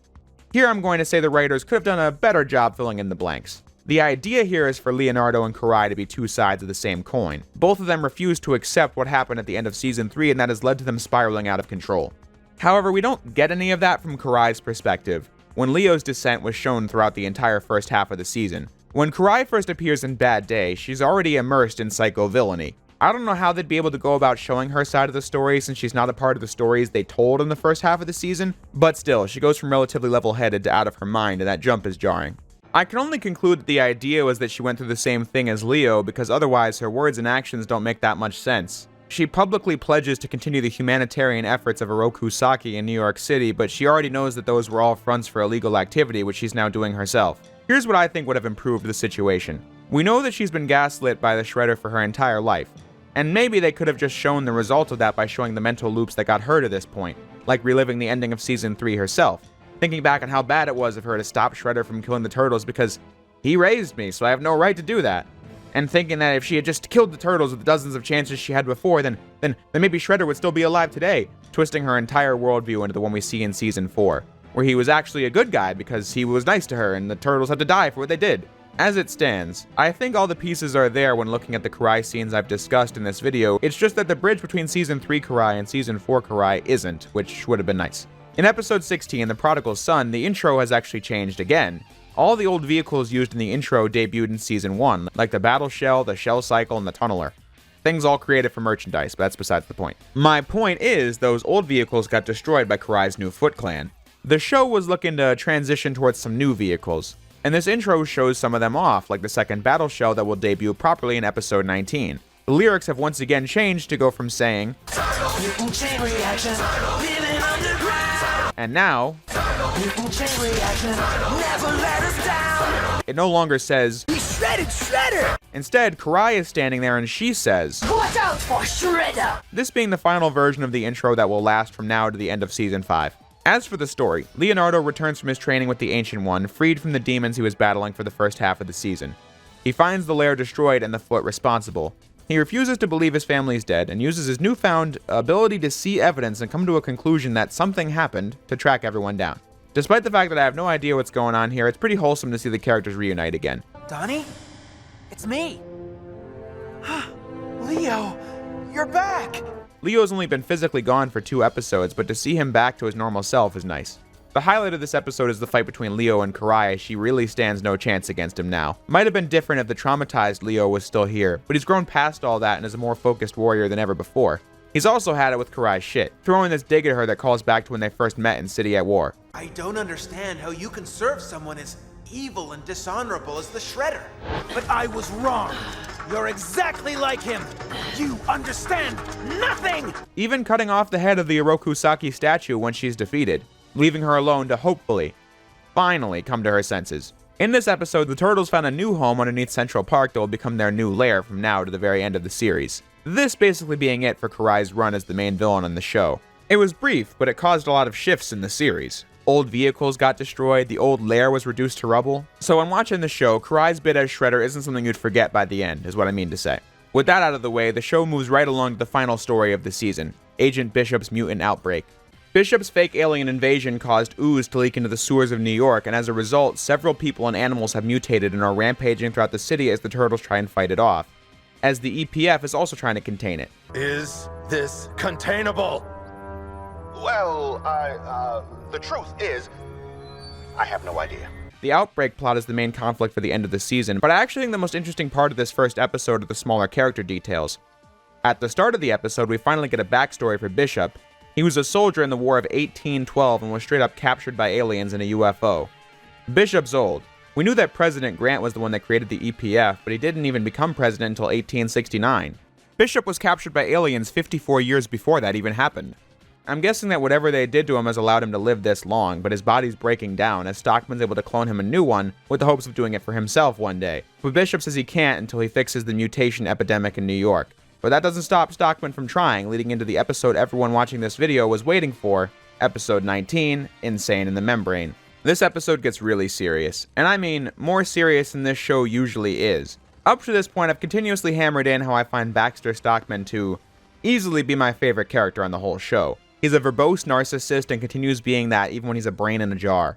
The juxtaposition of something as twisted as losing limbs for failing Shredder and the fact that the show treated it as a running gag made it really funny to me. But Insane in the Membrane is when the showrunners decided to flip the script and tell a story about Stockman where you really have to think about what has happened here. Just by listening to the opening stinger, you know we're in for something interesting as he reflects about the time when he was a world-renowned scientist. But it all went wrong. Horribly, horribly wrong. They whittled me away, piece by piece. Limb by limb. Until I was reduced to nearly nothing. The plot of the episode is that Stockman has finally finished the tech needed for him to transfer his own consciousness into a new body, and at first it's a complete success. At last, I'm back! Baxter Stockman is back! In the flesh! They really stop and show how genuinely happy he is with what he's done. He appreciates getting goosebumps in the wind, he enjoys eating food simply because he can, while also getting flashbacks from his childhood when he demonstrated from an early age that he had a mind for science, something his mother believed in but was never able to see because she died when he was a teenager. It's at this time when everything goes wrong. His cloned body begins to rapidly decompose, transforming him into a zombified mutant. And they don't skip a beat here. We see almost every disgusting detail of his transformation, where it sinks in for the audience just how sad of a situation this is. Again, it spoke for itself before, but you could just ignore how dark it was because it was played for laughs. But Stockman had no sinister motive with this invention, he just wanted to be a normal human being again, something that Shredder gradually stole from him. But even this ended catastrophically. He wonders where it all went wrong. Not the Shredder, not Hun, not even the Turtles. He remembers April was once his assistant, and it was her finding out about the criminal intent of the Mousers that led to the Turtles shutting down his operation that brought the Shredder's wrath down upon him. So he captures April with the intent of taking her apart like the Shredder had done to him, which of course the Turtles and Casey stop from happening. But at the end of this one, it seems like Stockman has truly gone for good, crashing down to the bottom of the river. Something that makes this episode so interesting is that it puts the tragedy of Stockman in full view, but he's also so arrogant that he places the blame on April. If this was an episode where he tried to kill Hun, it would make sense and maybe you'd even root for him. But you can't root for him because of this blame chain he creates. The Shredder ordered Hun to tear him to pieces, and the Turtles stopping his plans caused that, and April led the Turtles to him. But he stops just one event short of realizing why this has happened. If he had never chosen to work for Shredder in the first place, or if he just never intended on using his inventions for criminal purposes, this would never have happened at all. April was the voice of reason by saying he had no reason to be a criminal because he was already rich and powerful, but he wanted it all, and this is the result. If he's not blaming Shredder, he's only got himself to blame. Which, by the way, if we're blaming somebody for him being a brain in a jar, I would definitely be blaming Shredder if I was him, but that's neither here nor there. So in short, the episode gets you to feel really bad for him because of his past and how tragic that was, and how tragic his current situation is, but it also shows how for reasons that are self-inflicted, like narcissism, it will never change. For all these reasons, Insane in the Membrane is a fan favorite episode, but it also has a problem that was emblematic of Season 4's biggest issue, one that carved out the path the show would take for the rest of its life. Did Season 4 have to be so dark? I know the thought of censorship in media gets people all hot and bothered, but honestly think about it. Does the episode need to have Stockman's finger fall off and decompose into a pus puddle for it to be good? Did Bishop's monster have to get sliced in half with green goo spewing from both halves as they joined back together? Did Casey, April, and even Clunk have to die violently for Bad Day to work as intended? It might not sound that different because of the fact that Seasons 1 through 3 all had really dark and dramatic moments. Season 3 even showing 3 of the Turtles get murdered on screen. But Season 4 just makes it all more gruesome. You'd really have to watch Season 4 for yourself just to see how much further this one goes. I think Season 4 is great, as the video has shown, and in many of the ways it gets more serious, like Casey's drama and Dragons Rising or Leo's depression arc, I love it. And I don't mind how dark Season 4 got, but in hindsight, I believe the team was flying way too close to the sun here. It's to the point where Insane in the Membrane was never aired in the US. It got released on the DVD for Season 4 and was even on the 4Kids website as it's a fully finished episode, but due to a management shift at 4Kids when this episode was being made, the higher-ups just did not allow it to air, believing that it was so gratuitous that it was not appropriate for the younger audience the show was targeting. And yeah, I completely see why. This show was allowed to get away with a lot of shit other shows wouldn't have been able to, but this, I just don't know how you can be making a show for kids and have things like this happen. It's just not necessary. As we'll see, Season 4 being so dark is what, in large part, caused Season 5 to be straight to DVD and Season 6 radically changing the tone and aesthetic to be more child-friendly. I think it all goes back to Season 4. As much as I enjoy the season, I have to admit that Fast Forward doesn't come from nowhere. This is the double-edged sword of Season 4.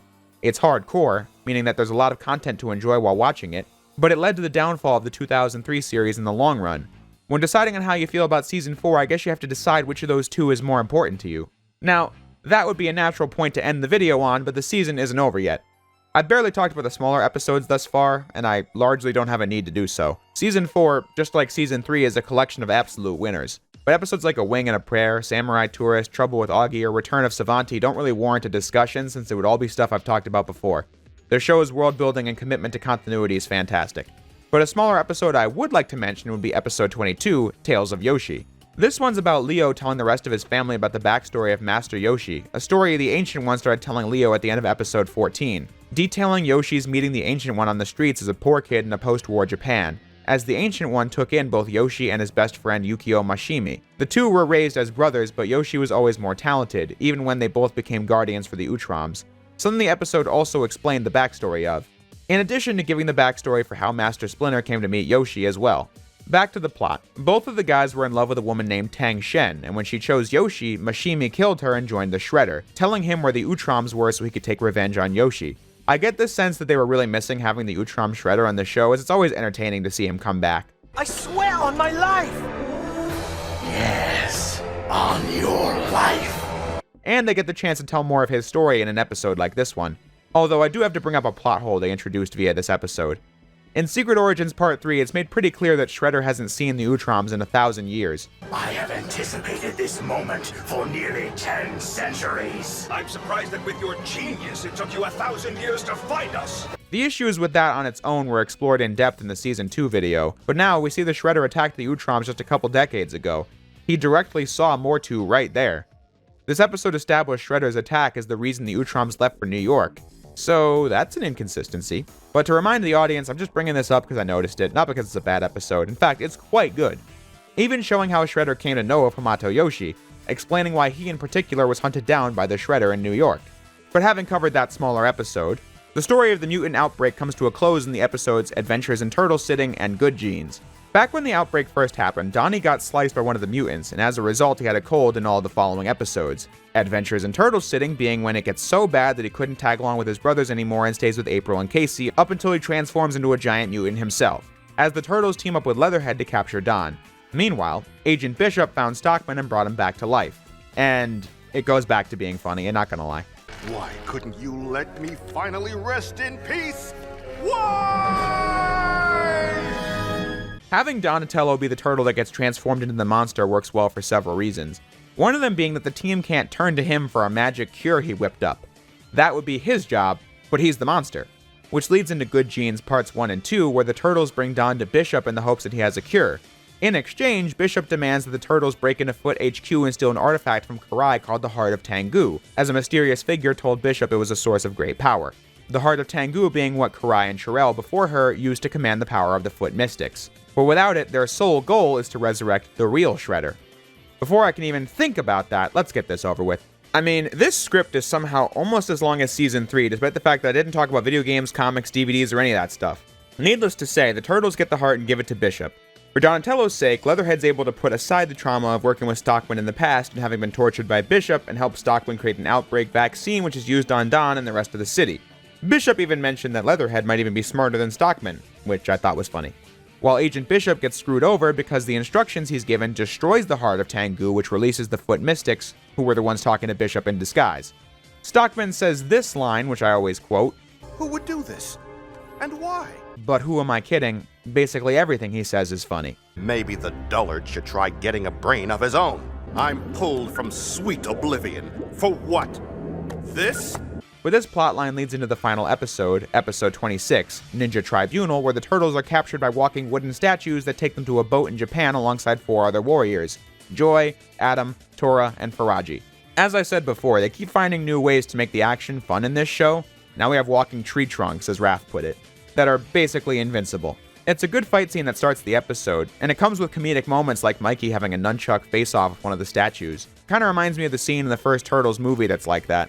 All 8 of these characters were captured by the Ninja Tribunal, 4 warriors that look like the Shredder that intend to train the group for what great evil is coming, as Master Splinter and the Ancient One set out to save the Turtles. Which, yeah, the Ancient One came to New York because of what happened at the end of Tales of Yoshi, where the Ninja Tribunal first appeared and said they were going to judge the Turtles. On April 15th of 2006, that was the note Season 4 went out on, as fans anxiously waited for the final chapter of this story that's been building for 3 years at this point. On July 29th of 2006, the next episode, Future Shell Shock, aired.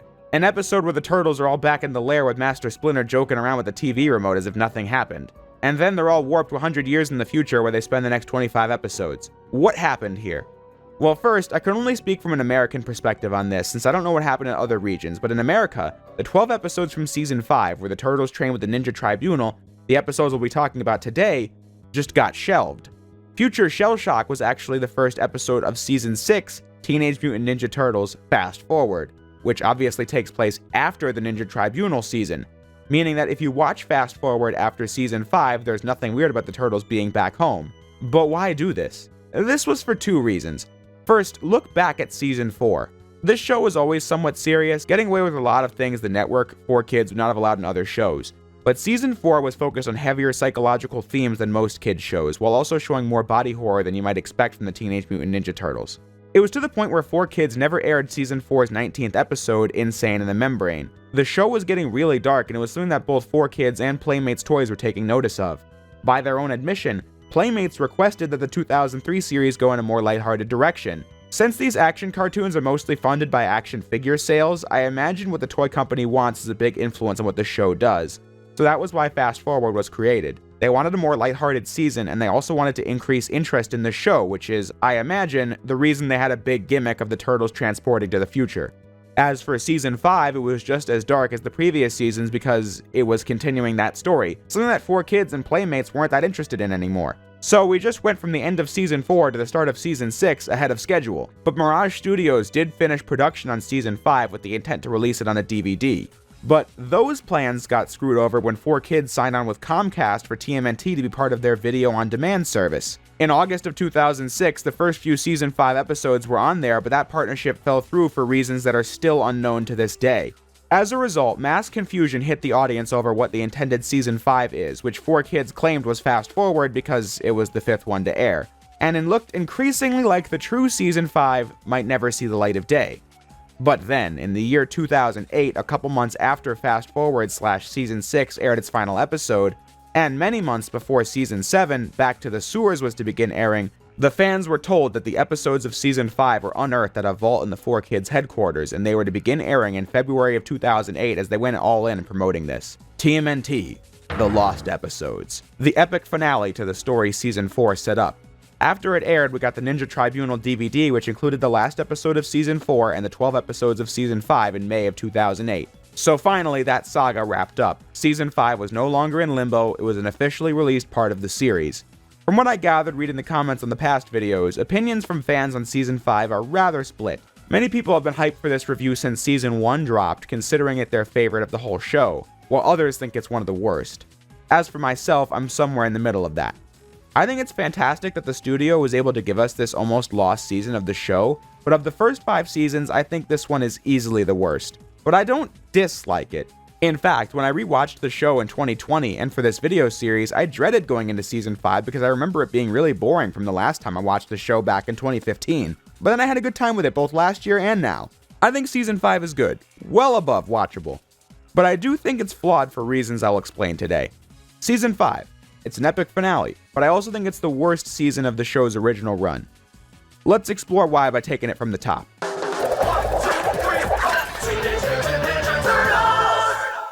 Episode 1, The Lap of the Gods, begins with a monologue about a serpent eating its own tail. Reminded me of whatever it was those Mega Man X6 commenters were going on about. But those were definitely donuts. Pretty cut and dry case. Anyway, like I was saying 1,077 words ago, the Turtles and 4 other people have been shanghaied by the Ninja Tribunal, who reveal themselves for the first time. Their names are Kan Shisho, Juto Shisho, Chikara Shisho, and Husomi Shisho. Each are masters in their own different ninjutsu areas like spirit, weapons, strength, and stealth. The heroes officially become the acolytes of the Tribunal as they get amulets that represent their spiritual energy, as the training begins immediately. Donatello being the first one to activate his spiritual power by reading about it in the library. In the first episode, Splinter arrives with the Ancient One, who knows where the Tribunal Monastery is. The most interesting aspect of the early episodes is how Splinter has a serious beef with the Ninja Tribunal, which isn't explained at first. He just warns the Turtles to stick together now more than ever, while the Ancient One helps oversee the training that the acolytes go through. And the training must be fast because the evil the Tribunal is protecting against will be resurrected soon as his servants quickly approach. It's the first 5 episodes I dread watching the most because for some reason my mind just remembers them going on for an eternity as we see the various lessons the group goes through. However, I think it's actually a good series of episodes as some characters are better with the lessons than others, Leo and Mikey consistently failing at most of the lessons. These two are interesting because I'd argue that Leo and Mikey are the 2 most talented turtles, but Leo just has a lot of trouble activating his spiritual energy, and Mikey has the problem he has had for the whole series. He's just not disciplined in general. Donatello read up about the spiritual stuff at the beginning, like I said, and Raph is good at tapping into his emotions, so that also makes sense. Raph being the first one to get a cool new spiritual weapon, which everyone except Leo gets. The fire weapon making thing just doesn't give him one. But Leo and Mikey both get cathartic moments of success, as Khan is teaching them about manifesting their spiritual avatars, the dragon being the most rare and powerful. Leo then manifests that one. Hisomi teaches a lesson where the group has to catch up with him on foot, which Mikey pulls off against everybody else. I am never gonna hear the end of this. I also like this part where Chikara has Mikey attack her with everything he's got, and this is the result. Nice work, Mikey. I think you've got her on the ropes. But the stakes are very high. At the end of episode 2, the group is on a mission to save an artifact and Leo pulls a maneuver with Faraji's weapon that almost kills him, but the Tribunal just asks why they didn't leave him behind. Have you no compassion for those who would give their lives for you? You are no better than the snarling wretches who serve the Evil One! This being when the group finally learns what they're fighting against. You and your sons deserve to know this. If we fail, the world will fall. Fall to him. The Shredder? We get more plot in episode 3, Legend of the 5 Dragons, and when I say plot, I mean prepare your butts for this absolute exposition dump. So Splinter's beef with the Tribunal is that before Master Yoshi left for America to protect the Utroms in New York, he sought out the help of the Tribunal, who just told him they don't give a damn about Chirel, the Utrom pretended to be the Shredder. They need to stay vigilant for the return of the real one. Splinter is so angry towards the Tribunal because if they had listened to Yoshi and helped the Utroms, then Chirel would never been able to kill Master Yoshi. But then the Turtles have to wonder the obvious question. What is going on here? The guy they spent 3 seasons trying to take out isn't legit? Well, no. The original Shredder was an ancient evil that manifested as a Tengu in ancient Japan. The Tengu Shredder was wreaking havoc all over the land until the Shogun enlisted the help of 5 legendary warriors, Kan, Chikara, Hisomi, Juto, and Oroku Saki. The 5 of them battled the Tengu Shredder, none as powerful as Saki, but when he went in for the kill, the Shredder appealed to Saki. If he let the spirit in his body, he'd have unlimited power.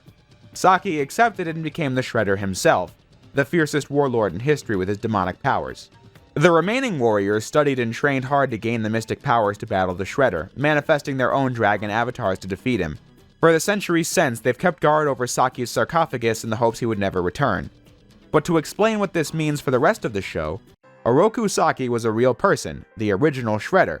A couple hundred years after this, Chirel had forced the Utroms to crash land on Earth. He then learns of this story about the Shredder and Oroku Saki, and assumes that identity as a human so that he could use the fear and respect surrounding the name for his own gain. Chirel was literally cosplaying as Saki for 1,000 years straight. It just so happens that they have the exact same voice too.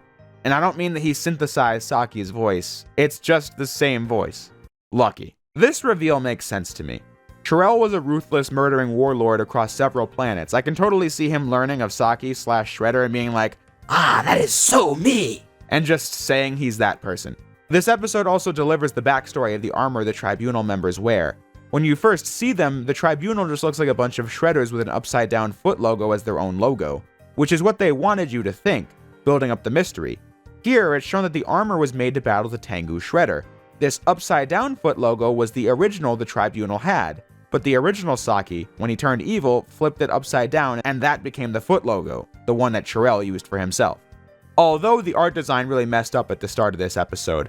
When Oroku Saki is first mentioned, we see him wearing the suit that Shirel had been seen wearing throughout the first 3 seasons of the show. They just reused the design, but the design shows the foot logo as we know it, but it shouldn't even exist at this point because he had yet to become the Shredder. That's a bit of a hole, but I won't call it a plot hole because that's an animation thing. There is a plot hole you could argue from this episode, but I think I'll save it when it becomes a little more explicit. On the whole, I think this show having such fleshed out lore is great. For a lot of people, adding an original Shredder on top of what was already there seems like an ass pull. But from where I'm sitting, they were already setting this Season 5 plot up as far back as the beginning of Season 4. All things that played off of story elements introduced in Season 3, which was building off of the story we've been following since the first episode. I feel like an ass pull has to come out of nowhere with no reasonable explanation, such as Shirel coming back to life via biosites in Season 2. In my opinion, that's the lowest the story in this show gets in the first 5 seasons. For this, like I said, the first name drop of a true Shredder was 21 episodes prior to this, Bad Day. I guess that's just me. I suppose this is a retcon, but it's one that I think was done as gracefully as they could have. It's not like there would be a time where this would come up before. Literally, in my script I was about to say, although, if there was a demon this powerful, don't you think everyone would know about it? Well, that was the idea that Shirel had. He was quite literally saying he was Shredder, the original. I guess the confusion could come from the Turtles not knowing the history of their own worst enemy, but I guess who would tell them? Not like they go to school. Well, one character could have told them, but again, I can touch on that later. While you could complain about this new Shredder lore, I won't. Instead, I'll complain about the aspect of Season 5 that really does bother me, and that would be the other 4 acolytes. They get a significant amount of screen time while the training is going on. I just feel like they add absolutely nothing to the story.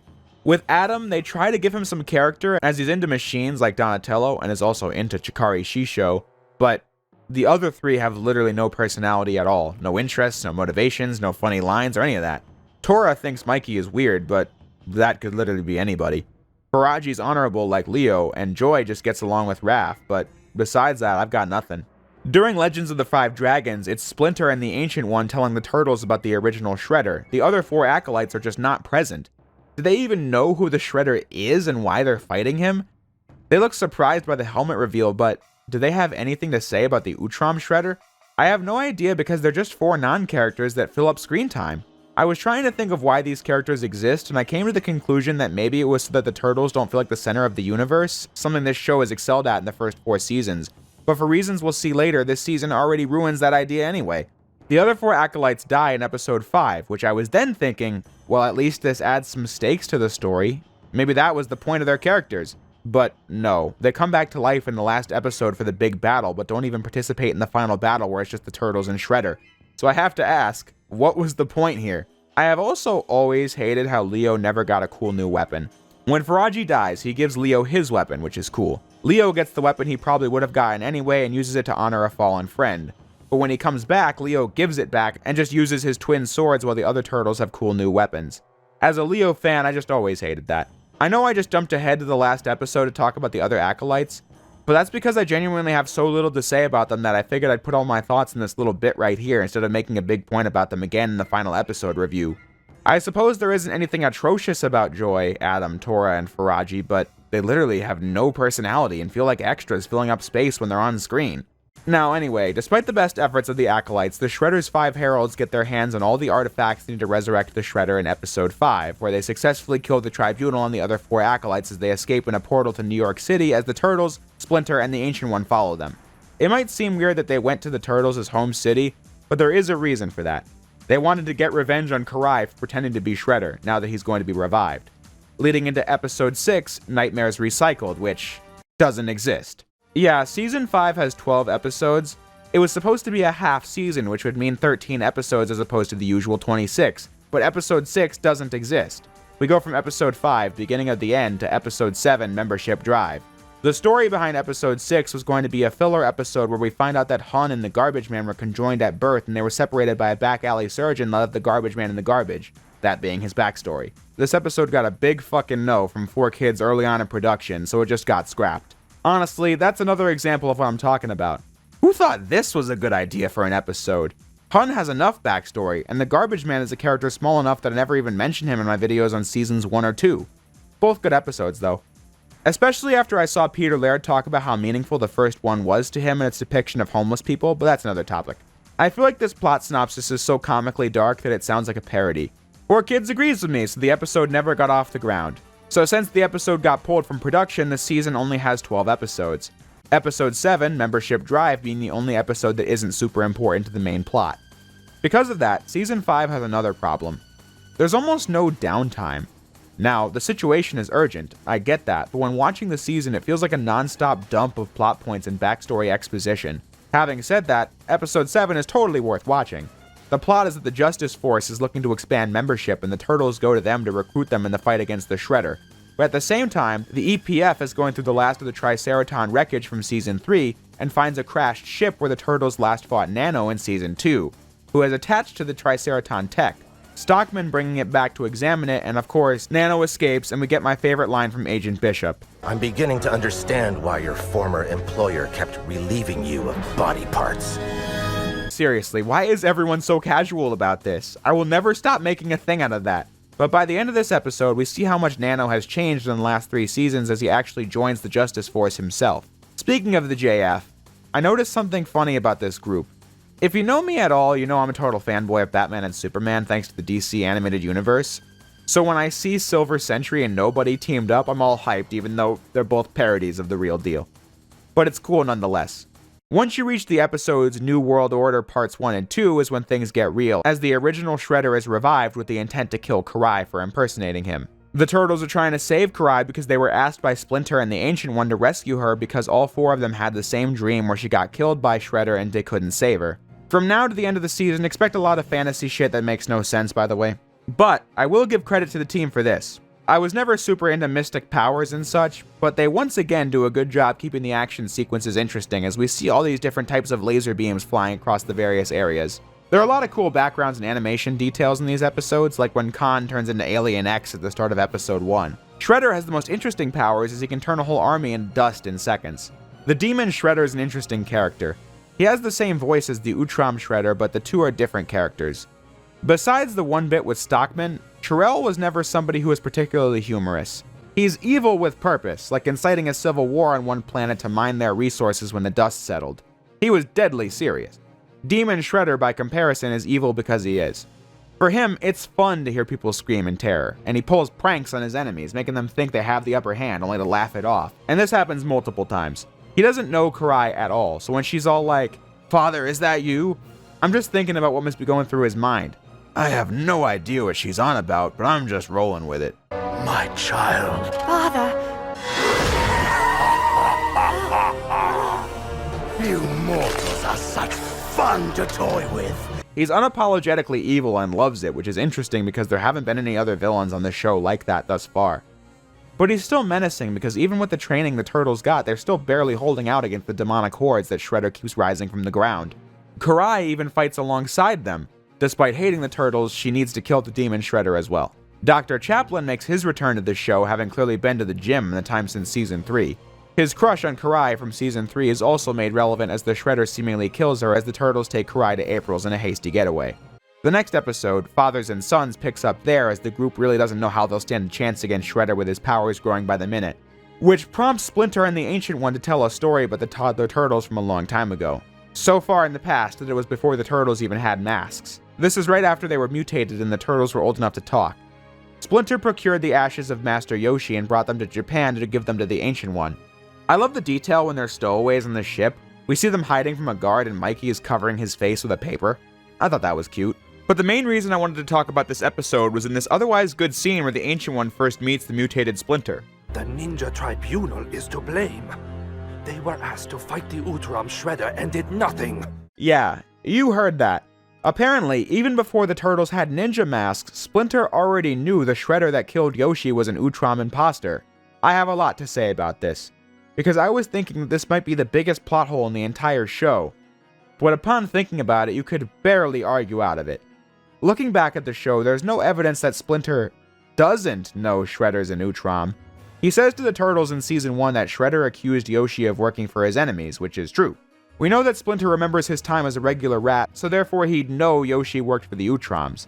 He harbors no ill will towards them, him being the one who tells the Turtles the Utroms are alright in Secret Origins Part 1. I was then thinking that Splinter would know Shredder was so impervious, but Splinter dropped a water tower on him in the Shredder strikes. It's fair to say that you would think an alien blob wouldn't survive that. Splinter was not present when Leo cut Shredder's head off and returned to New York as well, but that begs the question. If he knew Shredder was an alien, why would he not just say so before they went to his HQ? And why address him as a Roku Saki when you know that's fake? Splinter said he was going to tell the Turtles the whole truth about Shredder and Yoshi during the Shredder strikes. Maybe he still just wanted to leave it at the important stuff and the bit about aliens living on Earth got left out. The main issue with Splinter knowing Shredder was an Utrom is Secret Origins, of course. But upon a second examination, you still cannot say that he didn't know while watching that episode. The Turtles are super shocked by the reveal. The Shredders? And Utrom? Ah! It's the prisoner, dude! Splinter makes this face. What it means is up to you, but he doesn't have a vocal reaction to Shredder being an Utrom. Earlier in the episode, he says this. Those guys have been enemies for that long, and that means this is the same Shredder from 1,000 years ago. Maybe this was his way of guiding the Turtles towards the inevitable reveal. You see, this is a way you can cover up what's established in Season 5. But you see how many leaps you have to make to even get to that point? If Splinter does not know Shredder was an Utrom, then there's nothing wrong with the storytelling in Seasons 1 through 4. If he does, then that shakes the foundation of the entire show, because Splinter has been withholding information the entire time that would have changed the course of the series. All established by one throwaway line. Here's how I would have done it. During Legend of the Five Dragons, make it clear that not many people know about Saki and the Shredder's origin. The Ancient One just told it to Splinter, who's helping tell the Turtles this backstory right now. Then, when you get to Fathers and Sons, have Splinter only refer to the Utrom Shredder as Shredder, because that would mean that in his mind during the flashback, there is no other one. And then have the Ancient One not correct him because it doesn't matter, Yoshi is dead. I hope you see what I mean. That one line changes the entire dynamic of the show. I can look past it when watching, because they don't make it a big thing and it's right at the end of the intended last season, but that's one of the reasons why this season's my least favorite of the original 5. We have complete non-characters taking up screen time and a big oversight like this affecting the entire show, taking away from a lot of good moments, even in this episode. I've always liked the Toddler Turtles, I just think them interacting with Splinter is really cute. Even showing that the Ancient One gave them their masks as a gift at the end of this episode, which is also a cute moment. The plot of the episode is that the Foot Mystics, unable to resurrect Shredder themselves because they're under the orders of Chirel thanks to the Heart of Tengu, create a bone demon to do it for them, but the Toddler Turtles lead Splinter and the Ancient One to him, stopping the plan. I like how we get to see how powerful the Ancient One is, and Splinter too. It's a pretty cool scene. I like that they keep the art design consistent here, Splinter holding his original pre-Season 4 cane, the lair being the one from the first episode that got destroyed by the Mousers. While you'd hope they'd be paying attention to that stuff, Oroku Saki's design from episode 3 was an example where they weren't doing that, so I figured it was worth complimenting. Like I said, this is a really good episode, but it's got two things I really dislike. We mentioned one of them already, and the others at the end. To explain why the Turtles don't know the Ancient One until Season 4, it's shown that the Tribunal wiped their memories of this trip to Japan, and Splinter also never brought this up again either. The Tribunal claims that because the Toddler Turtles were able to see the Bone Demon, this means that they will watch these turtles with great interest. That, they do. At the end of the season's last episode, the Tribunal comes back to life and explains the whole thing. Now, I'm jumping ahead again, but it's once again worth doing. It's already contrived enough that the Tribunal comes back after, spoiler alert, Shredder's defeated. They claim it was so that the natural course of things was not altered, but they already did that by capturing the turtles and training them in the first place. But the real thing I want to talk about is how one of my favorite things about this show is undone a bit here. They explained to Splinter that the reason they never did anything about Chirel and let Yoshi die was because they already knew when Yoshi asked them for help fighting Chirel, and they said no, that by letting Yoshi go to New York with the Utroms, Chirel would kill him. Splinter would then be homeless and then find the turtles, the 5 of them would be mutated by the Utrom ooze, Splinter would train them, The 5 of them would fight and take care of Terrell and the other threats that faced the Earth like the Triceratons and Agent Bishop's outbreak, giving them the experience needed to be trained to fight the real Shredder, once the Turtles unknowingly freed the Mystics on behalf of Agent Bishop. On the one hand, it's really cool to have a long-running story be recontextualized like that, but on the other hand, I think it's kind of a shame that the Turtles' various victories and defeats were all being watched and foreseen by the Ninja Tribunal. I liked this story because the Turtles have such an influence on it, but they're not the thing the story revolves around. It's a world with history and lore. If the Tribunal was simply watching the Turtles, that would be fine, but the fact that they knew Yoshi's death would lead to all this before it even happened, then that means the whole story was more or less destined to play out the way it did, which I think is infinitely less interesting.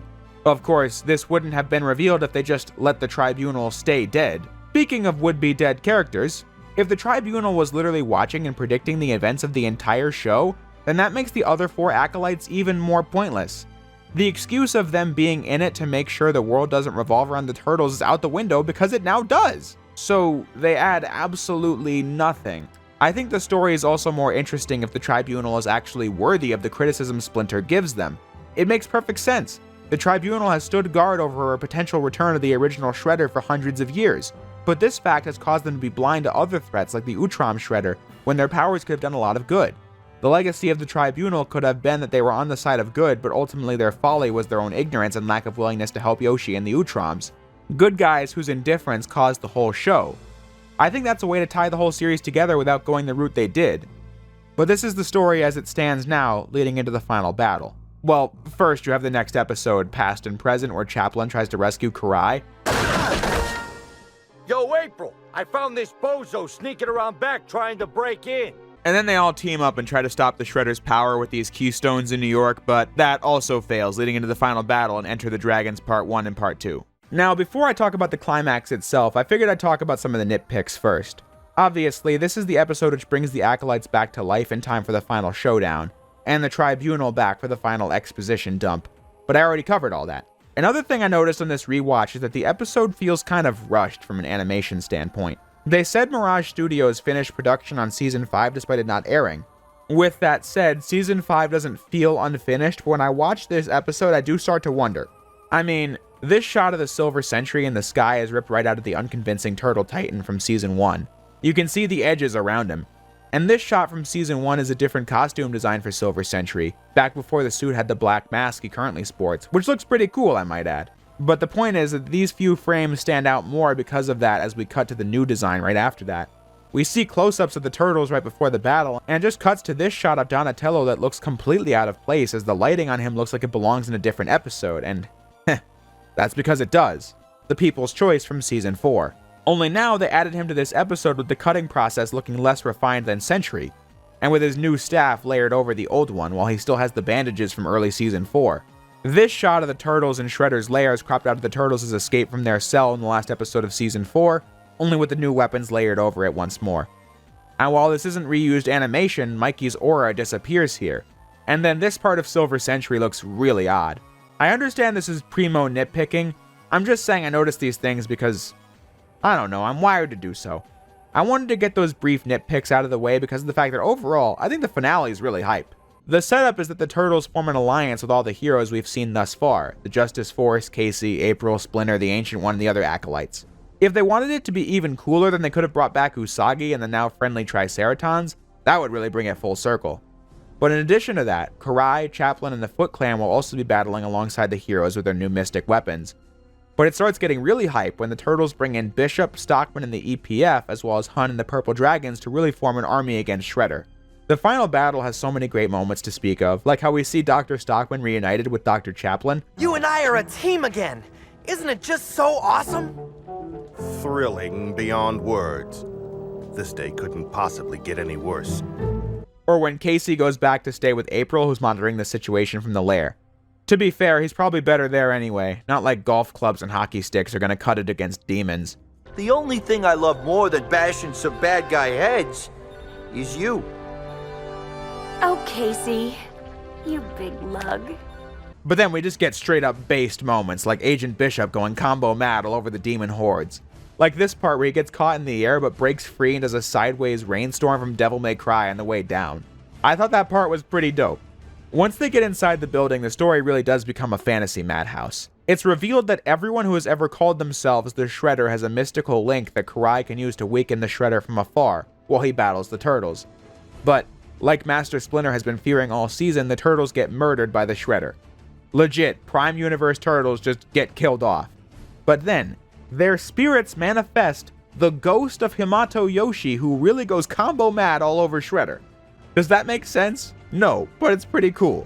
When Karai weakens Shredder, he then summons all his demon powers to turn into a dragon, and then the Turtles summon their avatars, all of them dragons, as we see a Godzilla battle across the entire city between the Dragon Shredder and the Dragon Turtles, blowing through buildings like it's Man of Steel. And I have to mention the part where Dragon Shredder goes out of his way to eat Stockman, but bites into him so precisely that he's still alive when all is said and done. This guy cannot catch a break. Like I said, this show has turned into a madhouse, but I'm absolutely living for it.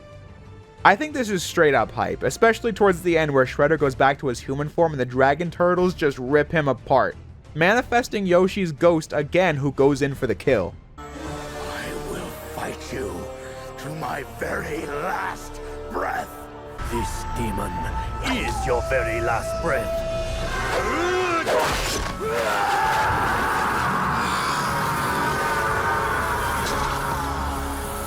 Master Yoshi's spirit fades one last time and the Turtles return to normal, bringing us to the ending where we get another classic Stockman moment.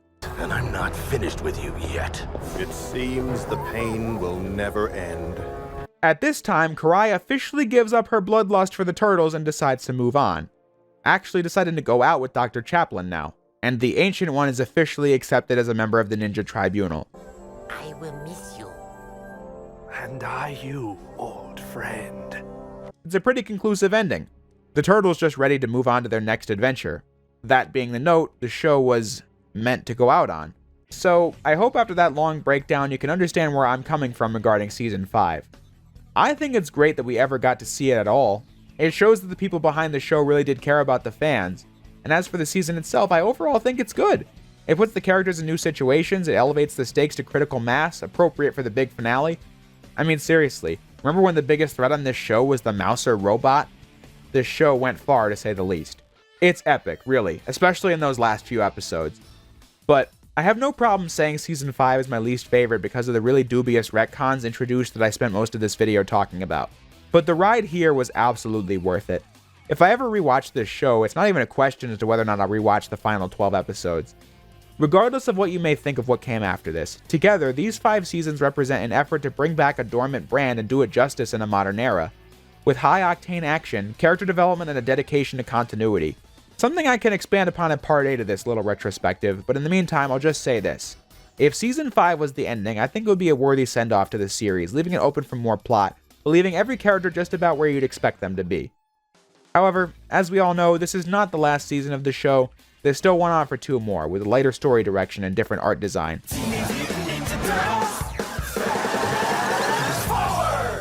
Believe it or not, I actually have quite a bit of nostalgia for Fast Forward. Before Season 6, I didn't really watch this show much. If it was on, I wouldn't turn it off, but I only went to 4Kids to watch Sonic X.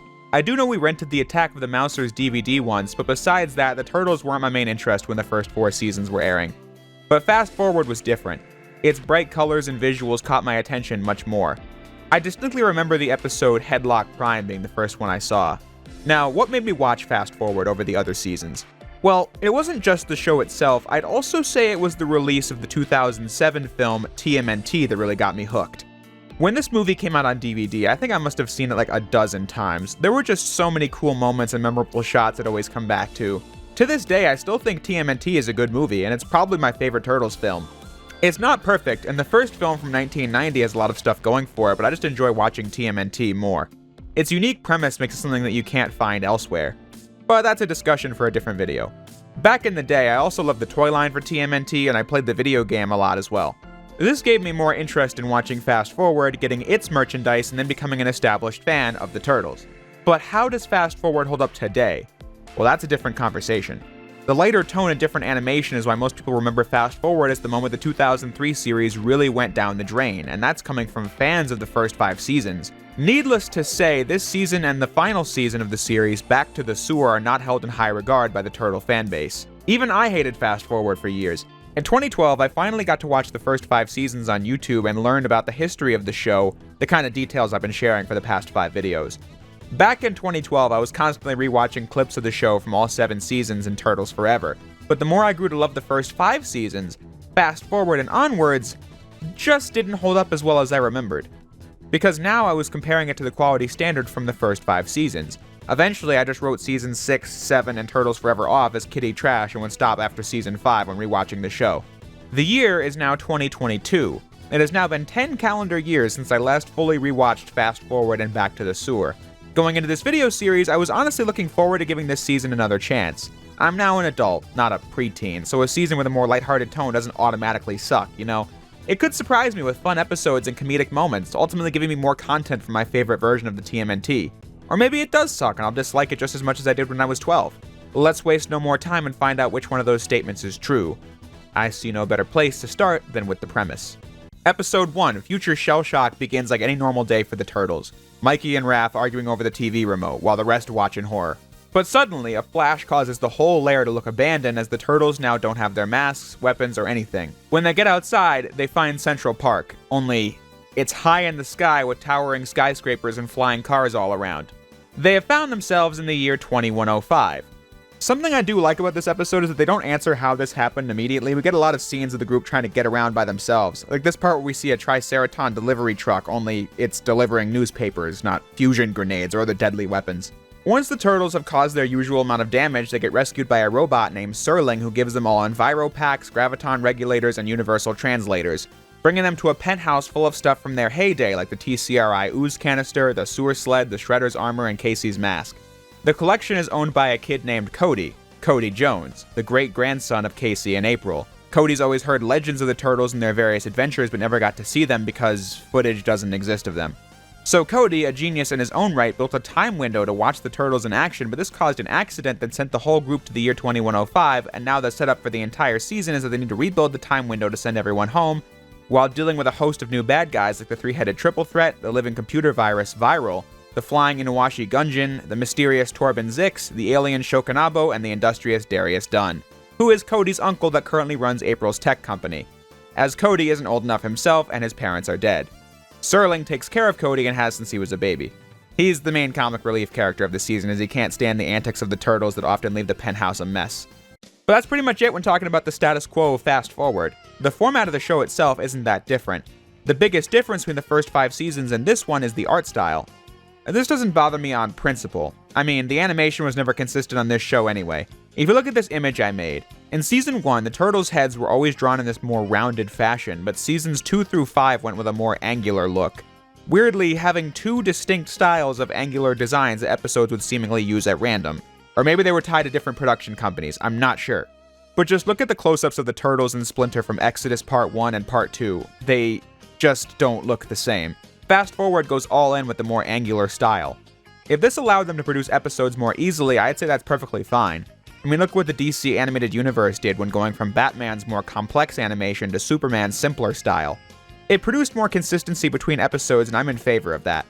With Fast Forward, my issue doesn't lie with simpler designs, it is instead that each turtle is oversaturated compared to the more muted color scheme from the first 5 seasons. I guess you could say it complements the world design of Fast Forward for each character to appear brighter, but looking at the brief scene in the present from the first episode, you can tell how jarring it looks in comparison to what we had in the same setting from Season 5. This is a mid-edit addition to the script. I completely forgot to write about this in the video, but it's also completely atrocious that they decided to fix Leonardo's shell. This never gets explained, but after Season 3, Leonardo had enough injuries to where his shell had a piece of it permanently missing throughout the entirety of Season 4 and Season 5, and now it's just back to normal. A really awesome piece of continuity is just missing now. That's not really directed to the art style of Fast Forward, it's more character design, but still, like I said, I forgot to bring that up. Back to the video. But love it or hate it, it's the look we have to deal with now when watching the season, so I quickly got past that and focused on the episodes themselves. And I'll be honest, Season 6 has a decent amount of things going for it. For starters, I think the setting is pretty interesting. This Jetsons-type future isn't something you haven't seen before, but I just think it looks neat. The futuristic part of New York City was built upon the foundation of the old one, so the Turtles are able to visit the lower sections of New York to get an experience more akin to the one they're used to from the 21st century. On that note, They're freely able to walk the streets because Earth is so populated with all kinds of alien races that the turtles fit right in. The reason they need all the tech they have to walk around is because the city has different gravity zones and elements in the atmosphere to account for the different requirements each species needs. Something we saw in Season 2 when the turtles found out that the Triceratons breathe a mixture of nitrogen and sulfur, not oxygen. Point being that I think the world of Fast Forward was pretty well thought out. They even explain how Earth came to be the way it is in 2105 by showing us the status of an immortal character. Episode 6, Bishop Tonight, sees the heroes meeting with Agent Bishop, but he's not the person he was 100 years ago. He's now President Bishop, who runs an organization called the Pan-Galactic Alliance. The Turtles obviously don't trust him, but Cody assures them that he's a really popular figure in the 22nd century. Bishop, as we knew him, had been afraid of an alien invasion for over 200 years. But he realized that the Earth was just not capable of defending itself from alien threats. The only way to protect the Earth is to join forces with aliens like the Triceratons, the Utroms, and a plethora of other species. That way, they could form an alliance that would share ideas and technology, ultimately leading towards greater security across the galaxy. The Earth becoming a hotspot of galactic travel, alongside moon-based Bishop, a spaceport located on the moon. You might say, does Bishop changing his ways absolve him of the horrible things he had done? Well, I suppose not, but since he's an immortal character, it's the best he can do. Episode 22, Head of State, shows what happened to Bishop in more detail. Going back 50 years, Agent Bishop and Dr. Stockman were still working for the EPF, experimenting on alien DNA to create an army of super soldiers. But one day, a lab accident caused the whole facility to go up in flames, with Bishop trapped under some debris and Dr. Stockman being left for dead. One of Bishop's trapped aliens escaped and he had the ability to get revenge on Bishop and then some, which is exactly what Bishop thought was going to happen. But the alien decided to save his life. This act of kindness completely changed Bishop because he had been capturing and torturing aliens for decades, simply because that's what an alien UFO had done to him hundreds of years ago. But realizing that an alien could forgive him for what he had done, maybe that meant his whole outlook on life was completely fucked up. Thus, the Earth Protection Force was disbanded and in its place, the Pan-Galactic Alliance was created. I think that's a really interesting backstory for this season. It takes characters we already knew and uses the 100 years later setting to show us how they've grown and changed and how that informs the world the Turtles live in now. The main conflict of this episode brings back my favorite character, Baxter Stockman. He's now got this squid brain body with an eyeball. And here I thought Agent Bishop and I were the only ones who survived the good old days, though you didn't have to graft alien DNA onto your own body in order to pull it off. How does he even talk without a mouth? I've said it before and I'll say it again, Stockman's various bodies make no sense, but I fucking love it because you never know what he's gonna look like next. It's great. Anyway, he's back to get revenge on Bishop for leaving him behind, when Bishop just didn't know he survived. It's a misunderstanding. And so Leo simply says this to Stockman: Bishop has changed. He's made a world where the difference between a man and a monster is how they act, not how they look. So which one is he gonna be? Bishop proves how different he is now by saving Stockman's life in the end, even giving Stockman a new job working for him. Best part about it is when Bishop says the technology has evolved so much in the last 100 years that they can easily give Stockman a new body, unlike the disastrous experiment from Season 4. I think this episode is probably my favorite one from Fast Forward because of how much it expands upon the continuity and gives Baxter Stockman a genuine, no questions asked, happy ending. In fact, this season has a lot of wholesome moments and episodes throughout, like Mikey finding out that there was a new Turtle Titan in 2105 that was raised on stories of Mikey's adventures from his grandfather, the Silver Century. Mikey even gives his blessings to the new guy at the end, after a whole episode of bitter jealousy. There's also this great episode where Cody gets trapped inside of his battle mech suit, and it's actually Serling who fights tooth and nail to save him. Despite being a comedy relief character most of the time, he's given some depth here as he really does care about Cody as if he were his own kid. It's heartwarming to say the least. Another episode I really liked was The Journal. This is about the book that Casey and April wrote about the lives of the Turtles, and the four are desperate to read the part about what happens after they come back from the future. Splinter says that doing so could change the outcome of the future, so it's not something they should do. Obviously, they try to do it anyway, and then read all kinds of horrible stuff, like how Mikey caused the Justice Force to be defeated. Leo was asked by the Ninja Tribunal to train with them more, alongside Karai, but his mistrust of her caused him to be banished. Donatello joins the Utroms in space exploration, but an accident turns him into a brain in a jar that's transferred into Serling's body, and that Raph and Casey get attacked by a foot mystic who sends them to an island for 3 months. As April marries somebody else, the company goes to ruin and the entire planet is destroyed from pollution. The reveal is that Cody and Splinter put together this prank book in place of the real journal to teach them the lesson of not messing with the future. Love how Splinter loved writing the story, but admits he gave up at the end when a mystic just appears out of nowhere. This episode also succeeds at what I love the most in Fast Forward, when they take the stuff that's already happened and build off of it with a futuristic setting. Although, I want the people who have watched this show since it started airing to answer something for me. What was the Leo portion of this episode like when it first came out? I mean, it literally is about Leo training with the Ninja Tribunal alongside the now peaceful Karai, but when the episode aired, Season 5 was never seen, so you wouldn't know about either of these things. On that note, Nano is also a member of the Justice Force here, something that happened in Season 5 as well. I'm assuming when this episode was produced, the plans to shelve Season 5 had yet to be made, because all these episodes are made way in advance. So I can't fault the writers here, I'm just curious what the audience felt about this, because the Ninja Tribunal isn't even name-dropped until Season 5, despite their brief appearance in Season 4. A fan-favorite episode is Graduation Day, Class of 2105, where Leo, Raph, and Don have mastered their ninja skills, but Mikey is so lazy that he won't advance with them. But Splinter gives him one final chance to prove himself, which he does by learning that the only thing that has ever held his potential back is himself, not the video games or any of that stuff. It's a good one, although I feel like by this point we've already seen a couple of these Mikey needs to step up episodes, making it a bit predictable. And from an enjoyment perspective, I think the Season 4 episode Grudge Match was a lot more interesting for not just Mikey himself, but other major characters like Leonardo, who was in the midst of his descent into depression at the time. There isn't anything I dislike about this one, it's just not the one that stands out in my mind as a favorite. Another fan-favorite episode is DNA is Thicker Than Water, based around one of the season's new villains, the Dark Turtles. I'm sure the action figure company loved this idea because everyone loves evil doppelgangers. The backstory is that the Turtles' DNA was used to make these counterfeit turtles that they have to fight with. The aforementioned episode focuses on Dark Leo infiltrating the penthouse, pretending to want to change himself but is really planning to let the other Dark Turtles in. But he actually starts to ponder what it would be like if he did change his behavior, as he sees how nice it is with the Turtles and friends versus how shit it is with his own brothers. This is another good one, but the Dark Turtles don't get any more screen time past this episode, so it's a good episode but on the predictable side, lacking any long-term payoff.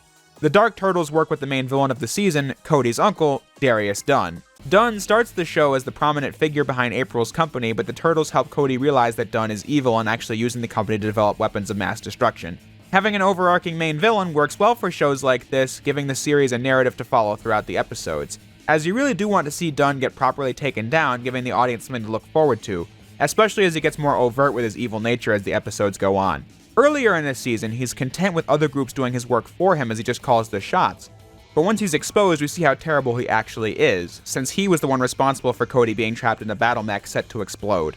His own nephew, and Splinter really lets him have it for this, saying Dunn is the most despicable villain he's seen yet for doing something like that to a kid. I mean, even the Utrom Shredder didn't do that sort of thing.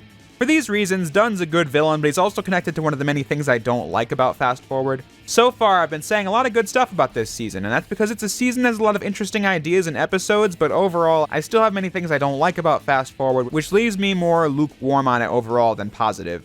For seasons 2 and 5, I felt the writing didn't fully execute the ideas as well as they wanted to. It generated a lot of discussion, but it's not really that much of an issue. For Fast Forward, I actually have a short list of problems, but they're more rooted in the season's DNA than it was for the others, so let's get into them. Fast Forward goes on for way too long. This is a full season, 26 episodes, no different than seasons 1 through 4. It's not like I can say, yeah, 4 kids should have ordered 13 episodes instead of 26, because the 26 we got is kind of a slog to watch. You know, it's not really sound logic. It's not the number of episodes we get that makes it feel this way. It's just that the episodes I thought were pretty boring and played out are in greater numbers compared to the episodes I thought were really interesting. I made a point of highlighting episodes I really liked earlier because the rest are just often really predictable, which is something I even said about some of the episodes I did like. But these come without the strong moments to prop them up. Like the Gaminator, where Viral teleports the Turtles into a video game and it's just such a cliche and boring setup. Like, ah man, they only have so many lives in this game, better find the cheat codes to escape. Proving why something is boring is a difficult task for me, especially in a TV show. It's just that the majority of episode plots had me checking the time because I just wasn't into it. In an action show, you'd think dull plot lines wouldn't be the worst thing because the story exists to set up interesting action set pieces. But that's another issue. The action in Fast Forward is nowhere near the pacing or variety we saw in the first 4 seasons. Those seasons had fights that were really fun to watch because each hit felt like a packed a punch, something you'd feel because of the fluidity of the animation and the sound design. In Season 6, the movement is still fast, but it just lacks the punch the old seasons had, including Season 5. But the action is a tangent from what I was saying. The season is too long, and one of the reasons it feels that way is because there's very little payoff here. We watched the season for 26 episodes, and we never see Dunn get definitively beaten or carted off to jail like we did the Shredder. His villainy is an open plot thread that doesn't get resolved, and I know why this is. Fast Forward was supposed to get a second season. The second season was when they were planning on doing more hype ideas like bringing back Chirel, stealing the body of a Triceraton and becoming the Shredder once more. There was going to be an episode based around Space Usagi, more plot development for Bishop and Stockman, and eventually an episode that sent the Turtles home. All ideas that never ended up seeing the light of day because the Fast Forward concept didn't get a second season. Instead, the next season decided to pivot back to the Turtles in the present day. So therefore, Fast Forward sets up a lot of stuff, and in hindsight, none of it really mattered in the long run. Something that greatly impacts the likelihood of my watching the season again. What did get resolved in Fast Forward was the other main villain plot of the season, Shokanabo. But then the problem is that he's the least interesting main villain the show has ever had. We spent half the season building up to the Day of Awakening where he'll block the sun and turn everyone into Kanabo drones. This is just dull to watch since Shokanabo isn't very menacing and is just a giant blob type guy. Not a lot of interesting fight scenes come of that. After his first two plans fail, he's convinced the Turtles know that the Day of Awakening is, so he captures the Turtles to ask them what they know about it, which is nothing, and after they escape, they now know there's a Day of Awakening to stop. Like, what? The point being, the fact that this really dull and played out villain plot being the main thing this season is quite lame. Now, I don't have a good segue for this, but another thing that bugs many people about Fast Forward is its attempts to gear towards the younger audience, mainly through its new characters. On the whole, I liked both Cody and Serling. Serling especially. I already mentioned that he gets a lot of good moments this season, but his role as the comedy relief character is well done because I just found his disdain for the Turtles to be entertaining. Now, characters like Cody have always confused me. I don't know why executives think kids want kid characters to tag along with the heroes. I mean, when I was a kid, I didn't, nor did I ever meet a kid that wanted to be Robin. They wanted to be Batman because he's the hero, obviously. But in Cody's case, he's a good character. He's got an arc throughout the season of learning real lessons from the Turtles, seeing through his uncle, and is quite useful throughout. Never an annoying tag-along. So adding a kid sidekick wasn't totally diabolical in this case. The attempt to aim at a younger audience I really don't like would be the addition of the Turtles having a battle cry. It's ninja time! It's ninja time, guys! It's ninja time! Hey, that was a rental! It's ninja time! Seriously, at least once an episode, someone will say, "It's ninja time" before a fight. It's so weird because that never happened once on the show before.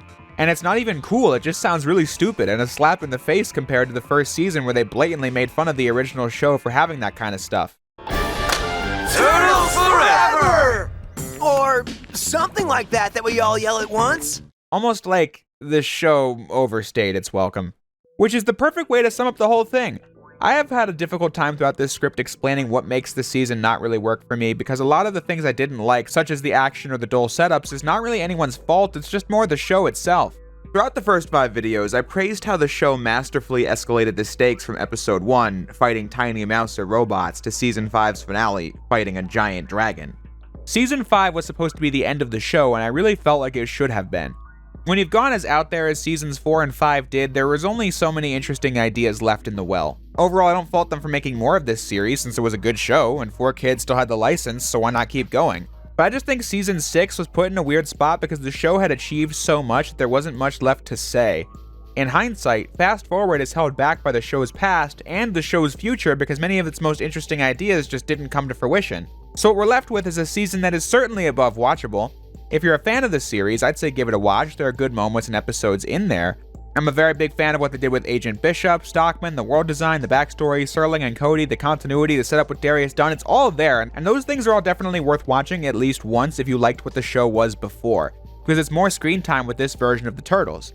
However, I won't be coming back to Fast Forward ever again besides a few scenes and episodes I liked because it's not exciting while watching most of its episodes. And in the long run, it didn't get the chance to feel as climactic as the previous seasons, which is a shame. I think the episode that captures my feelings on Fast Forward the best would be Timing is Everything. Here we have a plot set off by Shokanabo trying to use time travel himself, but this results in a disastrous consequence as time portals open up across the city. So we have this lame villain, but a premise that could make for a good episode. One standout concept is Splinter and Don being sent back in time when the Turtles first got hit by the Utrom ooze. To get back in time, they send a letter to Mikey and Raph to help them get back, but they have to deliver it from where they are in the past. But the letter says to only deliver it on this exact day in the future, so Mikey and Raph get it then. That's cool. But Leo and Cody going to the past is where a light bulb really hit me. They're in New York City. It's dark and a loud crashing sound releases water on the nearby streets as Foot Ninja are unconscious. Then you realize this is the ending of the Shredder Strikes from Season 1 where Splinter dropped a water tower on the Shredder. A time heist concept like this can work, allowing things to play out differently with future knowledge, a la Endgame, but here, watching Season 6 Leo and later all the Turtles fight a Season 1 Utrom Shredder, it just makes me want to go back and watch that episode when it first happened because it's a lot more interesting. They even make it a joke how low he is now compared to these futuristic turtles. I just feel like that really goes to show that this series was overstaying its welcome to the point where its premier bad guy is reduced to a punchline because we've upped the stakes so much, and have kept the show going past its natural endpoint. It doesn't make you stop and think, man, we've grown so much. It makes you think, man, I'd love to go watch Season 1 again. I hope you see what I mean when I say this is the perfect summary of Fast Forward. It's a good episode, there's witty lines, interesting concepts, and an overall entertaining watch while you're watching it, but it's held back by bland villains and being in the shadow of what the show used to be, ultimately not being something I would really want to watch again. In conclusion, that sums up Season 6. It's perfectly watchable, but I don't plan on coming back to it anytime soon. At the beginning, I posed the possibility that I'd find new love for the season, or I'd hate it like I did at 12 years old. Now, I'm exactly in the middle. I'm glad I came back to get this more level-headed perspective, but I unfortunately didn't love it. Now, the title asks the question, did Fast Forward kill the 2003 Teenage Mutant Ninja Turtles? And many may disagree with this, but I would say the answer to that is no. Overall, this show was affected greatly by 4Kids' greed and Playmates wanting to sell more figures. What I think set the show's fate in stone was back in Season 4 when they made Insane in the Membrane and that episode got pulled from airing. I can't say the show would end after Season 5 if they toned that episode down, but I can tell you this. If they didn't fly so close to the sun with Season 4, I highly doubt Playmates would say the show was getting too dark and needed to go in a more lighthearted direction, and then the 4Kids execs might not have hastily shelved Season 5 and aired Season 6 a year ahead of schedule in a desperate bid to keep the Turtles as relevant as possible. Perhaps Playmates already thought the show was too dark.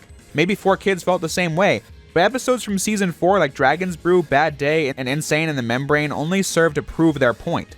This is only an inference, but I really do think Insane in the Membrane being pulled from the air was the catalyst for all of this. Fast Forward certainly could have been more interesting on its own merits, but the tone probably wouldn't have changed as much as it did if not for Season 4. The death of the 2003 series was a slow process, one that should sound very familiar if you watched the Season 1 video, but I guess we can get more into it in the next video, Part 7, where we'll talk about Season 7, TMNT, Back to the Sewer.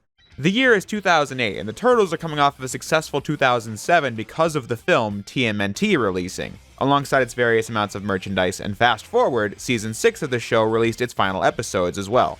Going into 2008, 4Kids had finally yielded and released Season 5 as the lost episodes, so that drama was finally squared away. After that, we had to gear up for the next season. If you watched the last video, you would know that Fast Forward was going to get a second season to flesh out some interesting ideas, but the studios involved decided to scrap that and go off into a new direction for the next season, that being the biggest issue I had with Fast Forward in retrospect. It wasn't terrible, but it's really slow-paced and doesn't really have much payoff because its second season got scrapped. From what I read, Mirage Studios, 4Kids, and Playmates Toys went through numerous pitches for what the next season would be about, and by about, I mean what crazy gimmick they'd do this time.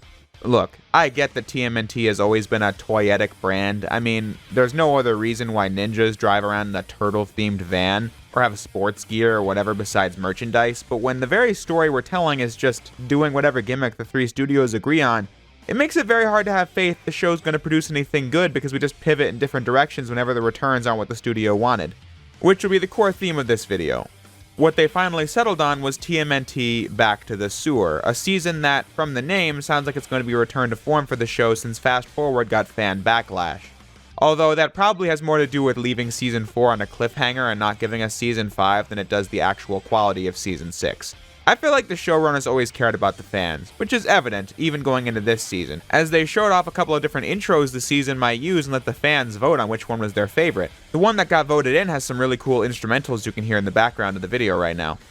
The rest were all pretty awful if you ask me. You can check out Leonardo 2003's video to hear them. I'll leave a link in the description. As I was saying, the showrunners cared about the fans and the series. I mean, just look at how excited they were to bring us Season 5.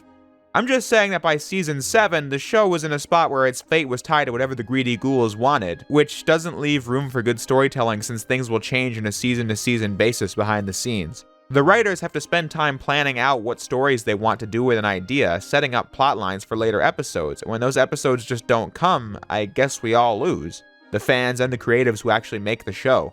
A pretty visible example of the studio making choices that weren't natural would be the art design of Back to the Sewer.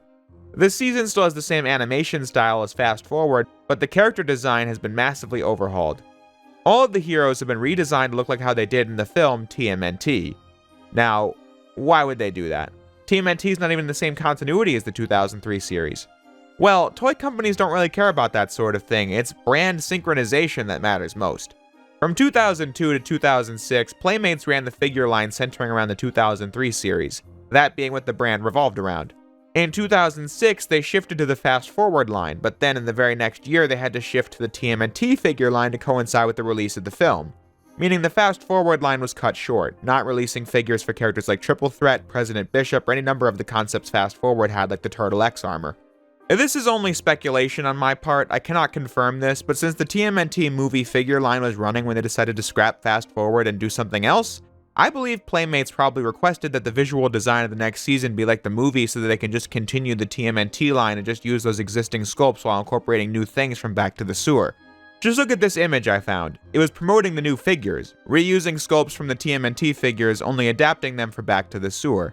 These never saw the light of day, but what did was the Mini Mutants figures in the late 2000s. These stealth suits debuting in Season 7.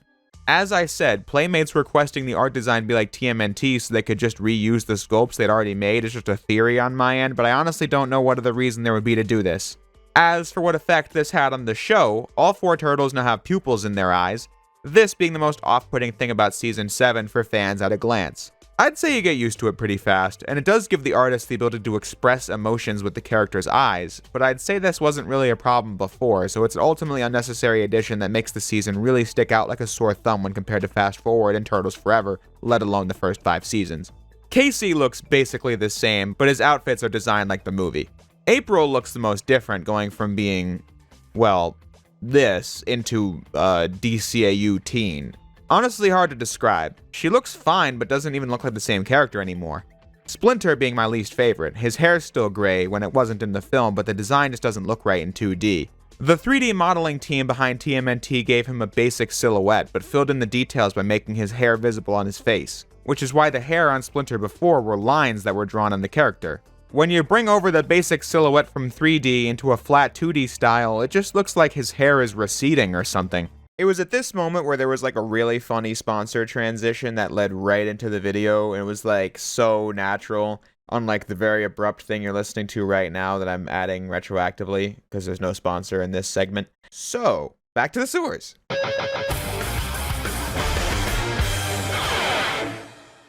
I said last week that Fast Forward and TMNT made me a big fan of the Turtles, but despite being excited for Season 7 since it was back to basics, I never saw Season 7 as it aired. I caught a few glimpses of it, like I remember Mikey falling in this pit in the episode Web Wranglers, and I remember the look of cyberspace, but I didn't watch the episodes because the network had changed. 4Kids used to be a programming block on Fox. It used to be called the Fox Box back when the 2003 series started. Apparently, 4Kids failed to pay for their leased time on the network, and while simultaneously having the time slot for Kids WB that was on the CW network sold to them, and thus the CW 4Kids was born. I didn't know that back in 2008, so I missed out on a lot of Back to the Sewer. At the time, and to this day, Season 7 isn't held in very high regard, and that's probably putting it lightly. Fast Forward, just by looking at the comments of the last video, still has fans or people who enjoy it or tolerate it or somewhere in between. But a frequent notion in said comments was that this season was the one where the show truly died. I've hated it for years, and went into this video expecting to hate it. Spoiler alert, I ultimately felt the same way about this one as I did Fast Forward. But enough preamble. What are we dealing with here? Episode 1, Tempest Fugit, begins in 2105 as Donatello and Cody have finished the time window. Since Cody looks older, I guess we can assume that many of the open plot threads at the end of Fast Forward have been dealt with. But there's no way to know for sure. Although speaking of time travel, I was thinking about something while editing the Fast Forward video. The Turtles are trapped in 2105, but I'm thinking, what's stopping them from trying to contact Lord Simultaneous and using the Time Scepter to go home? Wouldn't he know about this temporal anomaly? I know that means the season doesn't happen, but it was something I noticed. There were a couple other time travel inconsistencies I thought of while editing that video, but let's stay on subject. In the second to last episode of Fast Forward, Shokanabo was defeated, and Viral, the villain that is a living computer virus, also got defeated with a decompiler beam that Cody developed. Coincidentally, she's revived right at the moment of the Turtles and Splinter saying their goodbyes to Cody and Serling. She uses this chance to hack Serling and destroy the time window while the Turtles are in it, sending them to a bunch of different places throughout history. The last one being this time in the near future, the near future of the present timeline where the Utrom Shredder, the Demon Shredder, and some new Shredder are in an all-out rumble over who gets to kill the Turtles. How Demon Shredder doesn't just kick everyone's ass with his demon powers is beyond me, but Utrom Shredder is holding his own against him, but seemingly can't against the Turtles still. Don't ask. The decompiler is used on Viral again, but this time she hacks Serling to the point where she fires the decompiler at Master Splinter, who then scatters into 1,000,000 data bits across cyberspace. So now, the main plot of the season is that the Turtles will have to venture into cyberspace to rescue the data bits and bring back Master Splinter, and Serling is back with them too. Viral is trapped inside the internet at the end, and finds a secret data vault that belongs to the Foot. When she tries hacking it, she becomes the new body for the Shredder, thus setting up the status quo for Back to the Sewer. The Turtles need to get into cyberspace, and the Shredder needs to escape. Overall, this episode's pretty unremarkable. It just serves to set up the season, but I'll tell you this. I love how, since we start in 2105, the episode plays the Fast Forward intro at the beginning, and at the end is the intro for Back to the Sewer that plays in the following 12 episodes. I like attention to detail, so I figured I'd mention that. When getting into the meat of the season, I think one thing's pretty clear. There are way too many different ideas going on at once. The very idea of a return to normal seasons of this show doesn't really compute with me. For one, I don't know what a normal season of this series even looks like. Every season's very distinct from one another. I guess it means the style of story from seasons 1 through 4, but in that case, it still doesn't work. You can make the tone the same, but the issue is what stories do you tell? The Utrom Shredder's gone, the Triceratons are peaceful, the Federation was defeated, the Daimyo's son is a kid now, Draco was destroyed, Savanti's gone, Karai's given up being the Shredder, and the Demon Shredder was killed. For villains who are alive, a problem introduced by a present-day follow-up to Fast Forward is that it would become pretty pointless to do more episodes about Agent Bishop, for example, because we already know how his story ends. So bringing him back would ultimately be pointless. Episode 5, Hacking Stockman, is a perfect example of this. We know how Stockman's story ends, so while Hacking Stockman is a good episode, his story has been wrapped up, so there isn't much of a point to doing the same old thing again. And wait a minute, how is Stockman working for Hun now? At the end of Season 5, we saw that Bishop was still going to force Stockman to work for him, and then, in Season 6, we got told he was still doing that in 2050. What happened here? Paid leave? But I'll say this, Cyber Shredder hacking Stockman leads to a moment I really laughed at. Had I known you were capable of such fine work, Stockman, I would have treated you better. Really? No. Point is, with every major villain faction from seasons 1 through 5 having their stories wrapped up, it doesn't really leave much room for the Turtles to fight anything besides the Purple Dragons for a few episodes, some Foot Loyalists in the other episodes, although they don't have the Saki funds anymore since Karai is done, so yeah, that's not great either. So what they did settle on was this Cyber Shredder plot. It's revealed in episode 3 that at some point, Terrell decided to back his brain up into the internet and Viral interfacing with it gave him this body. Does this not sound like it's reaching? Before I even think about it, I must point out how changing the animation style really exposed the footage reuse thing. Look at this part. We cut from direct, shameless footage from A Rogue in the House Part 1, and then the frame just shifts to a completely different room and designed for both Karai and Terrell. And wait, the shot before is the Foot building from Season 1, but this shot from Season 2 they stole was on a boat. Nitpicks, I know, but what else am I supposed to say about an exposition dump for a plotline like this? Terrell being brought back was something Fast Forward Season 2 was gonna do, but there, his body being found on the asteroid is at least something you can buy, especially if it's 100 years in the future. But this solution to bringing him back just leaves me thinking we were desperate for a main villain, especially because Shokanabo, the main villain of the only season without a Shredder, didn't really work out. However, the dead main villain having backed up his data onto the internet is about as forced as you can get. He's also an over-the-top goofball now. It's why I laugh at that Stockman bit so much. I liked how Demon Shredder had more of a comedic element to him, contrasted with Utrom Shredder, who was always very serious. But now we just have this digital version of Utrom Shredder always feeling goofy. Perhaps it's the design, but I think it's the dialogue. I already showed an example, but then there's the fact that the writers gave the Shredder an obsession with calling his foes worms. Your doom is at hand, worms! Your doom is at hand, worms! I'm more baffled by this than It's Ninja Time from Fast Forward.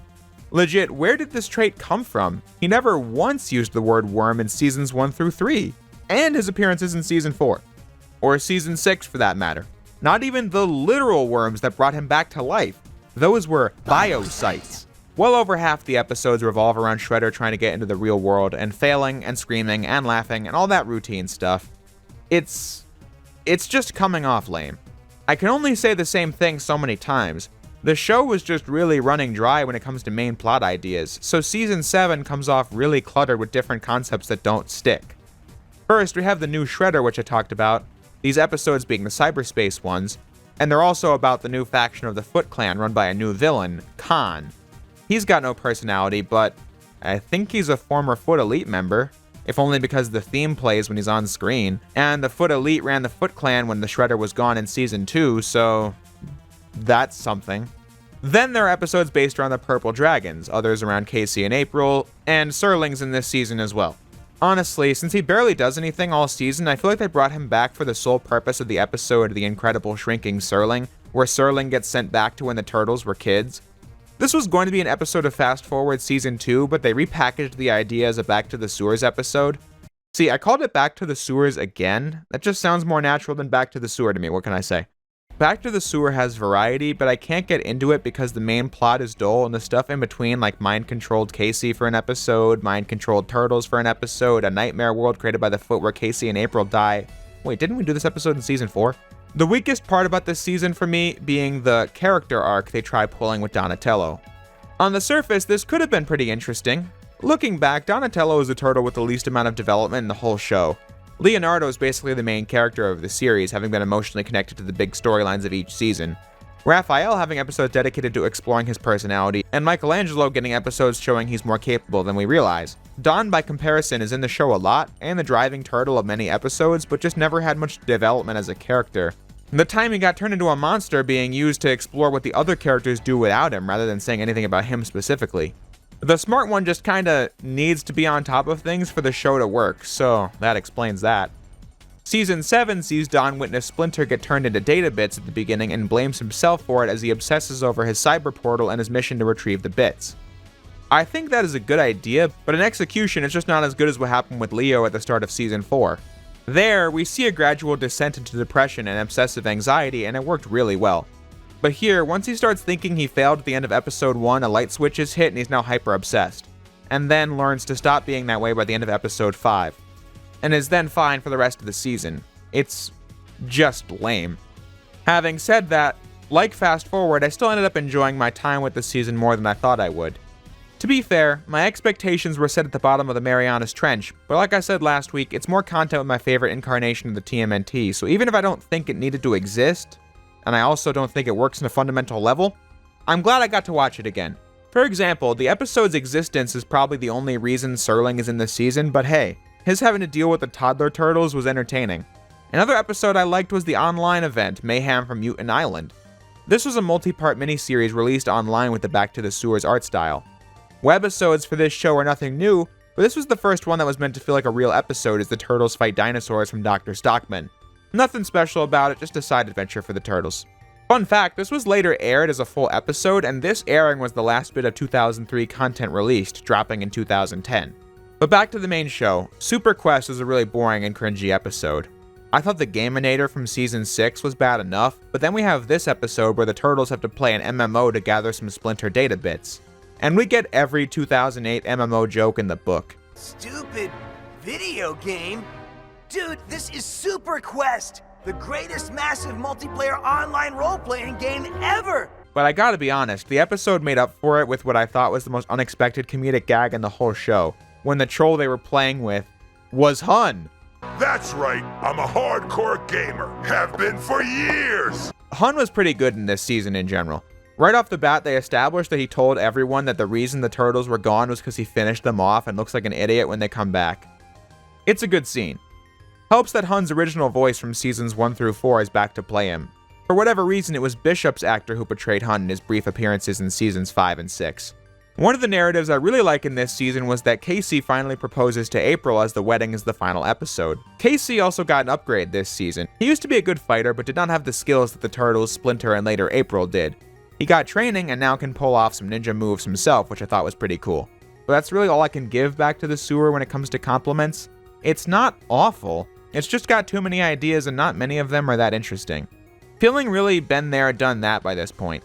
Like Fast Forward, the season was supposed to get a follow-up to explore some cool ideas. Remember that Shredder War from episode 1? That was supposed to be the main conflict of season 8.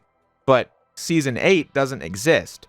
To take it back to the top, it's hard to be interested in what these seasons are going for since they flipped the script on a dime like this. However, unlike Fast Forward, Back to the Sewer does at least end on a memorable note. Wedding Bells and Bites, the final episode of the show. Splinter's data bits have all been collected, and he's brought back as he, the Turtles, and Serling meet Casey and April at the farmhouse to celebrate the wedding. And they went all out with making this feel like a celebration of the show's history. The wedding attendance is almost every side character in the show. Leatherhead, Angel, the Utroms, particularly Mr. Mortu, the professors of both human and Fugitoid variety, Karai and Dr. Chaplin, Casey's mother from Season 3, Casey's cousin from Season 4, the Ancient One, Usagi, Gen, the Justice Force, the Ninja Tribunal, and the other 4 acolytes from Season 5. It's a stacked roster. Of course, Cyber Shredder and the Foot crashed the party with an all-out brawl between the heroes and villains. If this episode was a two-parter, I think it would have been interesting to see some character dynamics come back. I mean, this concept raises a lot of questions, like, what does Karai think about Chirell's digital copy being back? How does the Tribunal feel finally helping fight Chirell? Why doesn't Cyber Shredder care about the Utroms? Mortu is here. Wasn't killing them his goal when he was alive? Did the other 4 acolytes finally know what a Shredder is? These kinds of things aren't really addressed here because it's more of a cameo collection, which is perfectly fine. When the day is saved, we see the actual wedding, and even the Rat King is here watching. Bishop is watching on a screen, the Daimyo and his son are watching, Renette time traveled with the Time Scepter to watch, and speaking of time travel, Cody is also watching with the Time Window. Like I said, it's a nice love letter to the entire series, as 2 of its main characters finally get married. A long time coming, I'd say. But that's all there really is to say about Back to the Sewer. It's not bad, has a lot of moments I enjoyed, but it was overall something I felt lukewarm about, just like Fast Forward. I feel like the studio and toy company changing directions on a whim was a massive problem for this show, but as I established last week, I think this show's death was a slow process, not something Fast Forward or even Back to the Sewer had done in particular. By this point, diminishing returns had hit the series hard. When talking about the biggest kids franchises from the early 2000s, the Teenage Mutant Ninja Turtles are bound to be on the list, but by the late 2000s, I don't know. Kids grew up, and younger kids watch other stuff. TMNT was a hit, but that did not transfer to Back to the Sewer. No matter what they did or didn't do with it to change the tone or otherwise, you can't stop the fact that other stuff got more popular around the time of Season 4's ending. This seems to be a uniquely Ninja Turtles problem, because this story should sound very familiar. The TMNT debuted, soar in popularity, kids love it, but then a few years later, other stuff gets more popular, so the studio pivots towards a new direction to desperately hold on to the audience. The classic series went through the same arc, only they pivoted towards a darker direction from the lighthearted roots of the show, and this series pivoted towards lightheartedness after its serious tone. But in both cases, it just wasn't enough to keep people around. This has happened 3 times now. Only Nickelodeon didn't keep the 2012 Turtles around long enough to die a slow death, or pivot the tone for a few extra seasons. They made a new show that failed to gain an audience. I don't know why the TMNT don't have the absolute staying power that Superman, Batman, or Spider-Man have, but it's an observable issue with the brand's longevity. Everyone knows who they are, but each reboot seems to lose steam as it goes on. Maybe it's because people don't like the cosmic, supernatural direction TMNT always goes in, if my comments are anything to go by. And let me tell you something, that stuff just is TMNT. Street level stuff is how it starts, but it's always meant to go in those weirder ideas because that's been the brand's DNA since the very beginning. But perhaps that aspect of it just doesn't click with the audience. Whatever it is, I'm not sure. But the 2003 series was hit with the same diminishing returns as the original show. So we have these 2 seasons at the end that don't feel very needed, feel very much like pandering in different directions to try and rebuild the audience. But when I put that aside, I feel like both are an okay watch if you liked the first 5 seasons. Maybe you won't come back to them, but the good moments are worth experiencing, I'd say. Especially the last episode of Back to the Sewer, the last episode of the show, where the team showed that they cared about the fans and cared about the show. And if that's still there, how much can I really complain? Now, I know everyone's wondering, is the retrospective over now? To that I say, of course not. Any Turtle fan worth their salt would tell you that the 2003 series didn't end at Season 7. It instead went out with a bang. A made-for-TV movie, Turtles Forever.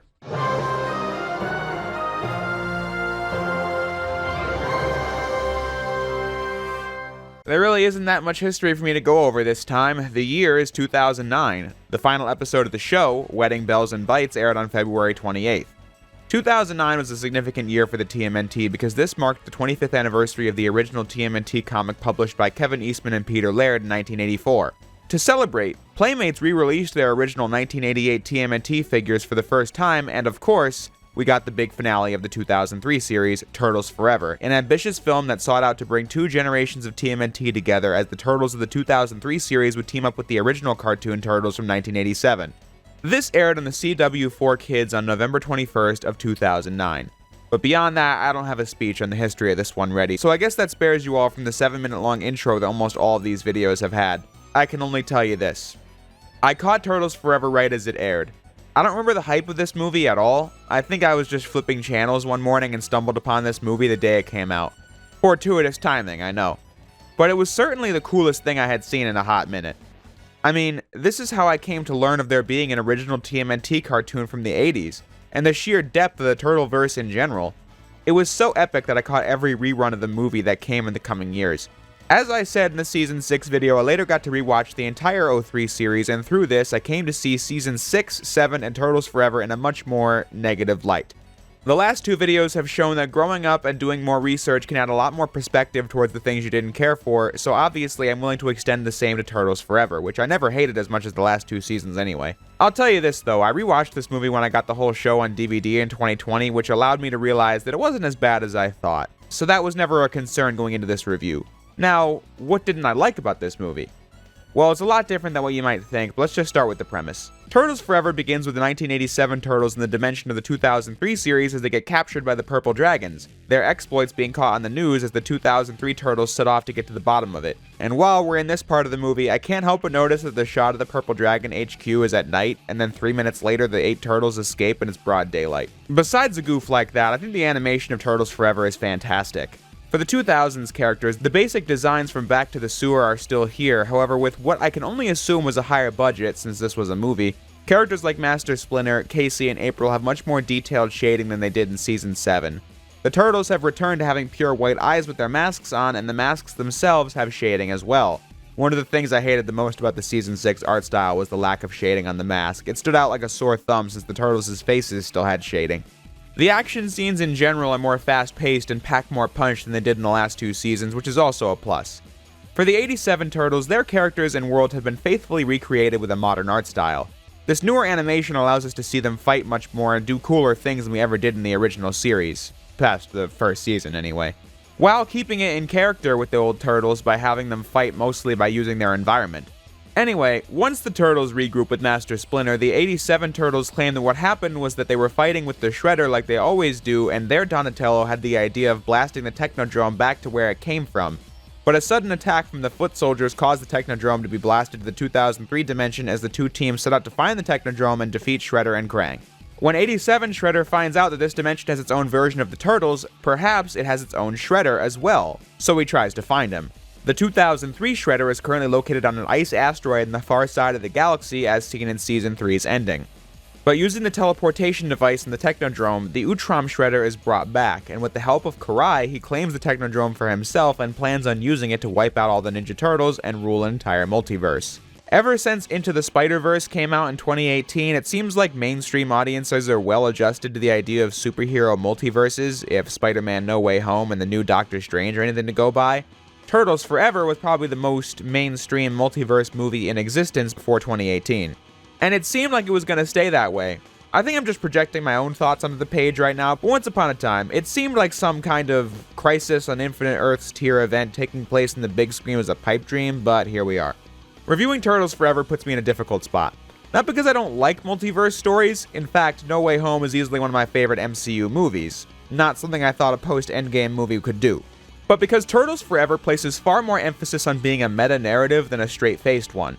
And if you're familiar with me, meta-narrative isn't really my thing. There are many things I'm going to criticize Turtles Forever for, but you have to ask, well, in a story that isn't trying to take itself too seriously, how seriously can you criticize it?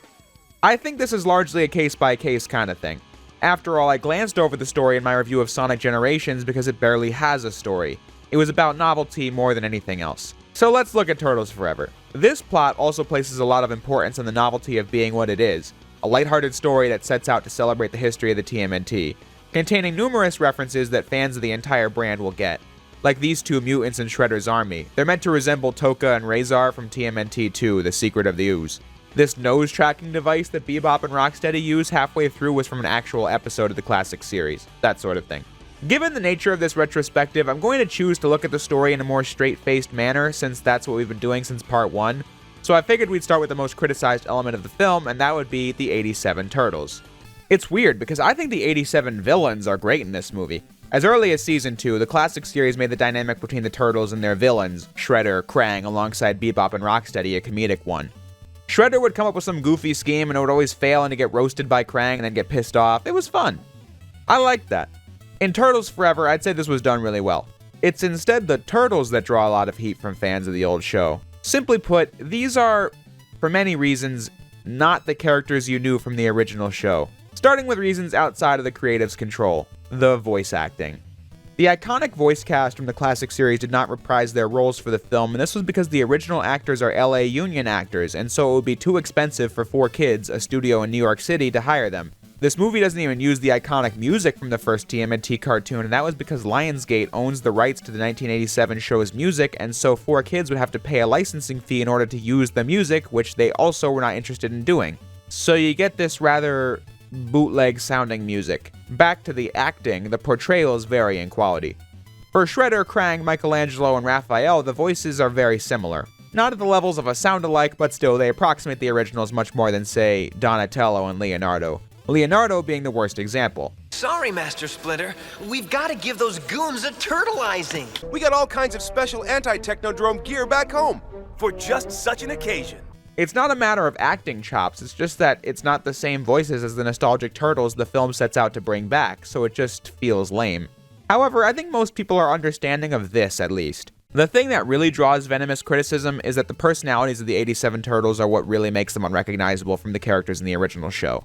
Each of the 4 Turtles are portrayed as though they are the same character, an annoying, laughing, joking idiot, with each one getting their own unique quirk, like Don being the smart one still, and Raph often breaking the fourth wall. Some people just can't handle change. Why do you keep doing that? Who are you talking to? There's no one there! But still, if you even watched 2 episodes of the original show, you'd see how out of place it is to watch 87 Leonardo and Donatello busting a gut over the dumbest lines from their brothers. Hey, we resemble that remark. The 2003 series had never held the original show in supremely high regard. Every time the phrase cowabunga is uttered, Raph tells Mikey we don't say that anymore, or someone must remark that it sounds really dumb, alongside other mythology gags we've seen in the show up to this point. However, a look into this film's history reveals a different story. Completely out of the blue, one of the lead artists behind the series, Emilio Lopez, had commented on my Back to the Sewer video, so I decided to use this opportunity to contact him on Twitter, link in the description, and ask him some questions about the behind-the-scenes stuff on Turtles Forever. I had mentioned earlier that the look of the 87 Turtles was great, and this was not an accident. The art department put in a lot of work to make the look authentic to the classic series. The artists got, quote, random incomplete references from different episodes, so a lot of the characters were redrawn from screenshots we took of the OG show. We also looked to the fans to help complete the references for the characters and backgrounds. This is why there was a special thanks to the fans at the end. They literally provided us with scans from their personal collections. Unquote. I mentioned before that 4Kids didn't have the rights to use the music from the classic series, but through Mr. Lopez, I learned that they had to sign an agreement to even use the characters and things created by Fred Wolf, like Bebop, Rocksteady, and the Technodrome. They just weren't able to get things like the music, which sucks to hear. The crew behind the film did not have negative intentions when bringing back the classic Turtles. They just were met with forces outside of their control. Mr. Lopez even told me, in regards to the personalities of the 80s Turtles, quote, that is something that a lot of us in the team had issues with. When writing the script and the writers needed references for the old show, we told them to mainly refer to the pilot episodes. but when we got the script back, it was kind of unflattering to the original Turtles, which was hugely disappointing from a production side because we worked a lot on trying to make the 80s stuff look like the original show, unquote. He then went on to give a theory about why it happened, one that lines up with what I had written in this script before talking with him. That the portrayal of the 87 Turtles has a lot to do with how Peter Laird feels about that version of the characters. Look, I get if you're Peter Laird and you co-created this comic series that was supposed to be serious, then the cartoon show is nothing like it. Resentment is natural. I don't think Mr. Laird mandated this or anything, it's just that he was very instrumental in giving the okay on all the ideas this series would do. Anyway, resentment of the 87 Turtles is natural. However, if you're going to do a special based around bringing the original Turtles back, then you gotta be faithful to what came before. Like it or not, the 87 Turtles were iconic. They propelled the brand to superstardom alongside the iconic character personalities we've come to know today. I think this version of the Turtles was due a little more respect than what they got here. Especially since these Turtles being really annoying was used to build a half-hearted character arc where the 2000s Turtles, Raph especially, learned to stop finding them so annoying, leading to an unearned moment where they all put their hands together only to immediately go back to the same jokes about them being annoying 2 seconds later. I have heard some 2000s kids say they don't care about this issue because they don't like the 80s show, or 80s kids have had enough nostalgic media pandered towards them, but my attitude is just that we have to be consistent here. If the 2003 Turtles came back in a new Turtles thing in the 2020s and they were seen as try-hard edgelords, believe me, I would not be happy. So even if I didn't grow up with the original show, you gotta criticize this sort of thing. On the flip side, I believe that the 80s Turtles show is a lot goofier than you'd think if you only watched the first season, resembling this infamous scene, Was that a mutant banana? more and more as it went on. However, I certainly think the old show was self-aware, but they always made sure the characters within took the world they were in seriously, which is the biggest disconnect between the old Turtles and these morons who can't take anything seriously ever. I don't think Peter Laird hates the original show. If he did, it would be like the Next Mutation, which doesn't even get shown in the Turtles multiverse scene. He just probably thinks it's not the best representation of what Ninja Turtles was trying to be. Which leaves us with this awful rendition of the classic Turtles we have today. What I find interesting about the critics of this movie who had never seen this series before is that they're missing out on a whole layer of why this movie has issues, because I don't think it's great storytelling for the 2003 Turtles either. If you look at Turtles Forever literally, then you have a plot that completely turns the entire show on its head. Circling back to what I said a few minutes ago, meta-narrative is not my thing. Here we have a plot that shatters the fourth wall into pieces. At first, the Utrom Shredder wants to rule this dimension and maybe the 80s dimension, but he's so intrigued by the idea of dimensions that he asks the computer to show him the multiverse.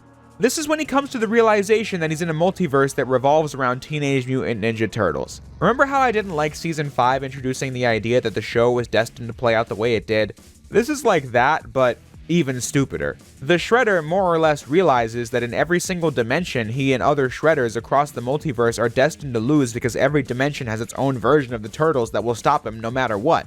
The universe will find a way to make it happen. The multiverse begins at an origin point called Turtle Prime, aka the Mirage Comic Turtles dimension. Shredder plans to travel there and kill the comic turtles so that all Ninja Turtles are literally erased from existence. I will say it for the final time. One of my favorite things about this series was how much history and lore there was behind every aspect of it.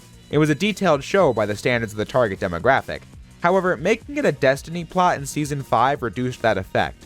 This just outright shatters it, because it explicitly says that every single thing that has happened in this universe was to facilitate the never-ending battle between the Shredder and the Teenage Mutant Ninja Turtles.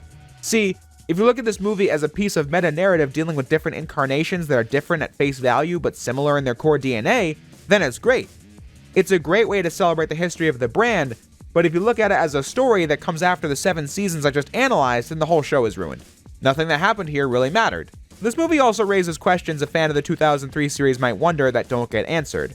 For example, why can't they just enlist the help of the Daimyo to send the 87 Turtles, the Shredder, Krang, and the Technodrome back using the War Staff? In a more serious example, 87 Shredder tries finding this dimension's Shredder and finds Chirel on the asteroid. But does the computer care that Chirel is taking the name from somebody else? I mean, it can't bring back the Demon Shredder because he is dead. It can't bring back Cyber Shredder because he's also dead. Karai quit being the Shredder, so Chirel is as close as it gets. But this fact is never really brought up. In fact, Chirel takes his identity as the Shredder super seriously. That they take the name of the Shredder. My name in vain. But did anyone ever tell him that it was revealed he was a fake? From his perspective, Season 3 was probably like 2 hours ago, But for the 2000s characters, it was years ago at this point. Did Karai bring him up to speed in the fact that Hun stopped working for the Foot because Terrell was not human? Because he knows that they don't have a good working relationship anymore when Hun shows up mutated, and the last time he saw Hun was when he was plunging into an abyss with Leatherhead. How does Karai feel while helping her father achieve evil goals despite actively fighting against his cyber counterpart the last time we saw her? In fact, why didn't this digital backup of Terrell come into play when Karai was obsessed with getting revenge for him in Season 4? You know, whatever happened to Serling? Did they ever send him home to 2105? Those last two aren't really the fault of Turtles Forever, but I'm just saying there are questions raised by this movie that aren't focused on. When talking about Karai, we can turn to the extended cut for some answers. I haven't mentioned it thus far, but the version of Turtles Forever that aired in 2009 was an abridged TV cut, and a director's cut was released on the 4Kids website. When Viacom got the rights to the TMNT in 2009, they released a DVD for Turtles Forever in 2010 that was met with fan backlash because it only included the TV cut of the film, leaving the director's cut with 8 minutes of extra footage as something you'd have to track down online. This was the most depressing part of my conversation with Mr. Lopez, as he said, quote, "Turtles Forever was our first HD production at 1080p. There was a plan to do a really nice Blu-ray version of the film with commentary from the team, etc., but Turtles got sold to Viacom, and they put out a less than desirable cut standard version that used old licensing art, which was disappointing because I put so much time into doing the original movie poster for Turtles Forever." Unquote. This made me resent the DVD we got of the film more than I already did. The box screams lazy because this is, as he says, art from the early 2003 series, not the masterful poster he drew for free because they ran out of budget by the time he had to draw it. I would have loved a Blu-ray of this movie. I mean, look at the footage on the screen. That's me editing it to look full screen. The DVD couldn't be bothered with that, so it looks like this. Diabolically lazy, I say. But I was talking about the director's cut, so let's get back to that. It's in this cut of the film that you learn that Karai was tracking her father's location, and when he turned up in the Technodrome, that's why she was able to show up and rescue him. A lot of the stuff that was cut isn't super important, but if you've seen both, you know that the cuts made in the TV version are super awkward. Take this, for example. The Turtles see the damage the Utrom Shredder's causing with the new Technodrome in their dimension, prompting 87 Mikey to say, "Then maybe it's time we bust out two of our baddest rides!" But the cut to this is so abrupt. "Then maybe it's time we bust out two of our baddest rides!" When you watch the extended cut, it's much more natural. Looks like the Technodrome got itself a makeover. Of the Utrom kind. "Then maybe it's time we..." That goes for just about all the things cut out. Even if it's not super important, like a scene of Casey and April fighting Shredder's mutant army while the Turtles are gone. In this example, they cut past a scene of the 87 Turtles joking about their Shredder being decaf, and the laughing was fading out while 2003 Leo and Don started talking. Gotcha. Up to speed now. What I want to know is... And in the cut version, you can hear this. Which Shredder is back? Doing what? To who? What I want to know is... However, two scenes got cut that I think affected the film in a more negative way beyond awkward pacing. First, you have this scene in the lair that was awkwardly chopped up in the TV version. What was cut out was this bit where 2003 Raph starts saying the 87 Turtles are just clown idiots. But Splinter chimes in. "And all are welcome here. Do not embarrass your sensei." This is later referenced when the 2003 Turtles meet the 87 Splinter. "You four are welcome here, always." That's kind of what our Master Splinter said to us about them. But 2003 Splinter saying that was cut from the movie, so it doesn't make sense now. Last note on this. In the extended cut, there's a bit I really liked at the end. When Shredder's trying to kill the Turtles by killing the Mirage Turtles, he realizes that it means killing all of them. Karai then pleads that she doesn't want to lose him again, and he actually stops to think about it, before just resuming his plan. If I were him, why wouldn't he keep going? I mean, he just learned that his entire existence was in service of getting beaten by Ninja Turtles, so this is his only chance to actually win. This exchange between him and Karai was worth keeping in if you ask me, but I see why they cut it for time. Karai could have used a lot more screen time in general. The extended cut shows how she came to the Technodrome, but if I was in charge of this movie, I would have had scenes where she and her father talk about her run as the Shredder. I mean, would he be happy she did that or mad, since he claims that he's the only Shredder? But like I said, she doesn't get that much screen time here to flesh that out. Before I touch on the climax, I do want to say that I loved the Utrom Shredder in this movie. His various comebacks in seasons 6 and 7 were really lame, but here he's so cool, just like in seasons 1 through 4. He's got a big scheme here that he goes about achieving in clever ways, finally showing me what made the Shredder such a big deal. I say that because this was actually my first time ever seeing a Shredder. As I mentioned before, I didn't watch Season 7, so I missed out on Cyber Shredder, and my bits of TMNT exposure prior to this, fast forward in the 2007 movie, didn't have him in it. So when this movie came out and I got to the scene where 87 Shredder was geeking out over the Season 1 clips of the Utrom Shredder, I was right there with him. There he is, and he is magnificent. What strength! What power! I had to bring up that nostalgic tidbit because I was still grinning from ear to ear whenever Terrell was on the screen in this movie. I really enjoyed his character in this one. Like I almost always do, he's a great villain. Now, anyway, around 55 minutes in, the third act begins as the 8 turtles travel to the Mirage Dimension since the 2003 world was literally erased from existence. This is the best part of the movie by far. The first 2 acts might annoy you if you're a fan of the 80s show with the goofy characters, or it will irk you like it did me in its simplification of the 2003 series, but here, you can really just forget all that and enjoy the movie as a tribute to the brand with the 84 turtles appearing. The final act of this movie takes the dynamic from earlier where the 2000s turtles react to how goofy the 87 turtles are and flip it on its head by having the comic turtles look at all of them in the same light since they're the most serious TMNT group to ever exist, making references like this. What's with the multicolored headbands? Sellouts. It shows that serious storytelling is a spectrum and anything could look goofy compared to something that takes itself more seriously, while also poking fun of the narration you'd see in comic book panels. He's not alone. Why is he narrating? Is he crazy? If you look at the dynamic from earlier in the movie as a setup for this message, I think it works a lot better. There are a lot of elements in the finale I liked, such as Mirage Shredder appearing, but getting taken down in 2 seconds. Could be a reference to his dying in the first issue of the comics. I like this bit. I will not stop until... Less talk, more action. And this really goofy part. But the best part was when they find out that the Shredder's only weakness is the laser coming from the Technodrome, and while he's getting hurt by it, Bebop and Rocksteady accidentally trip over the plug powering the beam, bringing Shredder back into the fight, but then they think they screwed up, so they make sure to plug it back in, only to defeat the Shredder. The master will be pleased. Perfectly in line for all the characters there. But beyond that, there isn't really much left to the story. The 87 characters return home via the Technodrome as they say goodbye to the 2003 cast. It's ninja time! Turtle power! A scene that would also be the last time we'd see the 2000s Turtles. I'm gonna miss those punch balls. Not.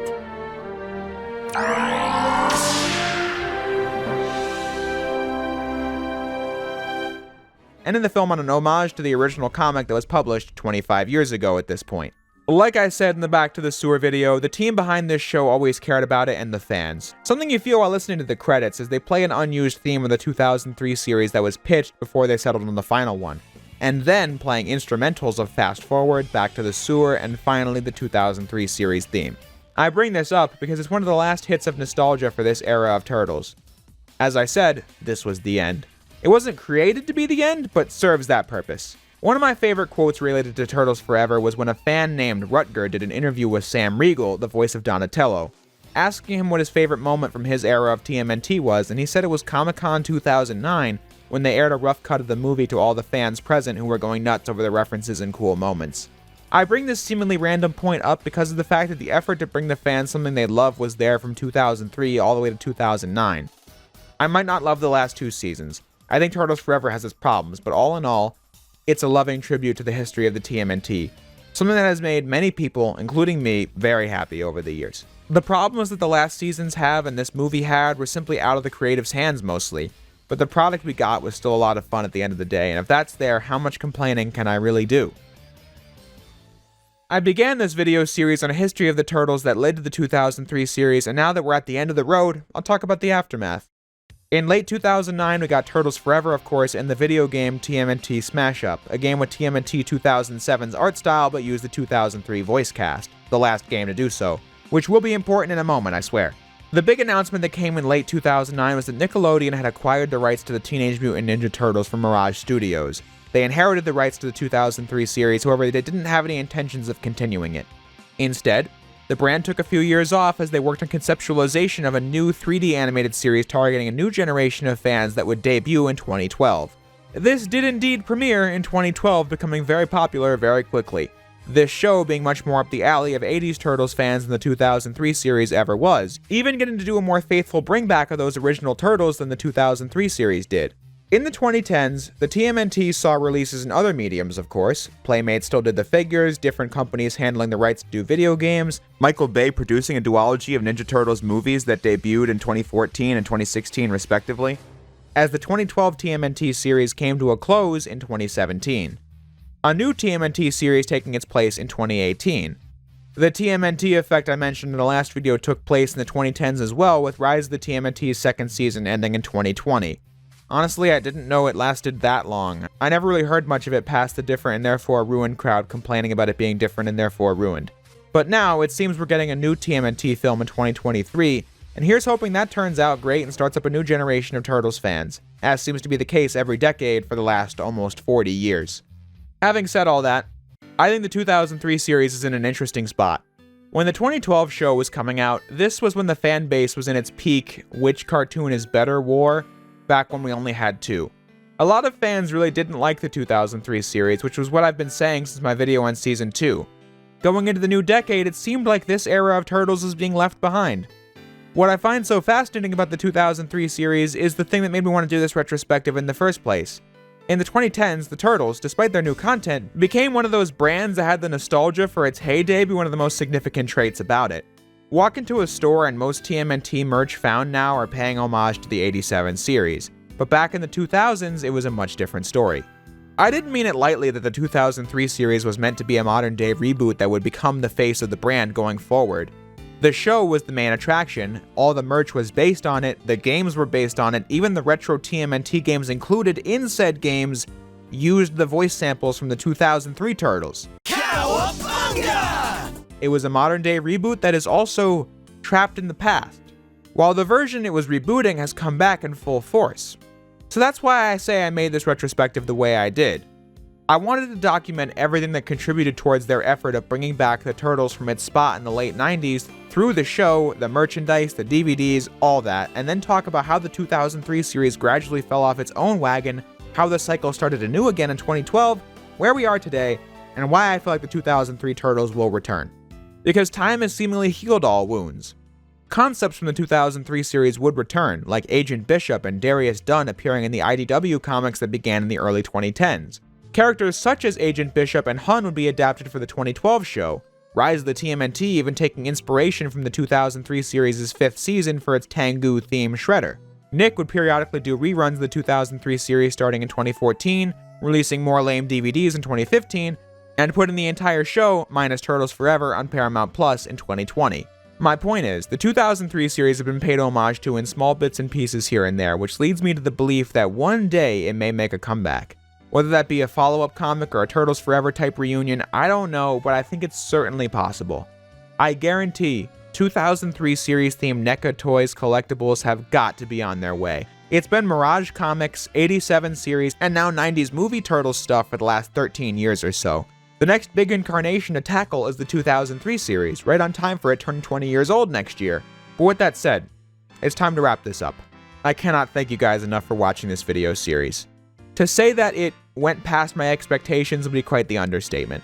I went into this wanting to do something I cared about, expecting it to get the same views I got on Star Wars or Ratchet & Clank last year, i.e. low views. But here, we now have another topic to add to my list of heavily requested subject matters, and I can't be happier to say. Of course, people have been asking me about what's next for weeks now, and I'll answer that question here and now. I am beyond stoked that TMNT fans are with me now, and there are plenty of videos I could do. A more in-depth look at the video games, a series in the 87 show, the movies, the 2012 series is a big request, but this does lead to a supply problem. The 2003 Turtles are my Turtles. I have been thinking about these points you've been hearing for years now. I've never fully seen the entire classic show, I've never watched the 2012 series past its first season, so I'd have to do a lot of research to do a series as good as this one on those shows. It's not that I can't do it, it's just that it would be different. Also, I just did 8 straight videos on TMNT, so I think it's time to give it a rest for a little while. But rest assured, I do plan on talking about TMNT again someday, and I hope you'll all join me for that. In the meantime, if you like 2000s nostalgia, superheroes, 25-year-old video games, and other geekdom subjects, stick around because a lot of exciting stuff is coming in the year 2022 on Jay's Reviews. In my personal opinion, I'd say that statement held up. To close, I'll just say the same thing I always do. Thanks everyone for watching, and I'll see you next time.